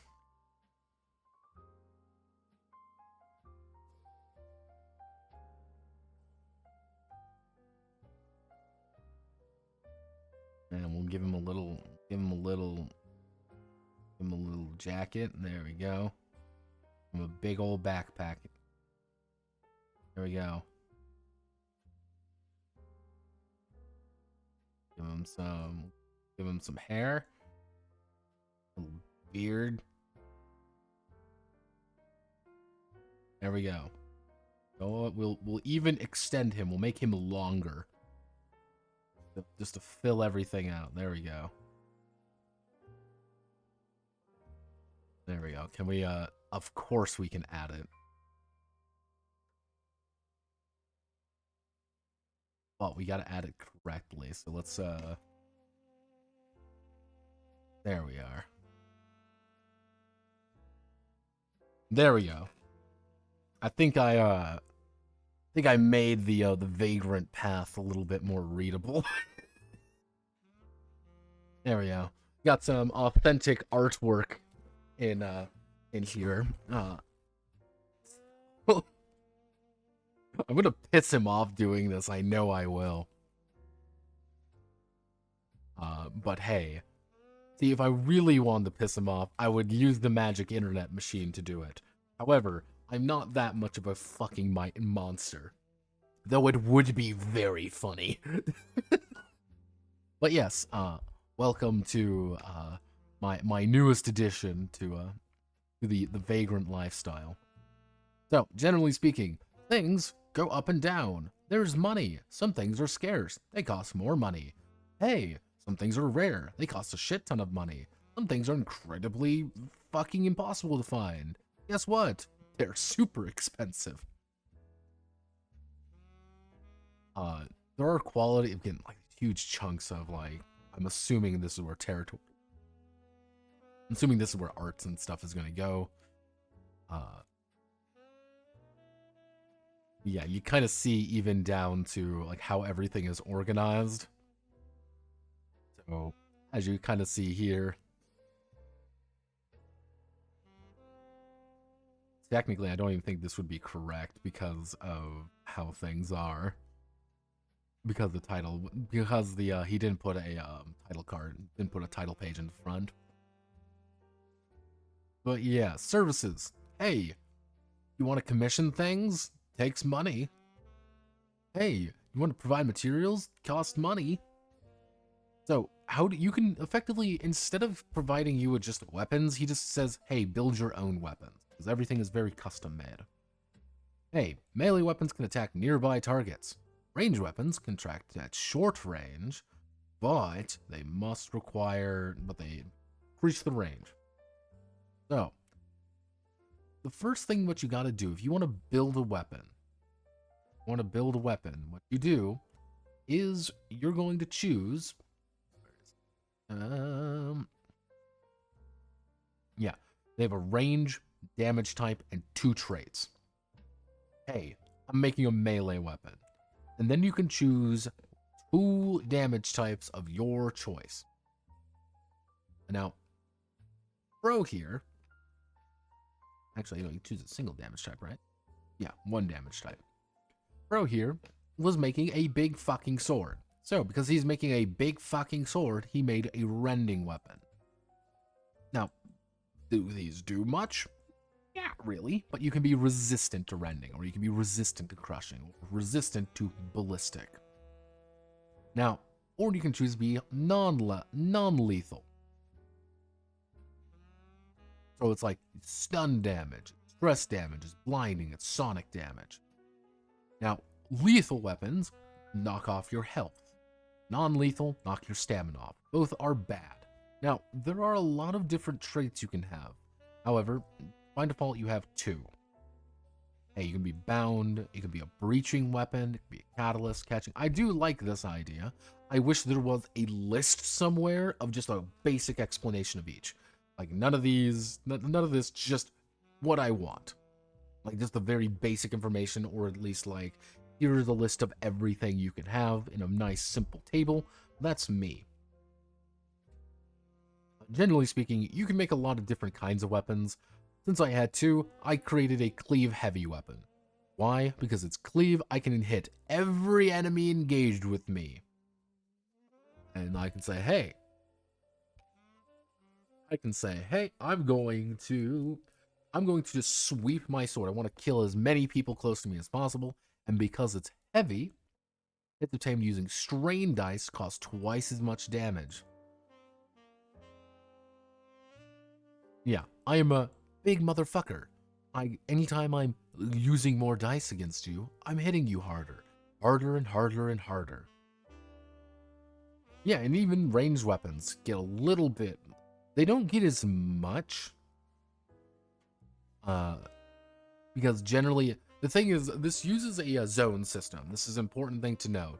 It does use a zone system, so just being short distance is a big deal. Being long distance is fucking bonkers. Being horribly distant is like a fucking sniper rifle. But it's kind of like, hey, you're efficient, you're seeking. I do like the idea of this game. I do like the idea of building your own weapons, because you can do a lot with them and make a bunch of different weapons. Even do some like, hey, here are some very basic weapons for you to make. Hey, I want to make a giant phantom greatsword. How you do it. Hey, I want to make a meteor hammer. What you do. I want to make a guitar. This is how you make a guitar. Generally speaking, anytime you want to do a unarmed strike, you can. They deal crush damage or stun damage. Hey, it's hard, but you can. Like, you can literally upgrade your unarmed strikes. It's a little bit more complicated, but you can. Though you can also invest with it, such as Swift, Lunge, Cleave, or Heavy. So yeah, go for it. It's funnier that way. Armor craft. Armor is kind of the same way. You can grant some bonuses to it. There's only 3 armor types, again, light, medium, and heavy. Generally speaking, medium is going to be probably for most people. I thought about giving Pro heavy armor, but I'm like, nope, he's a merc man. Doesn't need to have super heavy armor because hopefully everything is dead by the time it hits him. Exhibit the move when dodging any time agility-centric dexterity attacks. Yeah, so it's like heavy armor is like you can soak a lot of damage, but not really dodge. Dodging is nice. And the thing is, you can actually, and all it is, pre-purchase adds 2 TP. Purchasing pre-upgrade equipment adds 2 TP for their value for each upgrade. So effectively, since you start with a weapon, it costs about 2 TP per. Generally speaking, I did upgrade Pro's weapon. I upgrade Pro's weapon, become bound. So not only is he cleaving and pretty much cleaving and cutting your face off, you can't disarm him as easily. It's bound to him. This is a weapon that is not leaving his hand until he's dead. However, his merc armor got improved for rending resistance and blunt resistance. If you're trying to stab him, it's going to go clink and it's going to bounce off. If you're trying to crush him, it's going to go clink and not going to bounce off. Generally, most weapons that are going against him are going to bounce off. Magic does not, and if you want to fighting someone like Pro, you want to stun him to death. So yeah, armor grants him resistance, can show his damage type, layering armors. You can layer armor. Don't layer armor really, unless you really want to. Yeah, it's less like it's kind of like one of those things, like if I found light armor that granted me like frost resistance, I could put that light armor under my medium armor. But I can't wear like 2 light armors and make it a medium armor, really. Unless the GM allows it. I would, but... So, resources, supplies, pretty simple stuff. It's buy shit and get money. You want travel rations. Please eat things. You need food and water. This is a big thing. You need food and you need water. You are going to eat it. As you can kind of see here, I decided to invest in some extra food. Generally speaking, every day you're going to go through 1 food, 1 water. During cold climates, you're going to, I believe, eat an additional food. In warm climates, you're going to eat additional water. It's harder to get water than it is to get food. Healing supplies. Just pick some up. You need it. Just pick it up. I got a packet of herbs. Technically, not technically, I was like, I'm just gonna get some herbal medicines because these are very important. Because I don't want to die. But ammo, special ammo restocks, fuel cells, very important. There's a variety of alchemical products that you can buy as well. Kind of going through this a little bit fast. But artifacts are the big one. Is pretty much the big thing that happened here was the Ark. The Ark crashed or broke or something. It's not really explained, but it doesn't really need to be explained. And it's like, hey, artifacts are these special tools that people have either created or found that allow them to do things. Hey, here's a drone. Here's a replacement of a lost limb. Here's an ADP, an adaptability suit. Cool. I'm wearing a spacesuit. You know, I'm wearing a spacesuit and it has armor and shit on it because of course it does. Give a caveman some a spacesuit and he's gonna treat it as armor because no shit he is. Generally speaking, the larger the vehicle, you kind of see here like class, it would be like class like 1 weapon, like class 2 or class 3. Patrons, yeah, you can, generally speaking, you are using these as vehicles just as much as like homes, effectively, like caravan wagons, archaic boats, cruisers. Yeah, accommodate a few people. Sea vessels. Earth giant. Yeah, you don't have no fear. It's a utilitarian exosuit built to carry out grunt work. Why? Because we fucking found these things, and yeah, of course we're gonna make it work. This is the idea of like, hey, what is your actual companies and clans? Who are you guys? They are very ill-defined, and it's just pick a name, get some banners. Why are you working together? The big thing is the idea of influence. Of, yeah, you know, people are working together with you that you have to kind of order to do things, and renown. The more renown you get in an area, the more famous you are. Hey, we've got prominent people really like us. Hey, we're really well known. People fucking hate us. And this is kind of the idea. It's like, hey, we've heard about, you know, you've done a lot of good things. We're gonna think of you very favorably. You've done a bunch of fucking horrible things, and we all hate you. It's gonna die a little. It's gonna go down to rivalries. You're gonna make alliances. The leader of the Shield Man become lost while on pilgrimage to their sanctum. The Outriders organize it through mountains, passing on strength and numbers and resources to remaining shield maid until the leader was found and rescued from certain death.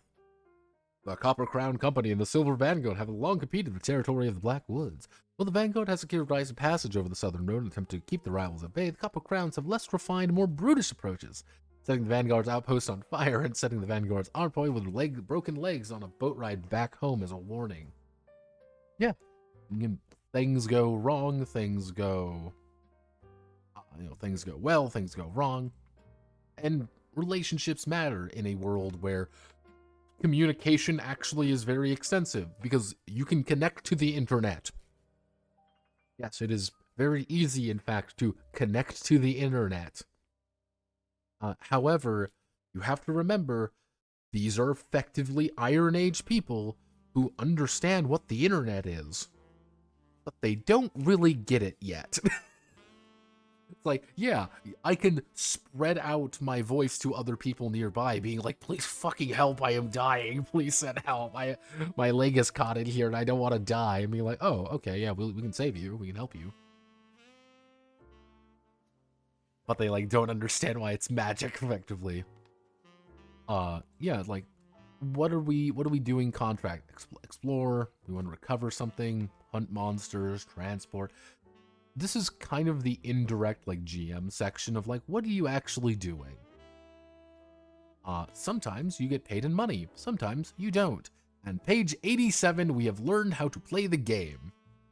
And it's very, very simple, is you are rolling D10 dice.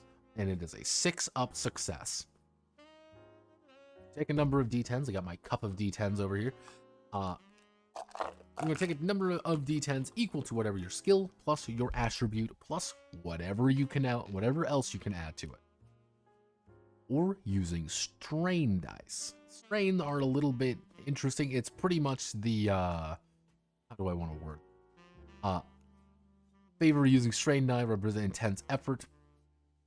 Different color. Well, useful comes a price. You suffer fatigue for every hit or flaw that result in it. So let's make a check, shall we? We need to make a check.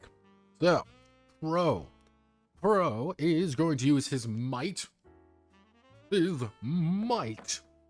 And he is also going to add his warrior ability to it, because he's a warrior.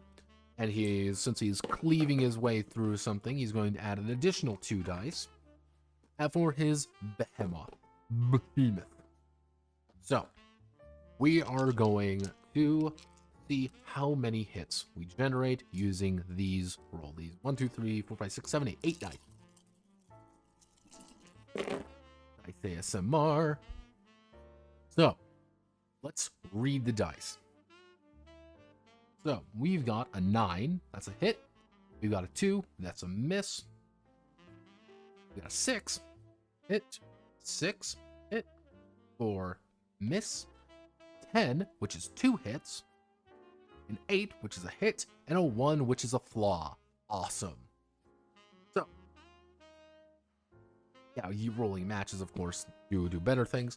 We did roll a match, but let's take a look at our current results here. The total number of hits we managed to get was 1, 2, 3, 4, 5, 6. 6 hits.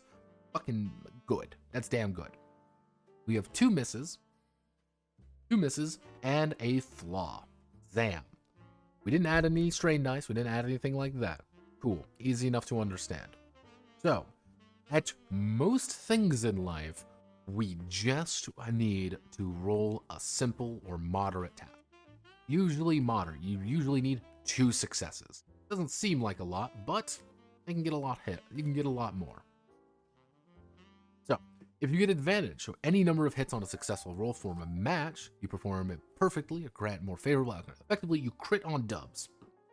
We rolled 2 6s, so we would have critically succeeded at this. Awesome, we did really good.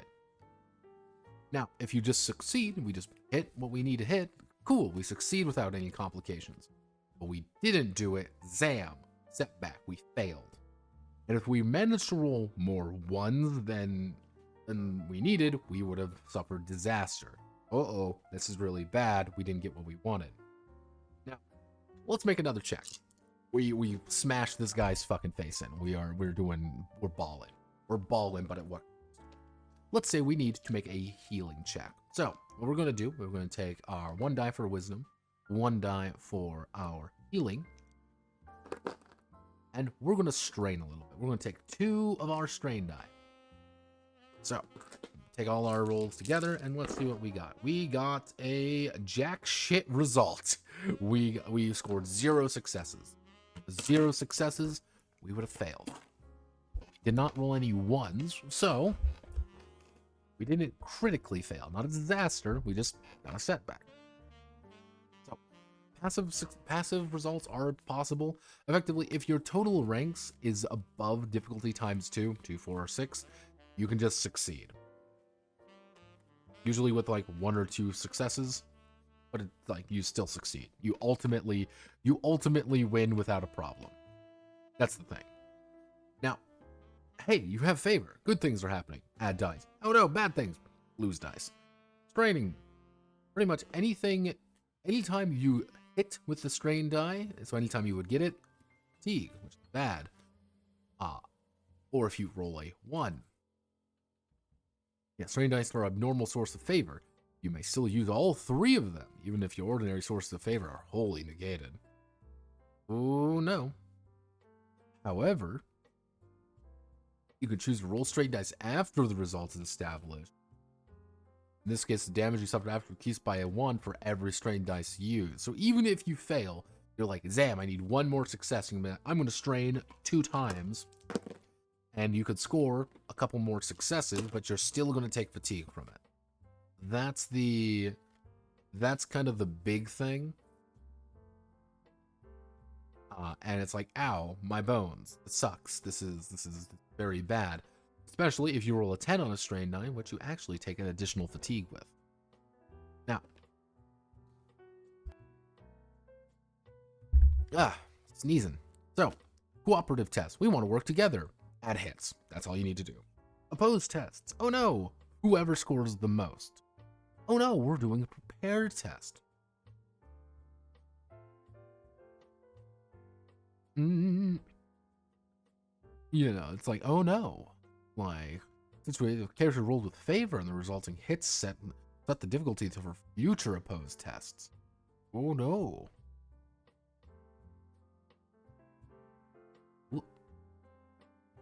kind of the same thing with extended tests. It's, hey, add hits to the progress of the test. That's all you really need to worry about. You know, how long it needs to do, turn, week, day, simple. Generally speaking, work together. That's all you need to do, just work together. Anytime you need to do a knowledge test, anytime we need to learn about something, though, is you're going to roll, and you're going to see how many hits you generate. You generate a lot of hits, you're going to get a lot of information. You roll no hits, you don't know jack shit. You're not doing that good. Having failed knowledge in particular, you're such a beast. The anatomy and markings are all wrong. You might have missed crucial information when studying the lore to begin with. However, Grom, the way-worn barbarian with very little in the way of wits and even less in the way of lore, whose players succeeded despite the odds being against him, knows exactly what it is. He heard tales from his tribe of this creature, and has tracked them down to hunt them in the past, to no avail. Yeah, it's kind of like the idea of like, hey, make some basic knowledge tests, make some basic information tests about things. Hey, you can't use strain dice, because guess what? You can't remember harder. Now, this is one of those things that I'm not a huge fan of, but it's there. I wish this was introduced earlier and integrated a little bit more in it. Insight is handed out effectively at random, it feels like, the way that it's kind of worded. Meaningful or memorable challenge they overcome. It's not my favorite thing in the world. I like it a little bit more organized. But insight, you can spend it on a lot of things. Hey, round out the noise. Hey, reroll a test that resulted in misses. Lo-fi beats, because fuck you. Experience sudden revelation, advancing by plus wisdom lessons during skill training. Surge, use command on yourself as a free action during a skirmish, giving an extra action. Not today. Or, of course, die gloriously. Yeah, this is literally all Insight is. I wish Insight had a little bit more to it, if that makes sense. But generally speaking, confrontation, what do? You flip a coin.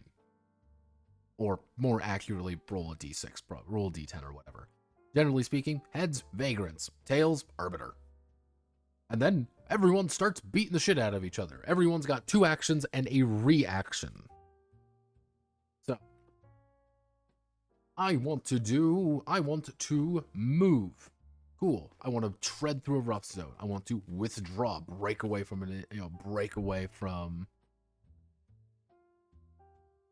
I want to break away from a fight. I want to bash them in the face. I want to interact with an object.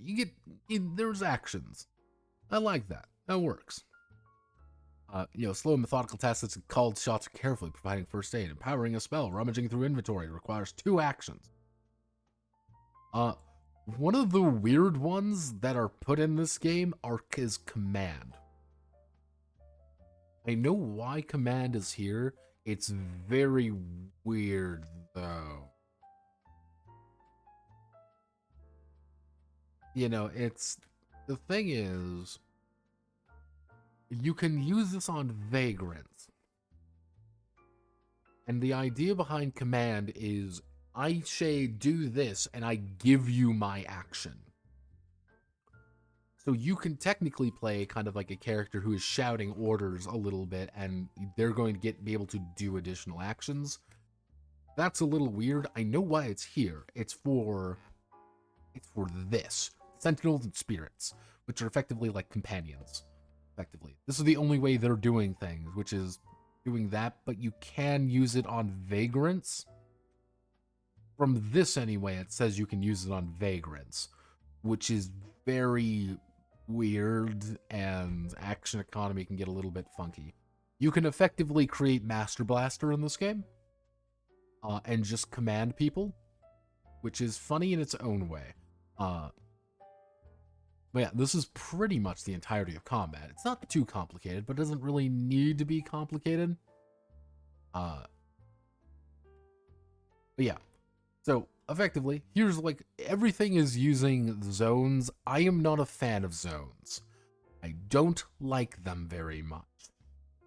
I don't like zones because they feel very arbitrary when it comes to ranges. And it's like, oh, you can target anyone within one zone. So if I'm in the northwest lot, I suddenly can no longer shoot you in the back room. But if I'm in the north field, I can shoot. Oh, if I'm here in the north field, in the corner here, I can suddenly shoot you from all the way across the map or all the way down here. Because I am not a fan of how arbitrary zones sometimes feel. Because it's like, oh, east field from like here to the back room, this is technically 1, 2, 3 zones. But here to way back in the corner, it's 1, 2. It's only 2 zones. I'm not a fan of it for that reason. If there's a pitch somewhere, and maybe I can find the reason for it, then maybe I can justify it, but I've never really been able to get like a yeah moment. That makes sense. I've never found the ideal zone system that I've liked. Every zone system I felt has always felt weird. So but yeah, it's there, you can do it.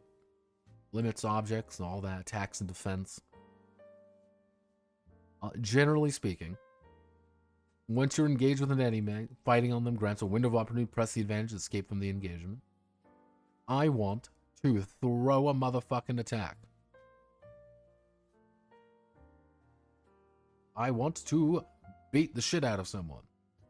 Combination of discipline and path alongside the appropriate attribute to represent their accuracy. So, they're going to be opposing you. And they're going to be taking, benefit of target disciplines and path to complement their fighting style. And I want to block. Damage when racing stationary, using shield, guard, defense equipment, block. I want to parry.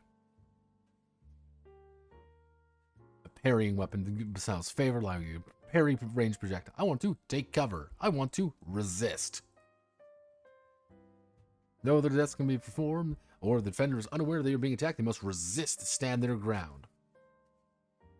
That's kind of the basic idea behind it. It's like, hey, I want to roll this, I want to block it, I want to use something to block what I'm trying to do. But, hey, I'm going to counter you. Why? Because that's who I am. I'm going to counter you with a melee attack. I managed to counter you. Yeah, hey. I can beat the shit out of you. But okay, you've hit. I've rolled, and we've hit you, and what happened? Single wound may not feel serious on its own, but it will quickly become dangerous. So, I've hit you. So, I've done a number of hits. How many hits have I generated? Let's say I rolled 4 hits, and you have 2 armor. Ow. 2, that means I've done 2 damage. Now, anytime I hit with advantage, pretty much I get a match, get dubs, I'm going to inflict an injury. More injuries, the worse you're feeling. You're taking ruin to things all of a sudden.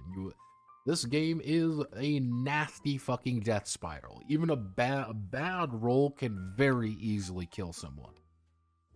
It's like, yeah, broken fingers. So it's like, hey, bad.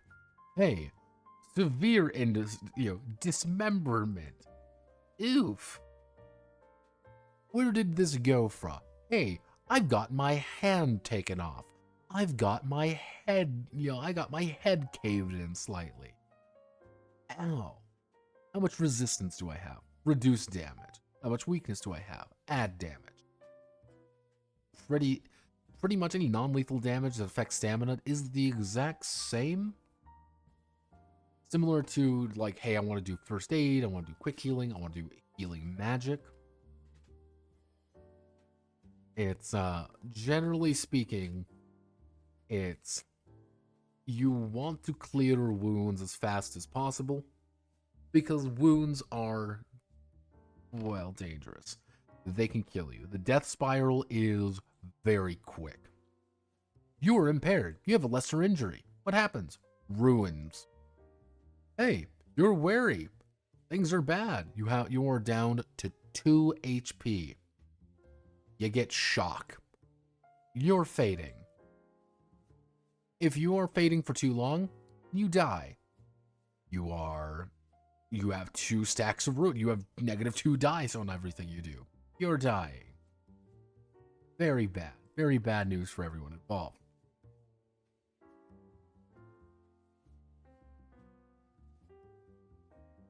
It has always reminded me of Tales of... Yeah, those were fun. I didn't like the later ones, though. I don't know. Man, I think they lost the plot. How do zones work exactly? I never understood them. So, kind of bringing this up, when God gives you paint.net, you better fucking use it.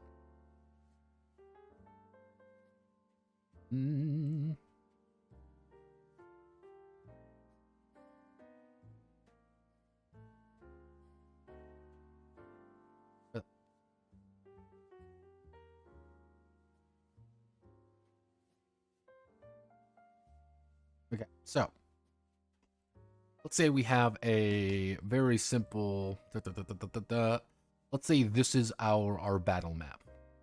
Now, we could say there's a zone here, zone here. There's a zone here. There's a zone here. There's a zone like this. So we'll just label this.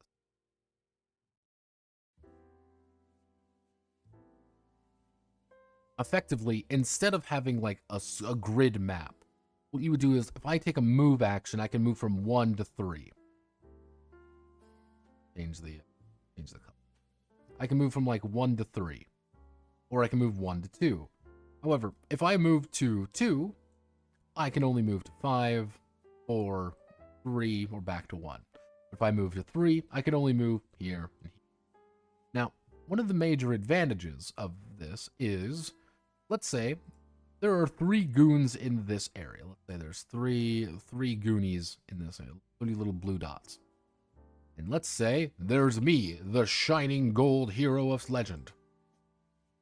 We are now... You can now kind of consider us in the shit. We're fighting one another. Anyone else in our zone is going to be part of our little fight. The thing that always drives me up the wall is when it comes to ranges. I get really fucked up with ranges. Because, technically, let's say we have a blue guy over here, and we have our orange guy over here, gold guy right here. And let's say we have a purple guy right here. So, what is the distance to this guy? Now, to the gold guy, effectively, this is a distance of... This is one distance. To shoot him. To purple guy, on the other hand, he is 1, 2. He is 2 away. Because he has to go through a different zone. This is why I'm not a huge fan of zones. It can be a little bit,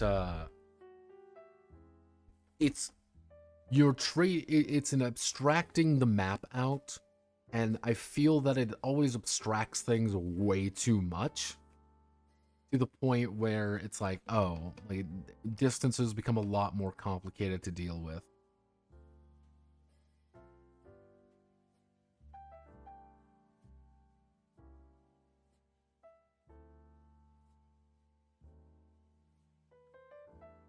I've never really encountered someone who, or a game or anything like that, that has really been like, this is the ideal way of doing things.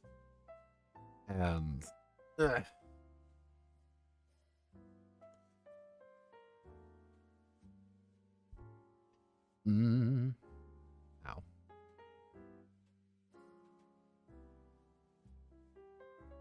Other people don't...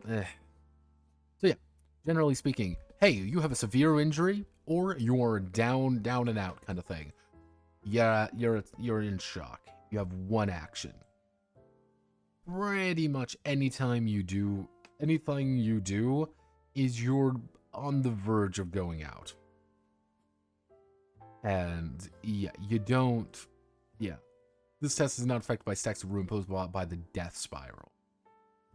Effectively, Once you hit this point, once you enter shock, you're not doing too hot. This is really fucking bad. You're down and out. If you get hit while you are in that kind of that fading state, you're out. Now we get to tactics. Okay, let's talk tactics. So, everything is not just swinging and beating the shit out of one another. Easy enough. Maneuvers can trip, stun, push away, restrain, disable, and anything else. Effectively, a lot of this stuff when it comes to maneuvers is you're doing an action that isn't directly beating the shit out of someone. I want to shove you away. I want to drag you somewhere. I want to grab you. All right. I want to perform a trick. Taunting, tricking them into a bad position. I want to make an improvised. I want to throw something. I want to make a called shot. Okay, cover invisibility, targeting objects. All right, cool. I'm using a smoke canister. I'm using a deployable shield. I'm using caltrops. Cool. Okay, I'm like, all right, this makes sense. It's pretty much all the other actions you can do in combat without directly saying you have to do these actions. This entire section is my usual other. In any time I'm writing a combat system, I usually put other. This other is incredibly valuable. He's just, just putting down notes for it, being like, this is what they will do. Easy enough to understand. Hey, you're adjacent to the edge of the arena, you can leave. Hey, you can leave if you interact with it. Easy, cool. You want to do mobile warfare? There's an entire thing for vehicle rules. Oh, what a day, what a lovely day. Then we get to martial disciplines and disciplines in general. Tactics, their benefits are no different from normal skills, and investing in them doesn't usually grant any further benefits other than extra ranks during the course of a skirmish. Yeah. This is one of those incredibly... I'm not a huge fan of this. Effectively, what this is all of those other actions, taking any ranks in warrior disciplines reduces it down to that. So because I'm a behemoth, I can, if I have weapons with these, I can demoralize the enemy, breaking down features in the environment or attacking enemies that are grouped into a single zone. Just being a behemoth grant me any special powers or abilities? No! Does being a warrior grant me any special abilities? No! You just kind of do things. Like, none of these actually do anything. That you just, by virtue of taking discipline of warrior and having a path, I get to add dice to this. Is there any reason for me to do this? Not really. But then you get things like the Watcher's Orders, who actually have points. Because anytime I command an ally, it becomes a cooperative test, allowing them to lend aid from afar, while ally leads the effort using their tactician ranks. But then you look at things like Myrmidon, like Hornet Rogues, and it feels like some actually have something to do while others really don't. And I'm like, oh, this feels really underbaked. I'm like, ugh. Because generally speaking, if you're going down a martial route, you're going to pick Watcher or Falconer. Or you're going to pick something else, maybe like Sapper. But there's no reason to really take a different... There's no reason to take a different thing outside of Warrior or Marksman, because, like, why would you? Unless you want to play, like, a Warrior Marksman, but then you're just rolling the exact same shit constantly. Like, oh. Always feel like there should be something more there, because sorcery does have things going on with it. Because sorcery is a big thing, and magic is very real in the game. Everything is really broken down into 4 different ways of learning magic. I want to fuck with nature. I want to use runes. I want to interpret things. I want to cut deals. Generally speaking, it's really dependent on how you plan on doing it. Witch marks, grimoires, arcane materials, getting materials. What if I want to use evocation? Hey, I want to, because there's actually rules for magic, and magic has a lot more things going on with it. Or, hey, I want to extend a spell, costs more fatigue, but I can, use it line, I can use it as a blast, I can chain it together. We want to, use a natural focus for something. We want to use desperate measures, and all fatigue suffered from spellcasting because of wounds. There's a lot of different kind of paths you can do with it. And, warding, different runes do different things. Alright, cool. Mysticism, generally it's just ritual bullshit. Surgery, hey, find spirits and do spirits. Hey, you found a wisp. You found an ancient spirit. This is very unreliable.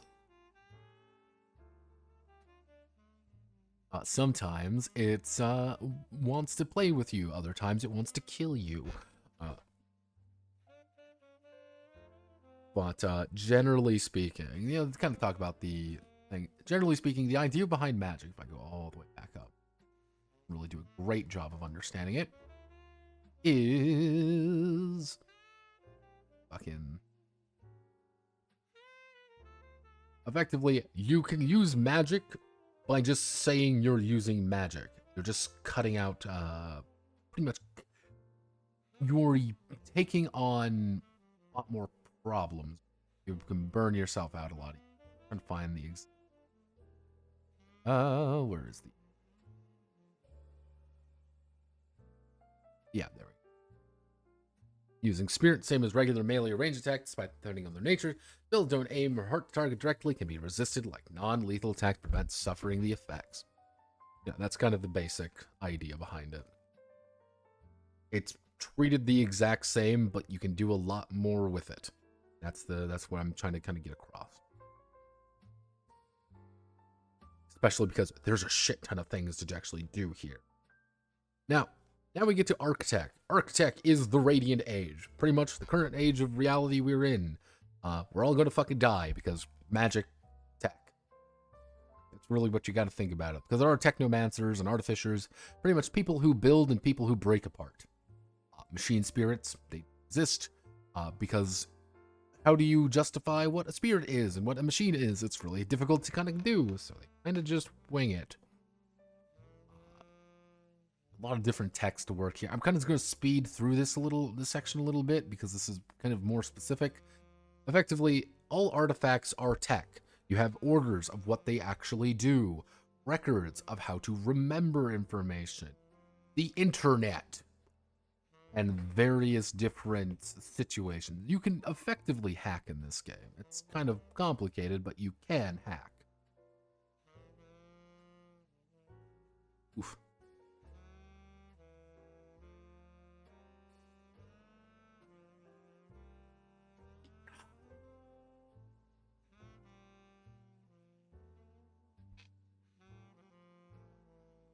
Hey, you want to have drones, you can have bionics, prosthetics, a lot of different things you can actually have in this game. That's cool. I like it.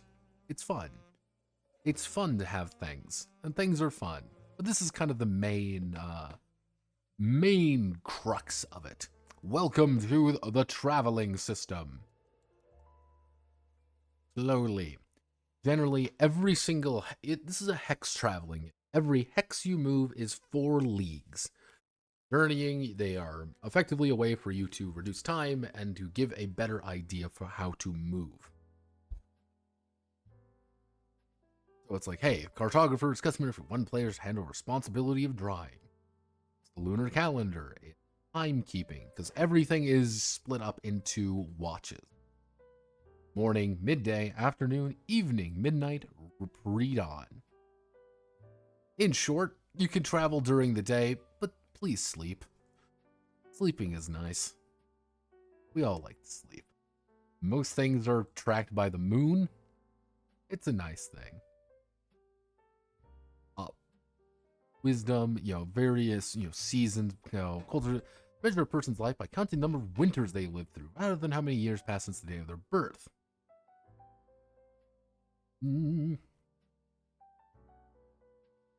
Adding first in today, and her dexterity decreased by running, and her wisdom increases in equal measure. That's also the big thing is that every single area has a terrain, environment, and climate. Terrain can be mild, steady, challenging, or dangerous. How long does it take you to move through something? Hey, this takes one stride of steady terrain. It's woods, it's hills, it's fucking bogs or whatever. This is challenging. No matter what we do, this is going to take double the amount of time. This is going to require a lot of different pathfinding experience. It's going to suck. It takes twice as long to traverse. As you kind of see here, mild takes 2 strides across 3, 6, 12. A long time to move through things. So you're like, hey, maybe we don't want to move through the dangerous, awful place. And depending on where your yield is, you can survive in areas a lot more. You are in a, thriving area, you're going to be able to get all the food you need because we can just hunt. We can find shit on the ground. Hey, we're in an awful, horrible place full of nothing but nightmares. We're not going to find really any food or water or anything. And whatever the climate is currently, you're going to actually have to deal with a problem going on. Hey, every day you need to drink 2 things of water if you're in a very hot area. Hey, during you're in a temperate area, life's good, but it can become cold depending on the need. Hey, you're cold. You need more food, or you're going to die. Weather, fair, auspicious, pretty easy to understand. A lot of this is just set something up and have fun.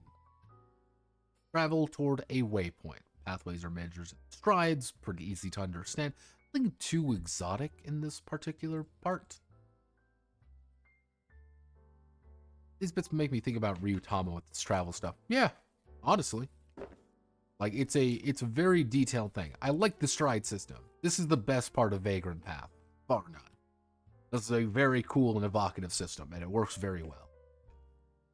I'm kind of zooming through it a little bit because there's a lot of stuff where it's just it's using systems already established to make sure that things work later. You kind of see hiking on foot at a speed of 1 stride per watch. Mounting increases the speed to 2, vehicles speed of stride 4. Generally speaking, you're going to have to hike a lot, unless you get a car. But hey, cars suck. Yeah, by advancing 2 strides in a pattern that follows the group's survey Hexen, circle back to a safe spot. And they do talk about a lot. It's like, hey, let's explore the Hex. There might be something in here. There might be something fun going on. There could be ways to travel. Hey, we want to hike. We want to ride. We are rowing. We have a car.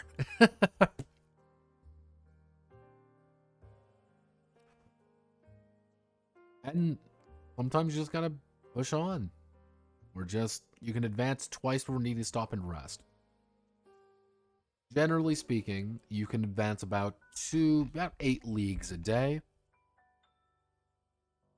If you're just walking, you can move about 2 strides a day. Doesn't seem like a lot, but if you're in ideal conditions, that's 4 hexes. If you're in less than ideal situation, it could be multiple days moving through 1 or 2 hexes.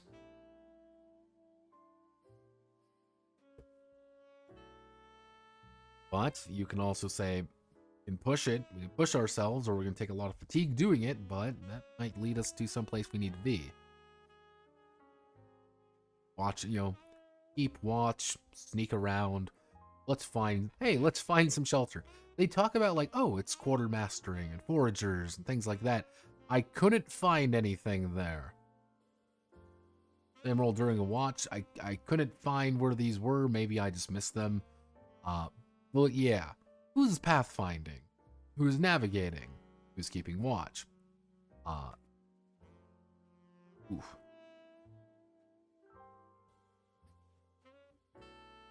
Any vagrants who aren't guiding the navigator treat the watch's downtime. As such, only the navigator and the guide are considered to be advancing. Yep. Halting, bed of branches.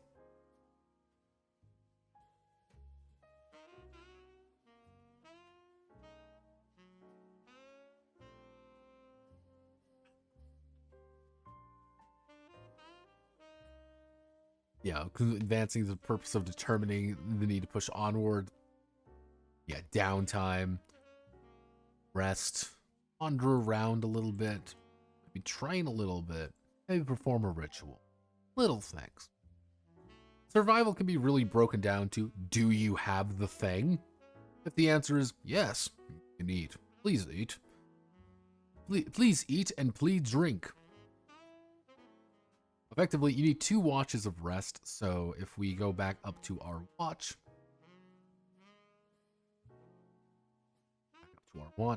effectively you can go, if you set out during the day, you can do morning, midday, rest. Or you can do 1, 2, 3. You could roughly walk during the day, sleep. Or if you want to be really weird, you can technically do march, rest, or do thing, rest, march, do thing, rest, march. Or push like hell. Just keep pushing. Don't stop moving. And there's a variety of things that could go horribly wrong, of course. Conditions. Oh no! You're bleeding to death. You're diseased. You are suffering from horrible exposure. You need healing. Oh god! Uh-oh. We need to actually fix up your injuries. Oh god. You can slow down to half speed. Oh god. Yeah. Kind of this is like, events. This is more of a GM section thing.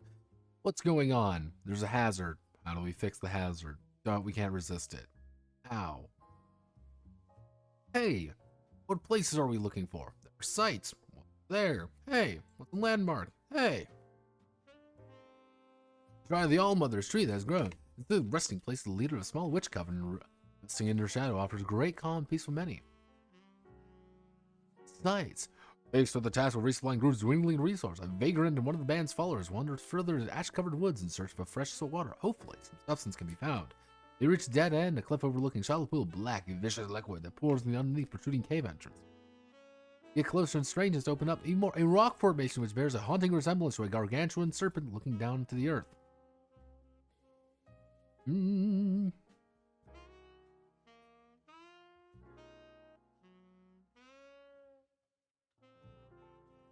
Yeah, it's like, oh hey, we found a place. Now, this is effectively the way to understand a dungeon, which is a delving site.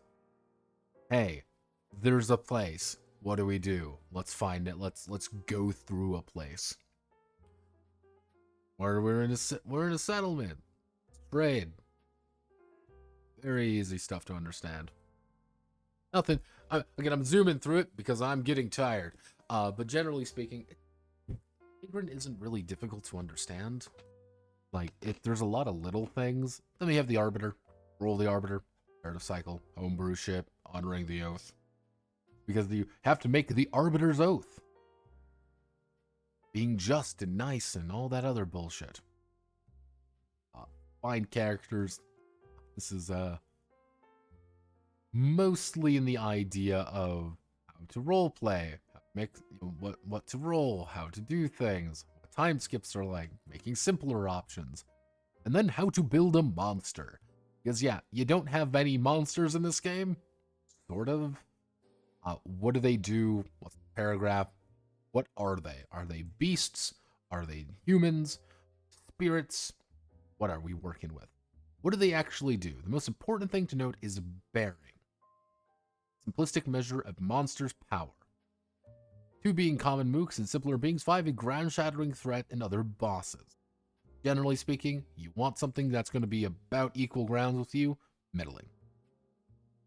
Then, you're going to determine their size and toughness. Are they big? Cool. They're going to get some toughness bonuses. Are they fucking huge? Then yeah, they're going to get a lot of different bonuses. And then they have actually special attributes. They can spend any of their ranks on things like threat, protection, agility, cunning, or arcana. Hey, I'm going to use magic powers.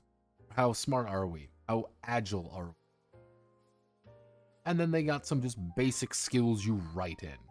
Flying maneuvers, locating prey, breaking things. They add bonus dice. That's it. They've kind of got some basic weapons on hand, what some basic defenses look like. But generally speaking, it's effectively a cut down version of them, of like a character.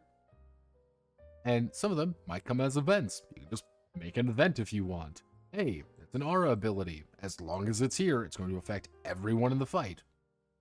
And then, what is the fight? What are they doing? Hey, you know, territorial is predatory, is violent, servile. And hey, you have some spoils.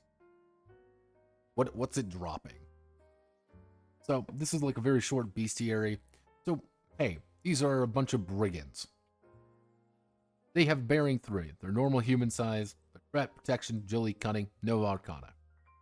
Medium armor, basic weapons, and they work together. They get favor on all these different tasks. They, causes an injury, may spend a reaction to it, make an attack on their own. But then you just kill them, and because they can die pretty fast, because they're, well, simply put, they're just humans. They're just bandits. You do 7 damage to them and they're done. You do any amount of damage, they're probably gonna run. They probably don't want to deal with that. But yeah, no, most enemies aren't too complicated. It's easy to make monsters. I always like any monster creation system. I find them fun. But yeah, that is the Vagrant Path. Do I like Vagrant Path? Yeah, I do. And this isn't just me saying, oh, I like Vagrant Path because Law is a friend. I think Vagrant Path has a lot of interesting ideas, and it does those very interesting ideas very well.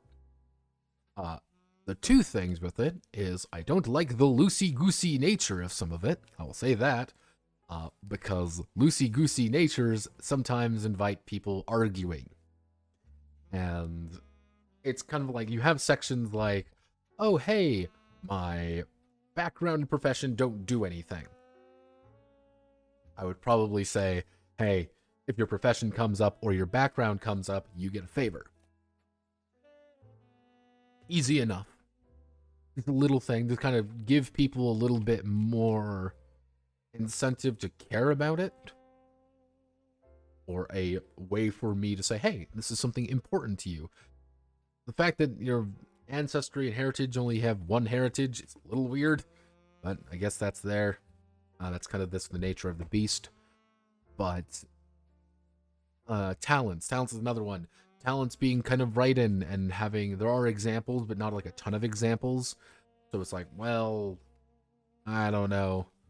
It's one of those things where I know you can sub things out, but I'm like, do you just redo it somewhere else? Do you find something else for it? Maybe a little bit more examples there could help.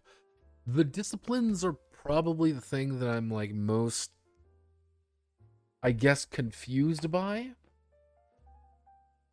Because they make a big point of saying, oh, well, disciplines and martial, and here's some magic. Magic all have something special with them.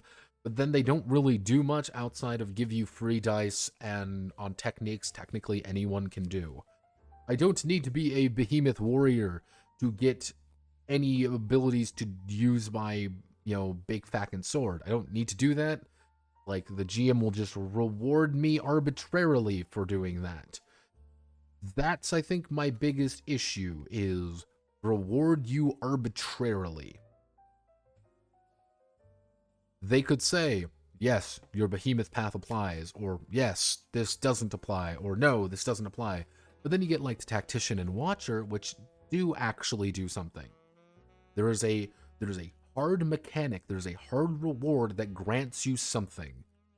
And that's, I think, kind of the one thing that I'm like a little bit like, am I like in this? Am I not in this? I'm very mixed on that front. That would be my thing. I'm very mixed on that front because I would want there to be maybe something a little more to it. Because disciplines and languages feel a little... There are parts that are really in-depth, and then there are parts that are just that's like very muddy. It's like, oh, well, that's what it's supposed to be like. But I can also see people who want more actual things to feel like, because if other people took the exact same abilities as me, it's gonna, like, we're gonna feel very... How do I want to word this? It doesn't feel like my disciplines mean anything. I'm just gonna pick the thing that's gonna give me the most amount of dice to do what I was already going to do anyway. I could, like, being a behemoth doesn't really matter. Being a warrior doesn't feel like it matters.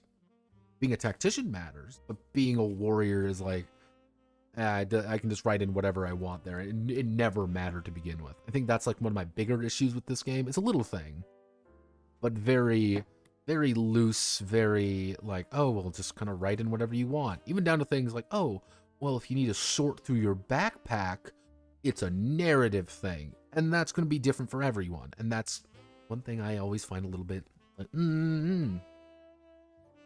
is, oh, it's a narrative thing of you have a backpack full of stuff that requires you to spend 2 actions. But someone else may say that their narrative is that they have a very well organized backpack. Do they not have to spend it? Do they still have to spend it? Or they're like, oh, well, I put everything on my belt, and so everything's easily accessible. That's different. Is that going to do something different? Is that like, why don't we all have everything on our belt? Because it's free now, apparently. It's just one of those little things. Again, gooey. Some people love gooiness. Some people don't like gooiness. I think when it's not gooey, it's really fun. It's really good. I like the travel system. I like the fact that all like the artifacts are really detailed, and I like the fact that, you know, it's detailed enough, like, okay, you know exactly what you're getting, but they still have to give you room to maneuver. That's, I think, one of the biggest issues is, like, there are certain aspects I like being really gooey, that I can kind of make what I want. Other aspects are, this feels really weird, and I wish this would give me a little bit more bite to it. That would be the big thing. That would be disciplines. That's like kind of like my big thing. I'm kind of, disciplines and talents feel very underbaked.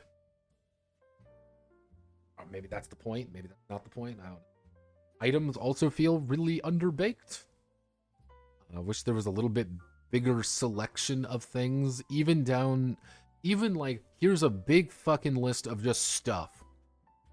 Doesn't have to be explained, doesn't have to be there, just like, here's things that you can buy that might be handy to you. Because it's such a unique setting that having things like that could be handy, of not necessarily what it is, but just here's shit. There's some shit that you can buy, just a list.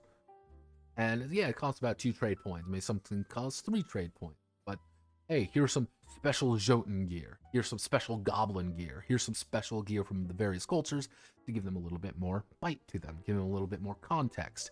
Hey, the Vestari are all very there, and they can select some, and they get some special clothing upgrades. They spend a shit ton more money on their clothing, and it's like, hey, they get a bunch of bonuses because they look more rich. Goblins can't buy that. Or nomads can't buy that, because why would they want to buy that? There's no point for it. Little things. Context. Outside of that, nothing really else comes to mind. Maybe I would say for the character sheet, maybe some place to put down all of the ancestry and heritage information, rather than just kind of putting it down on this weird, awkward sheet down here. If you want to be really specific, maybe cut out some of the belonging section, like over here, and just let them doodle things in, or let them write things in real fast, or something else I don't really know, or maybe cut this entire thing out, and who knows. Just a little things. Yeah, I like it. It's fun. So, let's get to our regular scheduled program of Kickstarter cock and ball torture. Woo! I love Kickstarter. I love democracy.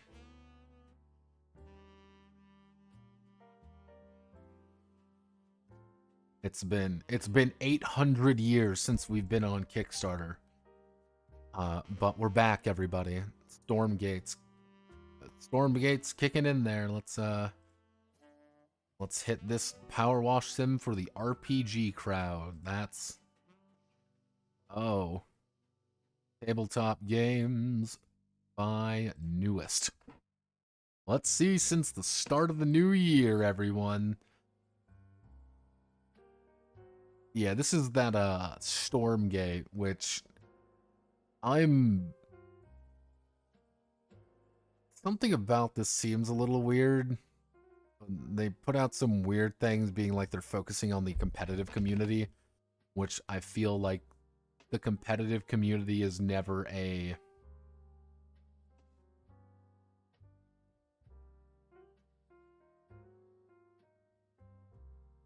yeah.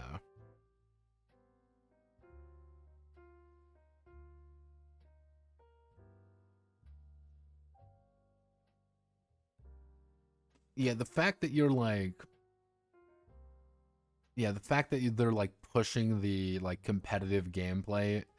Anytime people like push like competitive game stuff, it always gets like really weird.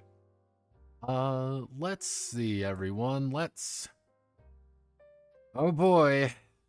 STLs. Yay. STL. Harn. And Arn. Hello, Harn. Let's see.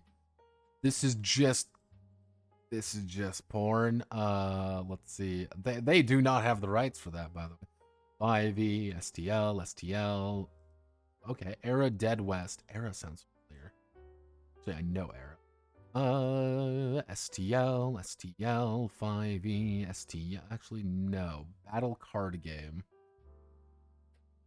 D12 Petty Criminals. 5e compatible. 5e. Say no more.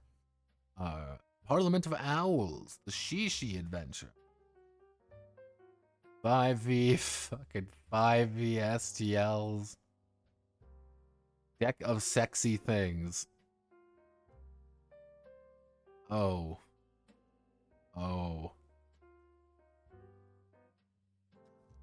Goko, the K card game. Play, learn, love Korea. Learn Korean as you play.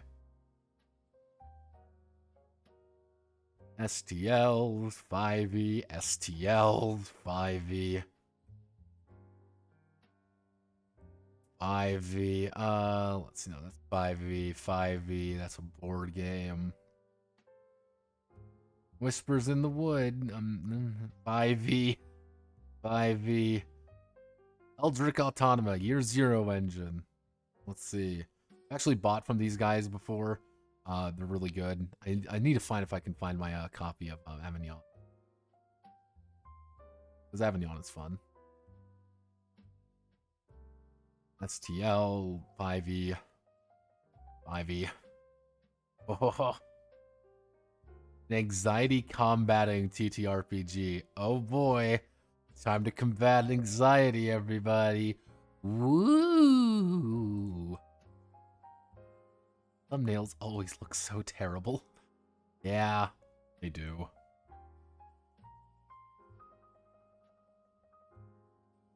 Let's see. Rommel's War block games. Steam Mode Arcana, literally fucking day of. Not surprised by that one in the slightest.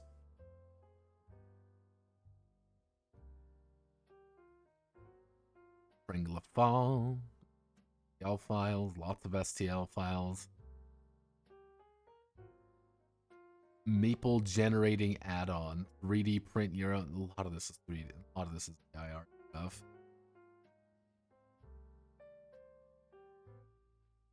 I don't even know what this is. Of course I have to click on this. Tabs for fantasy strategy role-playing game. Let's see. Physical Forge. Let's see. The Chaltix. Hey everyone, look, it's Venger Satanis. Hello, Venger Satanis. What are you doing these days? Venger's my favorite. Venger's such a fascinating creature in this sphere. Fascinating fucking cryptid. The Feds. Finally, my dream of becoming the Federal Reserve.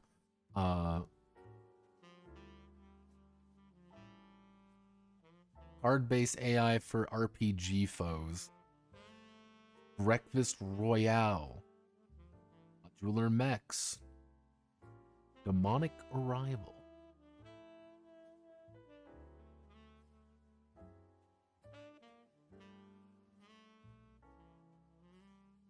Crazy Game. Relaunched. 5e drop and play adventure. No more random NPCs for 5e. Biblical memory game with story recording. Cake or die. Salvage Union, roll 20. Yeah, a lot of these. We've already seen some of these. Dungeons and Doggos, Tekka Dice. Click on that one. That looks to be Italian, so I don't want to give them anything. I don't want to give the. I don't want to encourage the Italians. Let's see. Fucking, what the fuck is that? I hate it. Go away.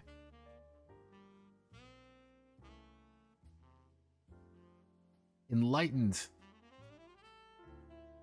I think we already went over this one a long time ago. 8 million years ago. Fates of Mankind. I know we went over that one. It's been 800 years.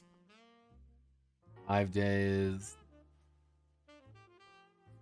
So let's see. What's Era Dead West, using the Era system, right? Yeah, Era D10. We've actually talked about Era D10, Era a little bit, I think. I remember enjoying it. Oh, I don't need a lot of money, so good on you, brother. Paperclip Warriors, independent battle card games. You needed a lot of money, and yep.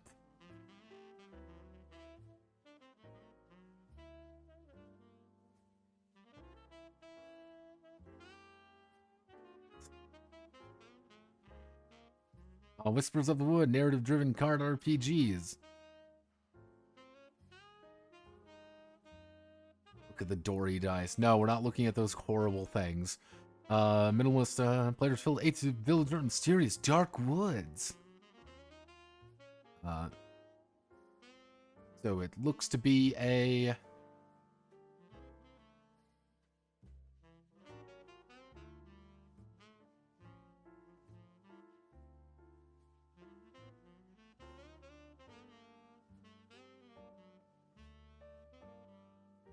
Cool.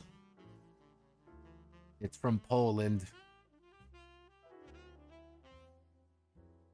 Eldritch Automata. Build your own mechanism. Psychological horror action TTRPG inspired by Evangelion, Pacific Rim, and cosmic horror. You need $65,000. Let's see. You're using the Year Zero engine. You're using all of these things. All right. A lot of special things going on. Riders. Oh, that's why. That's Jesus fucking Christ. That's why this is expensive, because you've hired the entirety of the writing staff. Let's see. Providing excellent Twitch and marketing production. Gehenna Gaming's regular showrunners. Gehenna Gaming. Let's learn. Hello, Gehenna Gaming. Horror events and publishing. What have you published? Nothing. You're making storyteller resources. I guess they're like a LARP company? I guess they are a LARP company. What's the team?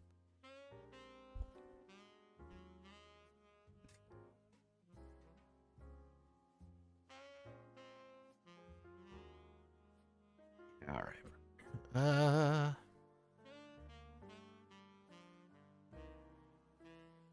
So yeah, these are the two.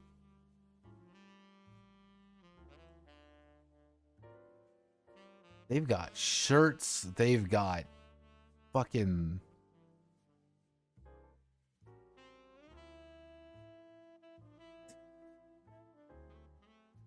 Norse Foundry. They need a lot of fucking money for this thing, though. That's way too much money they're asking for.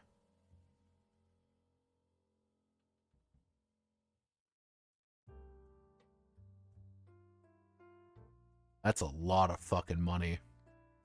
Even spending it on.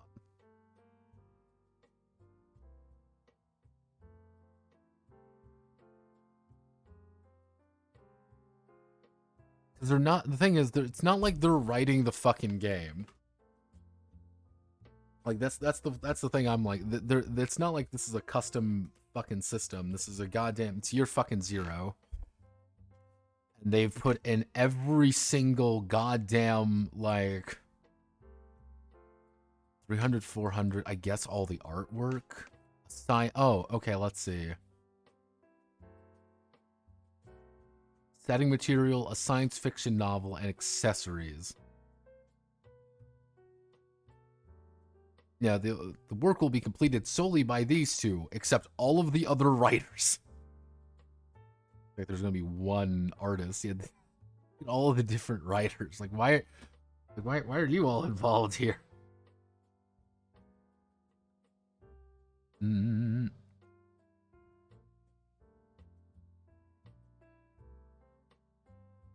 Yeah, I'm all right. Let's. If it makes it, it makes it. Let's see. Mr. Garfield is among the Daniel D. Fox. I'm not too surprised. Probably. I want to be. I would not be surprised. 13th Moon. You've done this before.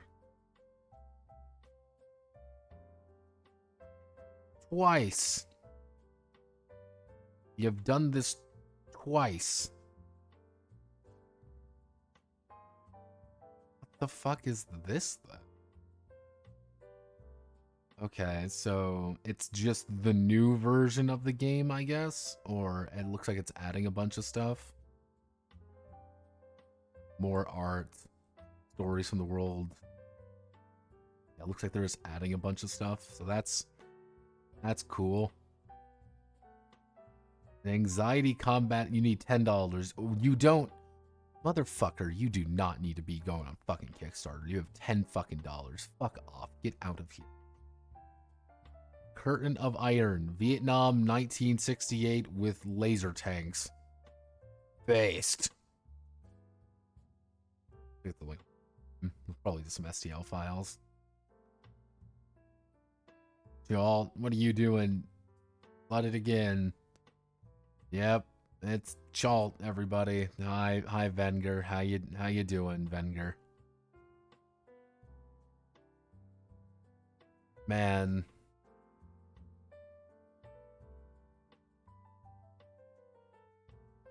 I want everyone to remember that Venger has a fetish for slime. I want everyone to remember that. Every now and again, I think it's important to, he is a hardcore OSR guy who's into slime and married his wife based off of that. Speedy RPG. No. Tekadai. What are we doing in Tekadai? Do I need to roll dice? Hex grid. All right. Board game. Oh, it looks like it's a RPG. Pen and paper robot skirmish game. No, it's a skirmish game. All right, that's cool. Enlightened. I already saw this one. And you need $50,000 and you're dead on the watt. You're dead on the fucking ground. Fates of Mankind. We already talked about this one. This one made money, and I was very happy with it. Alright, let's check out the itch.io dungeon before we head out, because your boy is getting very fucking tired all of a sudden. New and popular. Interdimensional conflict and fucking drama.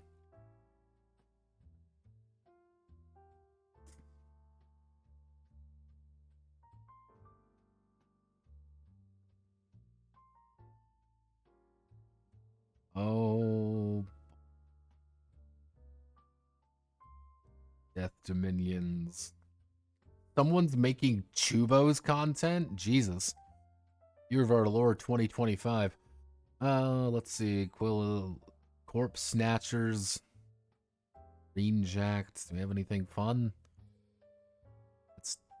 No. No. No.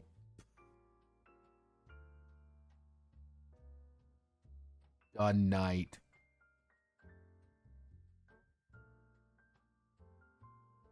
Compatible with OSR products.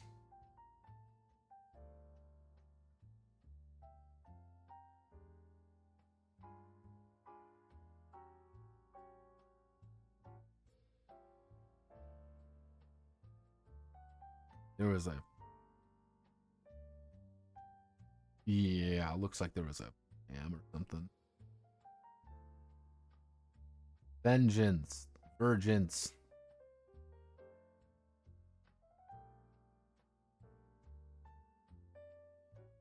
Community project status.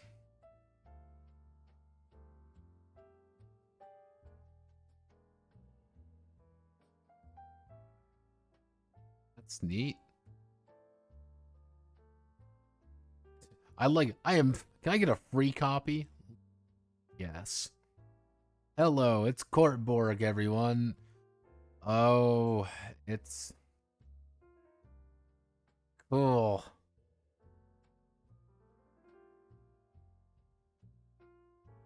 Never heard of Sixth History. The fuck is this? Oh. They have their own story? They have their own license? What the fuck? Alright. Cool, they have their own license apparently.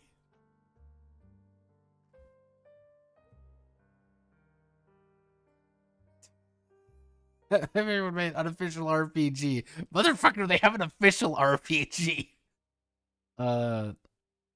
Gun Knights. Wow, it looks the exact same as every single other one of these games. Holy shit. The Realm. What's it about? It's fucking nothing. Nothing even matters.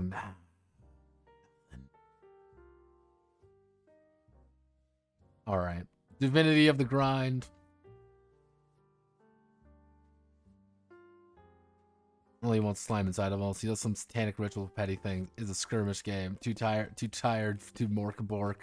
A frozen NPC killed me. Or TSL 5 for Morkbork 2. Completed. None of them matters. Good night, everyone. Godspeed. Good luck. Have a wonderful rest of your day. Until another day.